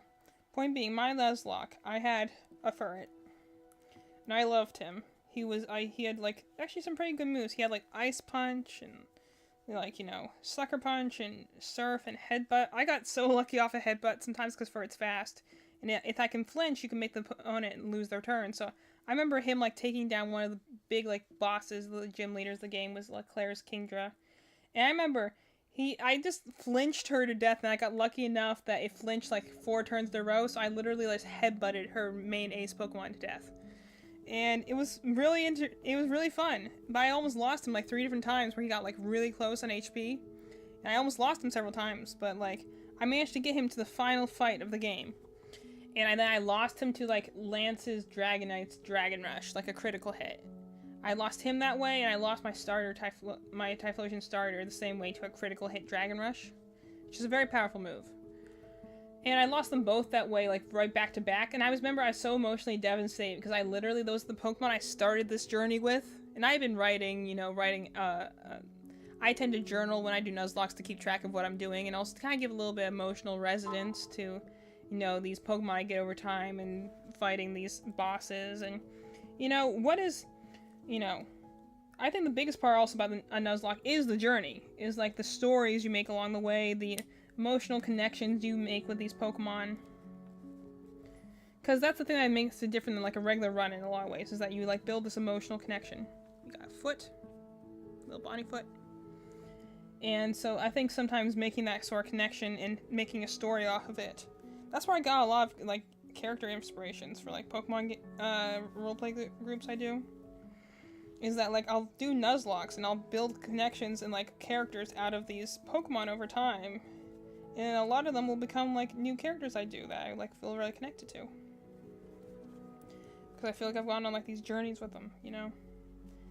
That's the other thing that, like, again, I think is a really smart thing for, like, Star Rail to do, which gives a very strong storytelling core. It's not about the, because that's kind of the difference with the Genshin Impact. Genshin Impact's kind of about the destination, like the ultimate end goal you're trying to do, which is not a bad way to write a story. But it is a little bit more limiting. As opposed to I'm playing in Star Rail, I'm like, the whole point of this, like, world is the journey. Is, like, we don't know where we're going next. We don't know when this journey is going to end. But we blaze a trail forward. And, like, no matter what comes our way, we try and help where we can, and accept where we can't, but the whole point is about the journey. No matter what comes our way. And that's, I think, what is the fun thing about Nuzlocks, especially when you, like, again, do the whole 9 yards of, like, naming them, giving them personalities. A lot of people make comics off of them. I would love to make a Nuzlocke comic. I just don't know how to make comics. I could write a story off of it, but I think I would turn it into a full-on novel, and I would feel kind of bad, because I'd be like, I just wrote this full-on novel about Pokemon journey, and I'll never be able to get anything out of it. I'll be able to post it online, and maybe someone will read it, but comics just get more eyes, they get more attention. People don't tend to read stories as much. They read things because we're visual. A lot of people are visual learners. So, you know, like, I could make a comic and people would probably read that, but 3, 4, 5, 6, okay. But, like, I don't know really how to use comics. I don't think I have the motivation to make comics, even though I would love to make a Nuzlocke comic, because I have a lot of stories. But, like, this, I would write this whole big story, and then what would I do with it? It would just sit somewhere. It would be, I would complete it for the sense of my own satisfaction, which I do. That's the reason I write most of the time, and, like, I get told a lot that I should, like, write stories to sell them. And I'm like, I would. I just don't know if I have that interesting of stories to tell on my own. So a lot of the stuff just stays in the Google Drive. 1, 2, 3, 4, 5, 6, 7. Or, like, I'll put it on my DeviantArt, which is, you know, where I have a lot of my Pokemon online groups. And that's what I enjoy, so, you know. That's another thing I kind of, like, I deal with, is kind of trying to figure out, like, how can I turn things I enjoy into something else that isn't so isolated. It's kind of why I'm streaming now. So I can, like, talk to people, have a community, and not feel like I'm, like, in this, like, echo chamber. I just talk about stuff. Otherwise, I would talk to myself, and, you know, people tend to think you're a little... You might need help of them. I mean, I do know I'm technically speaking, I am mentally ill, but... people start to think that you have, issues. 2, 3, 4, 5, 6, 7. 1, 2, 3, 4, 5, 6, 7, 8. Anyway, so Nuzlocks. They're fun. The thing is that, so that might be the next, like, big, like, video game project I'll take up on this channel. Like, you know, I think there is definitely a very big, like, I know there's an audience out there for watching Nuzlocks. Because, again, that's the thing, they're challenge modes. So sometimes, you know, you might just get really unlucky. Like, you can never, truly, like... You might have everything in your favor, and then you'll get an unlucky critical hit that kills your, like, main Pokemon that you were, like, relying on. And that's just it. You have to just roll with it and keep going. Like, that's kind of the fun of it, too, is that, like, you know, that whole stakes behind it can be just fun, you know? So, like, I want to do a Nuzlocke challenge. I don't know which generation I would do it for yet, but I'm, like, maybe I'll do it for, like, Black 2 and White 2, because although I feel like I would almost have to do Unova first on its own. Because Black 2 and White 2 are the only games I've not, like, completed all the way. I've played a lot of them, but I've never fully completed them. I didn't get to the end credits on that. I didn't even get to the final boss. I got, like, halfway through the game, and I don't know why I stopped playing. But, like I said, I start a lot of things, and I don't finish them. I don't know if that's more the ADHD or the autism speaking, but I'm like, my executive functioning is very impaired, so scheduling and completing projects and following through on things, very, very difficult. Best I can do is try and incorporate it into some sort of routine, and usually then I can kind of get it. Okay, I gotta focus for a moment here while I make these toes. 1, 2. Okay, I am probably going to run out of purple.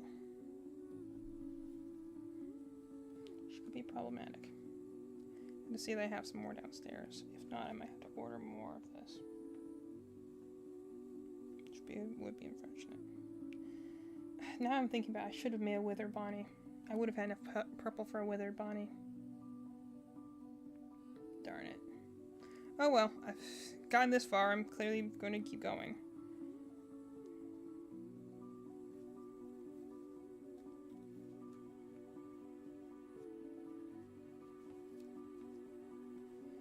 Just thinking about that now, I'm like, oh. If I had made a Withered Bonnie, I probably would have had enough yarn for that, but I don't think I'm going to have quite enough for a full Bonnie. We'll see.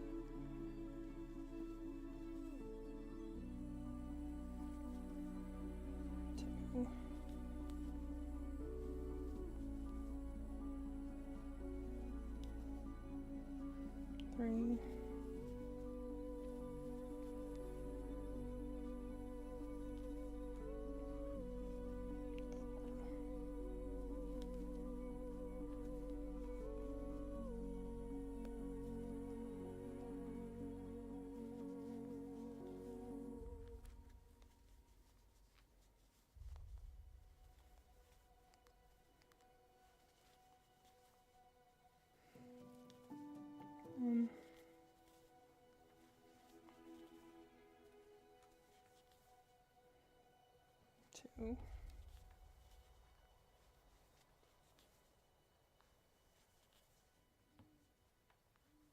Three.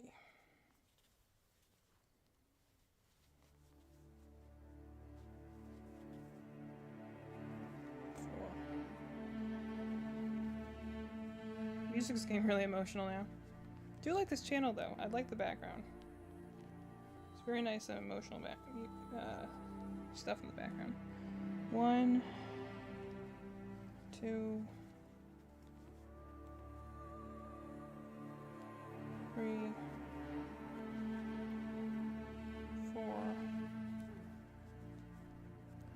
5, 6, 7, 8.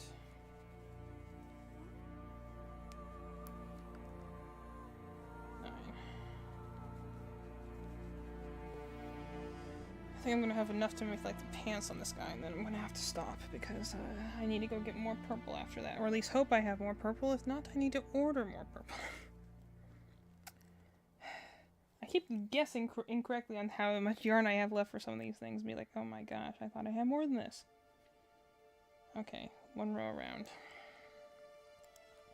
So yeah, anyone who voted for the Nuzlocke option, like what generation you think you would like? For any of the Pokemon fans out there, what generation should I do? I'm also open to like other games too, like any of the core mainline games, but like another game that like my sisters recommended that I like play a lot of is I play this hack for Pokemon XD called Pokemon XG. It's definitely much harder, but they also have a lot more options for Pokemon, and they have like, you know, they upgrade like the mechanics to modern standards.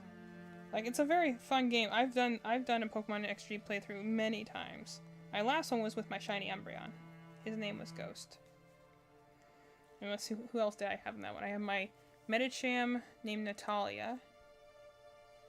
She was based off my Medicham Knights, who's a character I have.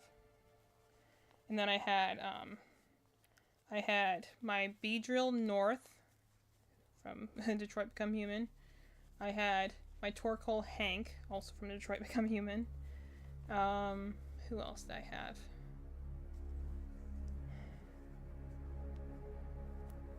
I had Kestrel, which was my Typhlosion. He was Hank's partner, because Torkoal can set up the sun, which makes fire types very powerful, and then Typhlosion in that game has solar power, which doubles its special attack. Put that with Eruption, and he could just wreck the heck out of everything.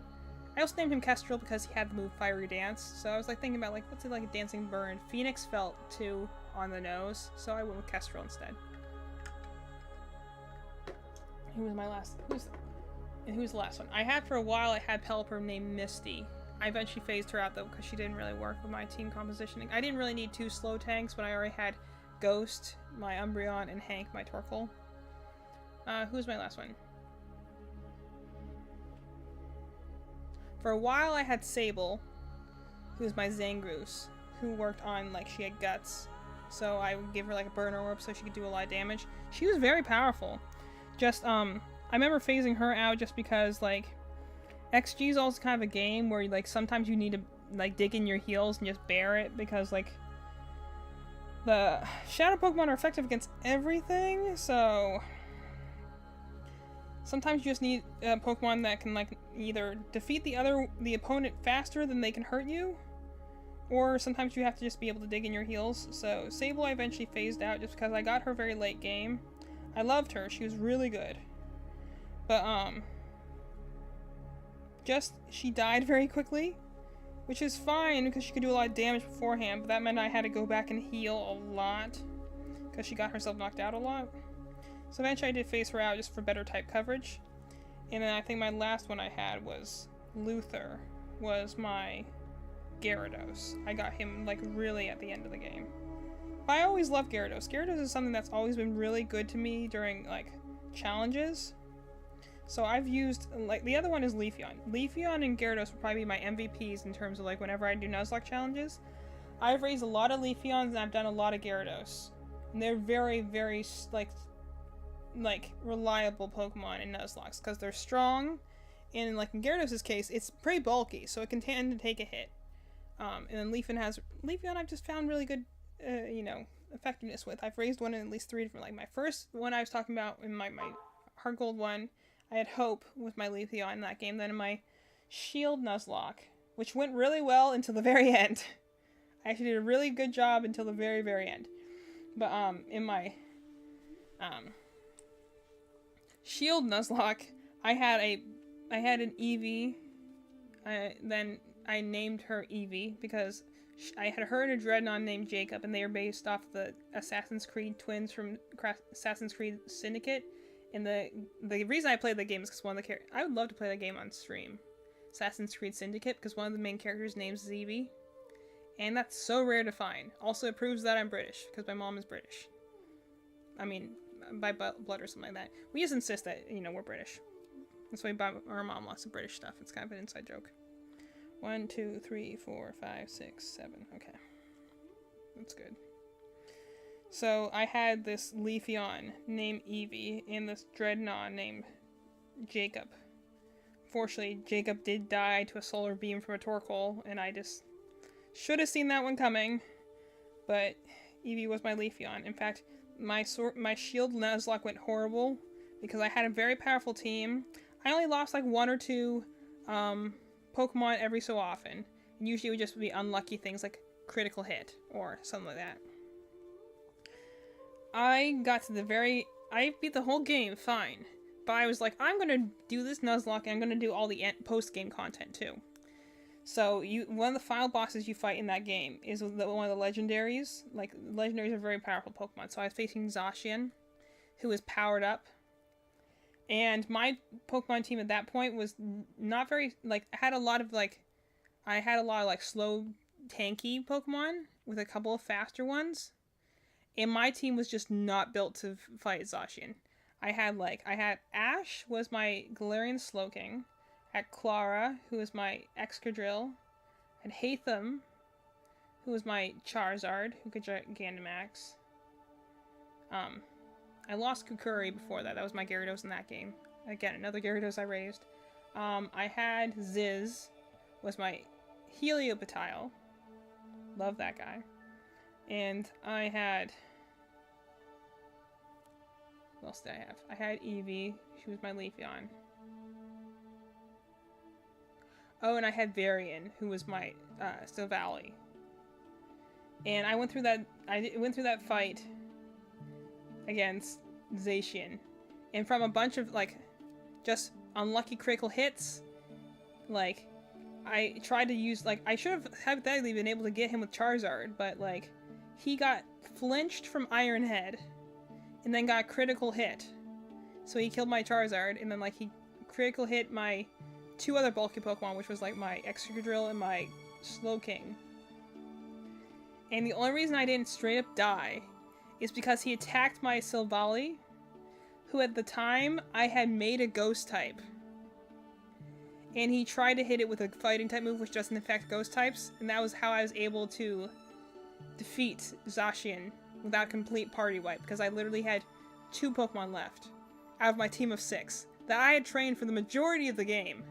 So I got almost completely killed by Zacian at the very end. And I still had a couple more fights left before I had to beat the post-game, so I nearly wiped on that particular run. But my Leafeon and my Silvally was the reason I survived. And so I literally beat the rest of the game with just that Eevee and that Silvally.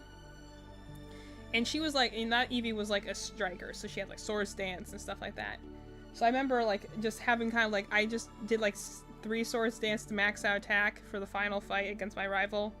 And when it came to that Zacian, I like had Dig on her. And she still had to like really tough out one hit, because Leafeon has good defense, but not the best HP. So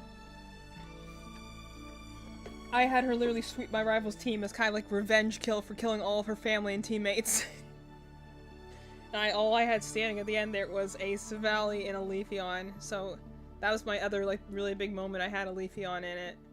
But again, this is why I like Nuzlocke. It's like they stick in your mind and memories you have against difficult opponents. That's why I really enjoy them. So like, I've had a lot of very good. I've had Blue was my first Gyarados in a Nuzlocke run, and then I had Kukuri, which was in my Shield one. She sadly died. And then I had Luther, who was in my XG run. So like, I definitely get the whole like thrill behind a Nuzlocke. Naming them helps you connect to that Pokemon. And then also, you see, like, you know, winning battles by the skin of your teeth is really when the Nuzlocke run is at their best, when you really have to strategize in order to do it. Now, granted, some people do Nuzlocke runs. Let's see, 1, 2, 3, 4, 5, 6, 7, 8. 1, 2, 3, 4, 5, 6, 7, 8, 9, 10, 11, 12. Okay, good. I think it's one more row around, right? Yeah, one more row around. And so, like, some people like to do Nuzlocke runs that are, like, type locks, but they do it, like, very strategically. So it'll be like, you know, I'm gonna, you know, because they'll use, like, the hardcore Nuzlocke rules, as we call them. Which, you know, have a lot of extra, like, essentially hard mode challenge things to it. Like, you can't use items, you can't, you know, you can't heal in anywhere but a Pokemon Center, you might, like, maybe you can't, like, over level, or you can only use so many TMs. Like, some people use some really intense rules. And so in that case, it's like a strategy match. It's almost like doing a speed run. You just have to know every element of the game. I like somewhere in the middle, where I do like a good challenge, but I also don't like, you know, determining it down to math. I like to have some randomness to it. So I like to be like, if I'm going to use like something that's not really, well, like often used, like a Zangoose or something like that, I'm not going to go and like give it like a really powerful moves and stuff like that and use like really intense strategies. Like, I'm going to use it kind of like, if I was stuck in this position, how would I adapt? That's the way I like to do it. So that's why I really enjoy Nuzlocks though. So I'd be open to doing like an XD or Pokemon Coliseum Nuzlocke. I've never tried one before. I think it would be incredibly hard because of how Shadow Pokemon work in that game. But I'd be open to trying. I don't think it'd be impossible, it'd just be really hard. But I'd be open to, you know, trying to do one. You know, and trying to, 1, 2, 3, 4, 5, 6. I mentioned this was set before, but I still don't know if I'm joining, when I join threads, I'm doing it the right way. 8, 9, 10, 11, 12.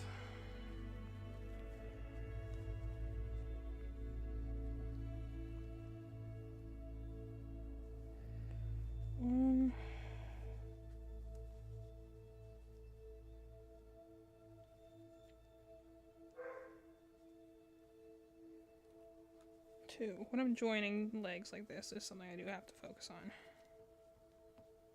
So if any little lurkers are wondering why it suddenly went quiet, it's because I have to count stitches and actually pay attention to what I'm doing. 1, 2, 3, 4, 5, 6, 7, 8, 9, 10, 11, 12.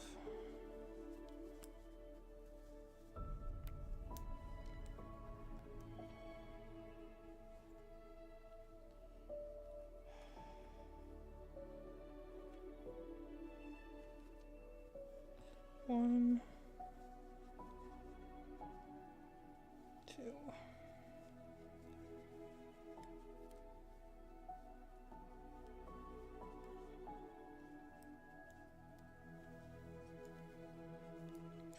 So, like, I would be down for trying to do a Nuzlocke and one of the, like, because they're definitely my favorite games, are the Shadow Pokemon ones. Pokemon XD, was my famously the first Pokemon game I legally owned. AKA, I had played other Pokemon games, but they were like ones I had like gotten lent from friends. I played a lot of the Fnaf ones too. Oh. Hey. Stopping in to steal light. That's cool.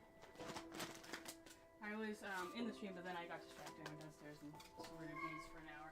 No, it's fine. So I'm gonna go.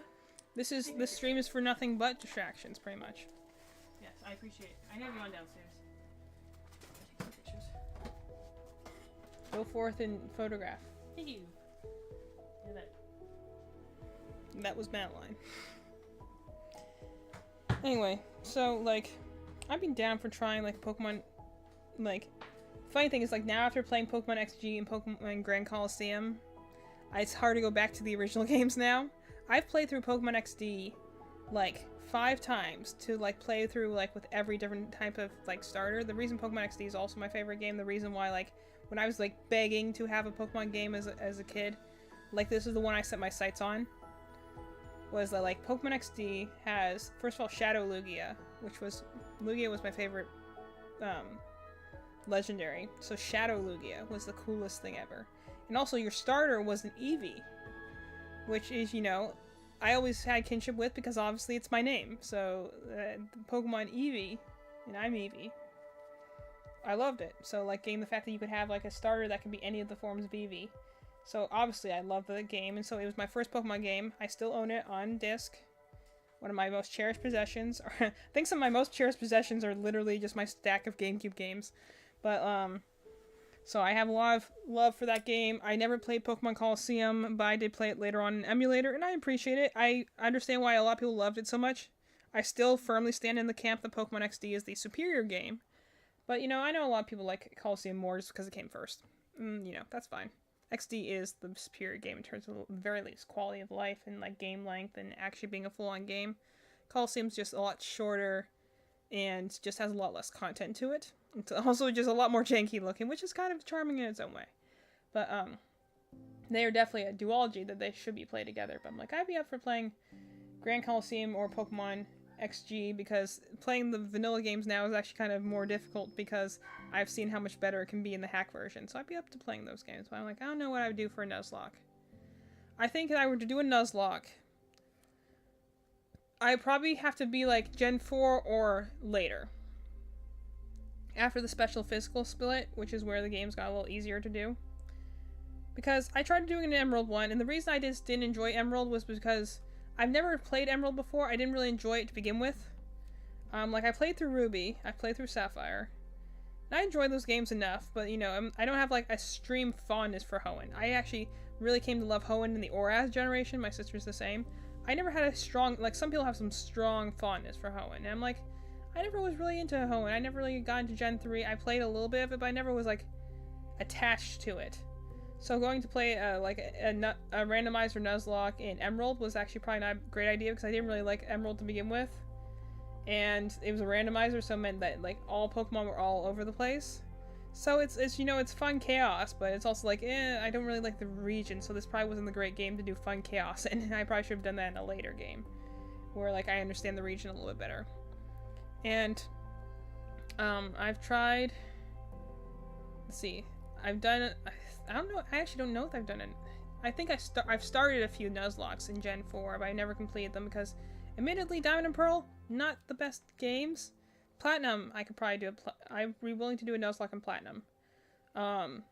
Gen 5 obviously is open on the table. I'd be down for doing it. I tried, one of the first Nuzlockes I tried after I did Heart Gold was I think I played White.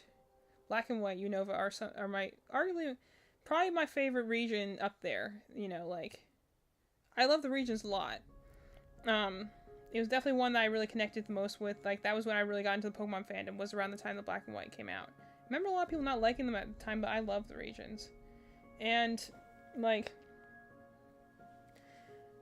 I really just, like, I'd be down for doing that. And then Black and White 2, I think I would want to play Black and White first, because Black and White 2 are a direct sequel. But if I did Black and White as a Nuzlocke, I'd be down to trying Black and White 2 for a Nuzlocke. Obviously, I'd be down for any generation after that. I've started an Apocalock, which is, you know, special set of rules for Pokemon Y. I don't think I ever finished that one though. I also started Randomizer in Pokemon Y, but again, I did not finish that one. That one you have to do it on the emulator, because obviously randomizers are situational.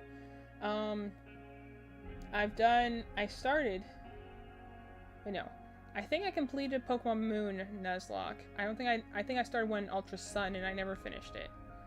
I have an issue finishing things, in case you haven't noticed. I say as I sit here with my incompleted feet. I've played every Pokemon game at least once, all the way through, with the exception being like Black and White 2. I have not finished those games all the way through, but every other game I've played pretty much all the way through.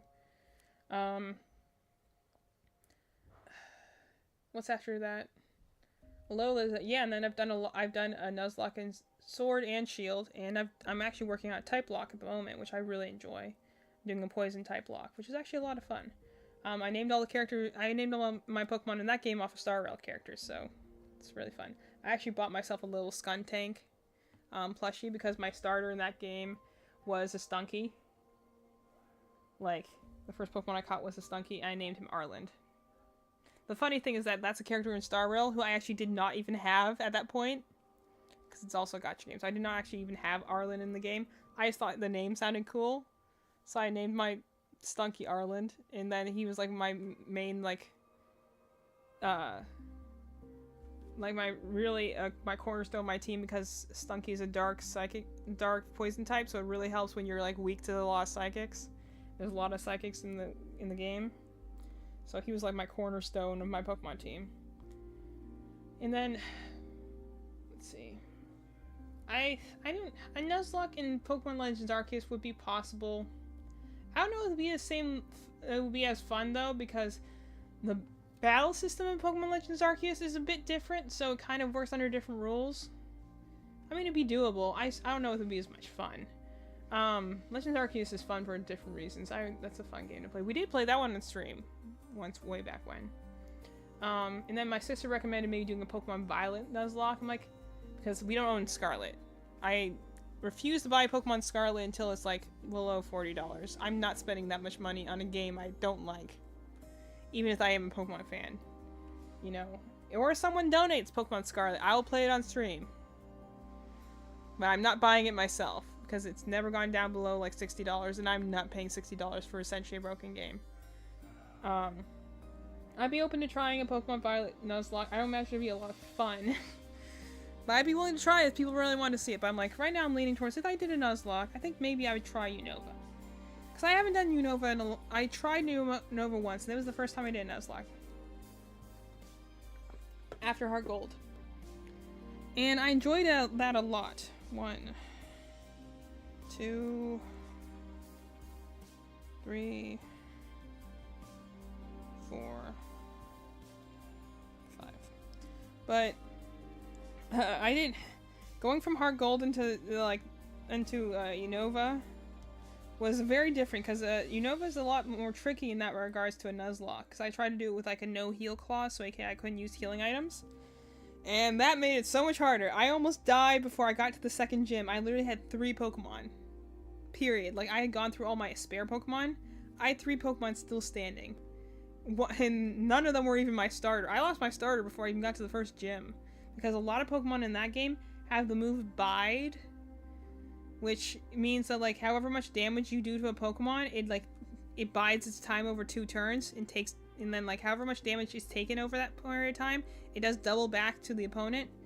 So I got a lot of Pokemon killed from unlucky Bide, where I couldn't defeat the opponent in time, and then it hit me really hard and killed my Pokemon. I lost a lot of Pokemon to Bide, and sometimes there were things that like you couldn't like run from. Or like, at that point in the game, there's some Pokemon that just don't know non-attacking moves. So you have to attack because you don't have any means of not doing damage. And then you'll just die. I lost a lot of Pokemon to Bide.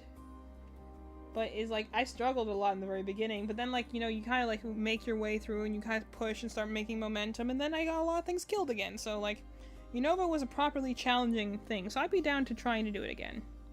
Because it was tough the first time I did it. So I would be willing to try it again with similar rules. Not to mention, Unova is just a fun reason, too. Plus, I can go see I could go to the subway and show you the characters I keep referencing whenever I talk about the conductors in my campaign. Some very emotional music in the background right now. 5, 6, 7. This sounds like video game music or anime music right now. 8, 9, 10, 11, 12, 13. Increase.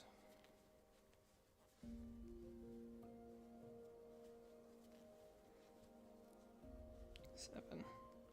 1, 2, 3, 4,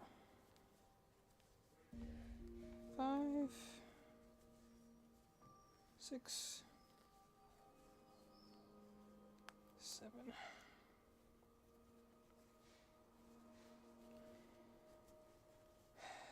So I'll have to think about that, which tone Nuzlocke I would like to do. The thing is also that besides Nuzlocke stuff, I would also have to make most of the time when you do Nuzlocke, you have a special stuff on the sides of the screen. You'll have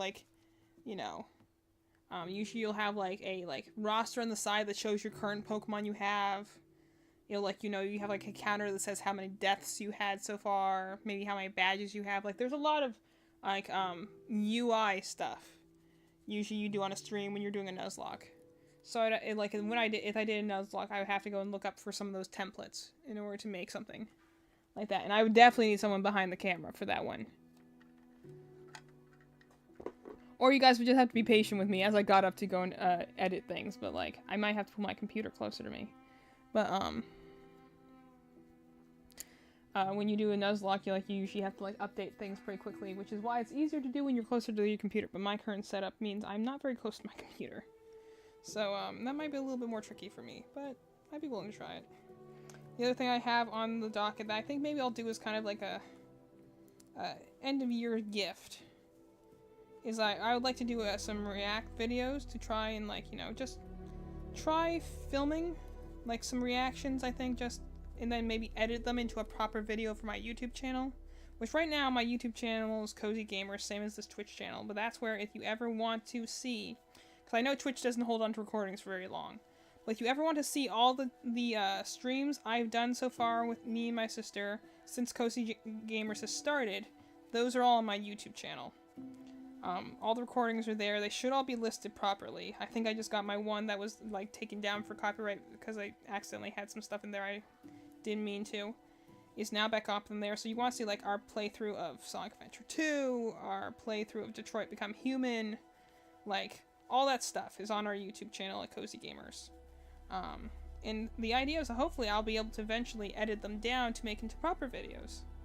But, New Year's resolutions. Trying to do more and to get more across and just have, I keep saying I'm going to do these things. And that's the thing. I want to start doing some of them. So, all my recordings and stuff will be on Cozy Gamers.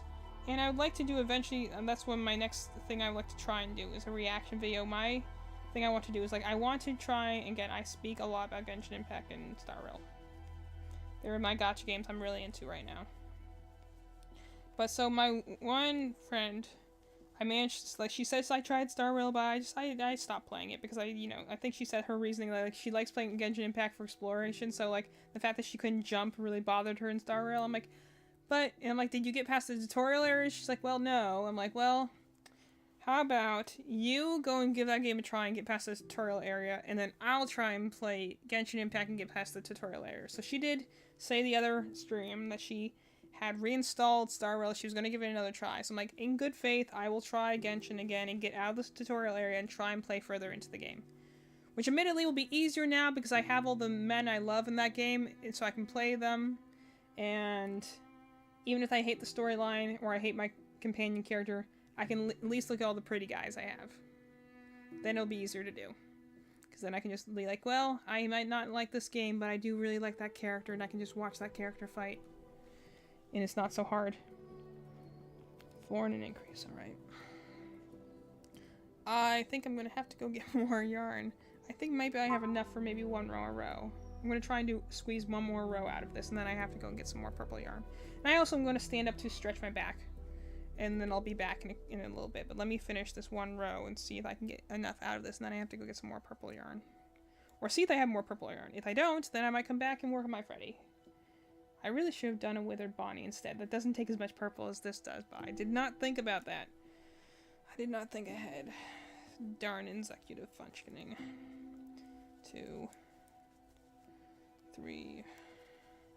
So what I want to do is I want to do a, I'm going to have, and to be fair, I don't know, it might be really boring, because I'm not an expressive person. That's usually what I require my sister for, is that, like, I'll usually be like, hey, I'm really excited right now. Can you express for me? I'm not very good. I'm good at analyzing, and I think that, like, I get louder sometimes when I get passionate, but I'm like, I'm not good at expressing. I'm not good with the facial muscles. I'm not very good with the, like, tone of voice. But I'm like, I would like to kind of do a react to all the trailers in Genshin to kind of get me ready to try that game, give it another really honest try and get into the game, get a little farther. But I would need to make a playlist of all the trailers to watch them. I want to watch them all in one sitting, because I can watch a lot of them blind. I do know a couple of them, and I do know a lot of the characters just because I'm in the fandom, so I kind of know them from, like, osmosis.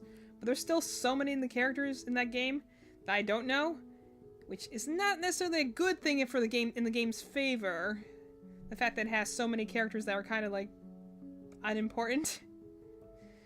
That is gacha games for you, but, like, it's a little concerning from a storytelling perspective. But, I would like to watch all those things. The thing is, I have to figure, I was trying to talk to my other, like, my friend who, like, kind of inspired this video idea, and be like, okay, there's, like, I'm looking at the Genshin Impact official YouTube. There's a lot of videos on here. Which of these do technically count as trailers? Because some of them are, like, story trailers, which I don't want to do those yet. I want to do a separate reaction for those sort of things. So I'm kind of like, which of them are side stories? Which ones are, like, you know. So I have to go and do a little bit more research into that avenue. But I think that's something I would do as a kind of an end-of-year gift. You know, to myself and to viewers. I just have to figure out when my one Genshin fan is going to be online. You know? I hear my dad yelling at the dogs because my one male dog, he's my puppy, he's sweet, but he's such a whiner. He weeps. Though that kind of sounds like my female dog. That might be Piper. They both can be pretty annoying. Anyway, but, like, that would be my kind of end-of-year gift, I think. Would be, like, I could react to all the Genshin trailers in, like, one long sitting. I don't know how long it is, because I don't know how many there are. But, like, I would go and react, and what I would plan to do is, like, maybe give myself 5 minutes or so per trailer. To go react, analyze, and I would like to rank them. Like... Oh, no, that's fine. I've been talking since you left. Like I said, I can just talk for very long periods of time. I'm gonna get up in a few minutes to get some more yarn, but...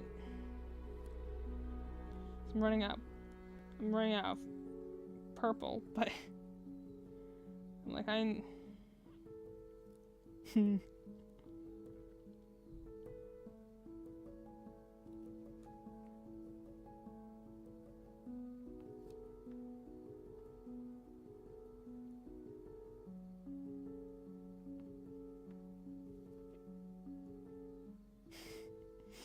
Sorry, I'm reading something funny on Reddit.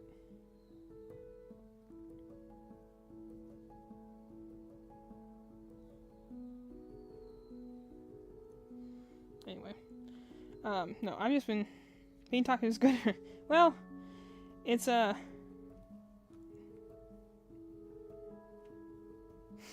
it's fine. Yeah, I know you're doing video. I know you're doing stuff. I like I said, I love both my commenters and my lurkers. Anyone who's coming here to hang out with me, I appreciate you. But, so, that's what I'm thinking. Like, I think I would do a reaction video to the Genshin things, and then I would like to rank them based on trailers. Because the thing is that, like, again, this is kind of a build-up. One, to get me ready for, like, doing Genshin stuff, but also because I do want to do a reaction video to all the Star Rail trailers. Because a lot of the Star Rail trailers are really very good. Like, not just in the fact, like, you know, you expect a normal trailer in a gacha game to go and, like, they'll show the character's artwork, and they might show their like moves to kind of make you want to buy the character. But like the thing I liked about a lot of the Star Rail trailers, especially some of the later ones, like the one I want to talk about most is like there's this one short for Don Hung. He's a dragon god guy. Really great 2D animation. And then there's this other trailer that like is from one of my favorite characters in that game, is Aventurine, and his is a very, very interesting, like, it's interesting how it's shot and animated. It's about him essentially going into like this like casino because he's a gambler, and it's showing him off as a shield unit, but they also like do a really good job of incorporating his like moves into an actual like animated like, you know, thing, like an animation. Like it's not just, hey, we're doing the same stock animations we have from the game. Like, no, they actually fully like animate like him fighting dinosaurs in the middle of a casino. It's funny. But I would like to do like a ranking of like, you know, maybe like bottom ranking would be like it informs about the character, but it's not interesting to watch. Or maybe like bottom ranking might be like, it doesn't tell me anything about the character, and it doesn't tell me anything about the roles in a unit, and it's not fun to watch. And like top ranking might be like, okay, this one tells a good story, good animation, and informative, you know? Like I think for Genshin, the one that I know I probably would already put in the top rank would be like Al Haytham's trailer. Because he's one of the few trailers I have watched repeatedly, because it was one of the ones that kind of got me back into the Genshin fandom when I was kind of pulling out of it. Is because, like, you know, there's a good amount of character interaction to kind of give you some more information about the character himself. It has great music, good animation, and design qualities, and it does a good job to show you how the character works as a unit. And, you know, like, and it's entertaining to watch, because it's a scene with multiple characters, so it isn't just, like, sometimes when you have a trailer that's literally just the character talking themselves, or you have one that's just, like, you know, here we're just going to show you their regular attack, their ultimate attack, and their special skill, and then that's it. Like, I like when they have a little bit of a story flow to it. So I'm like, if I ranked it, I definitely think I would put, like, Al Haytham's probably in the top. Like, ranking. Like, that would be my baseline for what I would expect from Genshin's trailers. Because I'm like, honestly, I think even some of the worst Star Rail trailers are better than some of the animation in the older Genshin trailers, which is to be expected. Genshin's an older game. But I think it'd be fun to do a ranking on that. And I would try and rank them not off of how much I like the characters, but how good I think the trailer itself is. And I think that'd be fun. I like to talk. I like to analyze things. So I think it'd be fun to go through and be like... Because, I mean, how many other, like, reaction-based trailers have you, like, you know, people be like, I'm going to react to this video or that video and stuff like that. So I'm like, I think it'd be fun to do, like, a just long reaction. Be like, I'm going to react to all the Genshin trailers that are currently released. You know? It'd also be interesting because, like, a lot of characters I know in the canon because I'm part of the fandom and I, like, you know them that way. But, like, most interesting ones, like, for instance, like, the one I like the most is Zhongli. He's a, like, Earth Dragon. Plus, you know, has the whole weary immortal type, which is definitely something I always loved seeing in a character. And I just love his color scheme. He, like, literally, no matter what position he's in, no matter what artwork you put him in, he always looks amazing. He's so regal looking. I love his outfit. The other one who definitely falls underneath that category is Nuvolite, who's another dragon. It's one of my sister's favorites. But, like, it'd be nice to go and, like, react to that sort of stuff and go and be like, hey, here's what I think. So it's funny, like, getting Zhongli and be like, I know so much about this character, but I've never heard his, like, voice before. So it's like, you know, it'd be nice to go and, like, look at these trailers and be like, hey, you know. Oh, trust me. I feel you there. I definitely feel you there. That's the reason I didn't get into anime, honestly, as a younger person. Like, my teen years. I never got into anime because I was afraid it was just gonna suck me in. And then I would never be able to get out of it. Gacha games are like that. However, as someone who's played many gacha games and still plays many gacha games, if mileage does vary, because it's kind of like playing competitive of any game. Like, if you're there to play it for fun times or for the characters, it won't suck you in as much as you think it will. I tend to play story games. Love Detroit Become Human. Yeah, I'm with you though. I love story-based games. I love games. I will always judge a game first for its narrative, and usually second after its gameplay. But I can get by with a baseline narrative that may not be like the most deep, insightful thing ever if the gameplay is good or if the world design is good.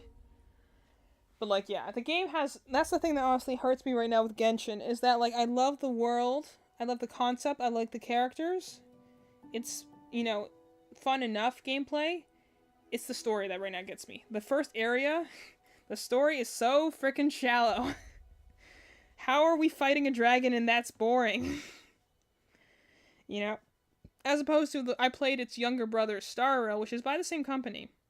And its first area immediately grabs you with the story. It's, like, the characters are immediately endearing to you. The story feels impactful, it feels important, because it's a game that's all about the journey.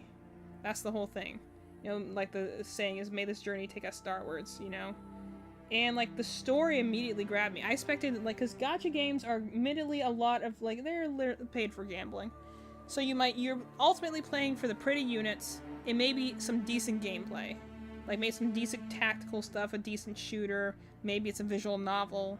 Like, there's definitely a fair amount of rhythm games. Pokemon Masters, for instance, is a game that's, like, you know, basic Pokemon battling, and then it's also, like, tapping into, like, your fandom love. So, like, I love Pokemon as a series, so this Pokemon game I love just because, hey, look, there's my favorite character, you know? Sort of vibes. So, I, you know, have those sort of things that I enjoy in gacha games. And, like, for a while, Fire Emblem Heroes was a gacha game I loved for a long time, but eventually the meta just got so immense, there was so, like, at some point, power creep kicks in something fierce, and it just gets, it gets oversaturated. There's too many of a certain kind of characters. The longer something goes on, the more power creep gets bad. And Fire Emblem Heroes originally was like a celebration of the series' history, because Fire Emblem has like 17 games to pull from, and each of them has at least 30 characters apiece. So, hypothetically, even if they just made a single unit for each character that exists in Fire Emblem, they could be going for a long time. And then they started introducing alts, alternate outfits, like Christmas outfits, Halloween's outfits, Easter outfits, special, like, you know, alternate paths, like, alternate futures, possibilities, what the characters might have looked like after the end of their games. Like, lots of options. Which was good for a while. But then, like, it got saturated. It's had its own original characters in it, and it had a storyline. And it just started getting weird. Started getting, like, there was just too much of it. They started focusing too much on the original characters, not as much on the legacy characters, which are the ones I was playing the games for. And then, like, when, like, one of the games I really liked was, like, Fire Emblem Engage is the most recent entry in the Fire Emblem series. And, like, in Fire Emblem Heroes, they, like, didn't put any characters in there from Fire Emblem Engage, which is the game I liked. Instead, they're busy peddling out these, original characters from the original story part that's, like, you know, only from the mobile game. And I don't know why, but for some reason it's these women that are just wearing progressively less clothes and progressively larger boobs. And I'm just like, now this feels like not the game I liked. I like it for the strategy and the story and the characters.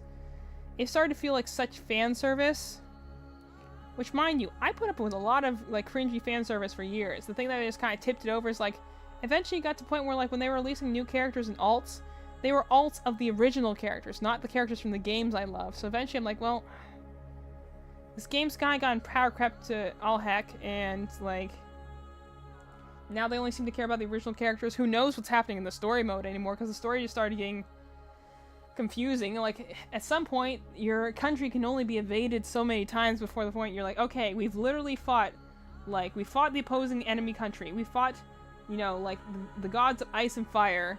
We fought literal death. And that was only the halfway point. Then you're fighting, like, the gods of dreams. Then you're fighting, like, mechanical things, because it's a fantasy RPG, so it's kind of weird that you're going to a mechanical world. And then, like, then you come back to fight the original empire that you fought in the first things, and you're like, okay, we're done now, right? Like, no. Now we're fighting, again, legit gods again. And you're like, at some point, you're like, the story stops making sense at some point if we're always in the same... This is the same issue I ran into with, like, the Pokemon anime after a while. Like, eventually, you can only power creep the ceiling so many times before, like, the threats just stop being threatening, you know? That's the problem I kind of ran into after a while, Fire Emblem Heroes, so I stopped playing it. But, and the point to that ramble was that gacha games don't typically have a lot of story in them. That's why I was so surprised by Star Rail. So we have Genshin Impact, it's a gacha game with an open world, essentially. So, it does have some, it has some very well designed and iconic characters. Has a good world building for the most part. It's disappointing that the first chapter, again, you can usually forgive a bad start as long as it has a good, like, ending. But with a gacha game, there is no definite ending, so in some ways a good start is more important because they have to draw you in and convince you to start spending money to buy these characters. It has to entice you to gamble, essentially. So I'm like, if you're dealing with a previous product like Pokemon, then they can bait you with your nostalgia, but like if you're a brand new IP, you have to make me want to play the game, and Genshin Impact's first areas is so shallow and barren in the story department, in the character department, that I'm like, I just stopped playing after a while because I got bored, and I didn't like the fact that my characters were all weak. Like, so I stopped playing it, even though I love the world conceptually. And also, then that's the fact that I played Honkai Star Rail, and it's also a gacha game, but it's a gacha game built kind of like a JRPG. And it has actually really good story. It has great characters. It has good voice acting. It has some actually very interesting game modes. Like I said, there's one mission where you literally just play Ace Attorney and essentially go through a court case mystery. You know, it's you know, people are bursting into flames and disappearing, and you have to figure out why because you're the person who's currently being pinned for the murders. You know, it's classic Ace Attorney, and this is in Star Rail, a gacha game, mind you. And because gacha games are free on baseline, it's, you know, getting currency to draw for characters is where they get their money. But like, Honkai Star Rail is one that I didn't mind spending money on because I was like, I love the base game so much that I wanted to go and support it with my money. So you like narrative-based games. First, a free game. Star Rail has a pretty good story. In the third world that you visit, I even argue it has an amazing story. The third world had so many twists and turns, so much emotional stuff happened with the characters. It made me cry a few times. It was very good. I plan to play that game on stream at some point, so if you don't want to play it, I'm going to be starting a new file in January. You'd be happy to watch it if you would like. But I do generally lean towards story-based games myself as well. Like, I don't have to have necessarily a good story. I need to have characters I care about. I need to have a reason to want to play. That's why I'm not very good with cozy games like Animal Crossing or open world games. I'm like, I need something that drives me forward. I need an objective to complete. I need to have characters I care about. I need to have a reason to keep playing the game. Otherwise, I'm like, you know, then it's just like another mobile game. It's a puzzle game. It's idle something in the back in my mind. It's not something I enjoy doing. Even Pokemon, which I love a lot as a series, like, the ones that stick with me most are like my Nuzlocke runs because I make a character out of it. I make a story out of it. That's what makes it the difference. So, though I get it if you don't want, if you're, I also kind of, that's the reason I didn't start playing Genshin when it first released, even though I definitely thought about it at the time, because we were streaming at the time. I thought about playing it. I was like, I'm afraid this is going to suck me in and I'm never going to get out. You know, so that's why I didn't play it for a while, because I'm like, there's going to be so much story stuff and I'm going to want to catch up, and now that I started playing the game, I'm like, oh, the story is non-existent. Somehow they're making it kind of boring to go and fight a dragon. Which is impressive when you think about it. And the biggest thing that I've heard Genshin has some issues with is its silent protagonist has a kind of annoying sidekick character, and the problem that all of its events that tell a lot of storytelling with the characters are temporary, and once they've run once, they never rerun them. So it means that, like, if this one character has a lot of big storytelling moments in this one temporary event, and you miss that temporary event, you can never see those moments with that character. You have to look it up on YouTube. This is the one thing I think that, again, Star Rail does better. It has temporary events, but if you miss that event, it puts them in an archive so you can watch them later because it's important for you to know the story of the characters. So, like, if you miss it, you can just come back and play it later. Which I appreciate because, you know, we're all busy. We have time. We have other things we want to do. Although, if you're going to mention Detroit Become Human, I would love to do another playthrough of that game. Again, if you like that game, I highly recommend going to our YouTube channel, Cozy Gamers, and going and looking up our playthrough of Detroit Become Human we did. I talked a lot of analysis about that game while we were playing it, especially in the final episode. I had a lot of thoughts about that game while we were playing it. But that was the one game that we, like, that's one me and Malin both played together. We were, like, eager to come home and play that game, because, man, what a good game.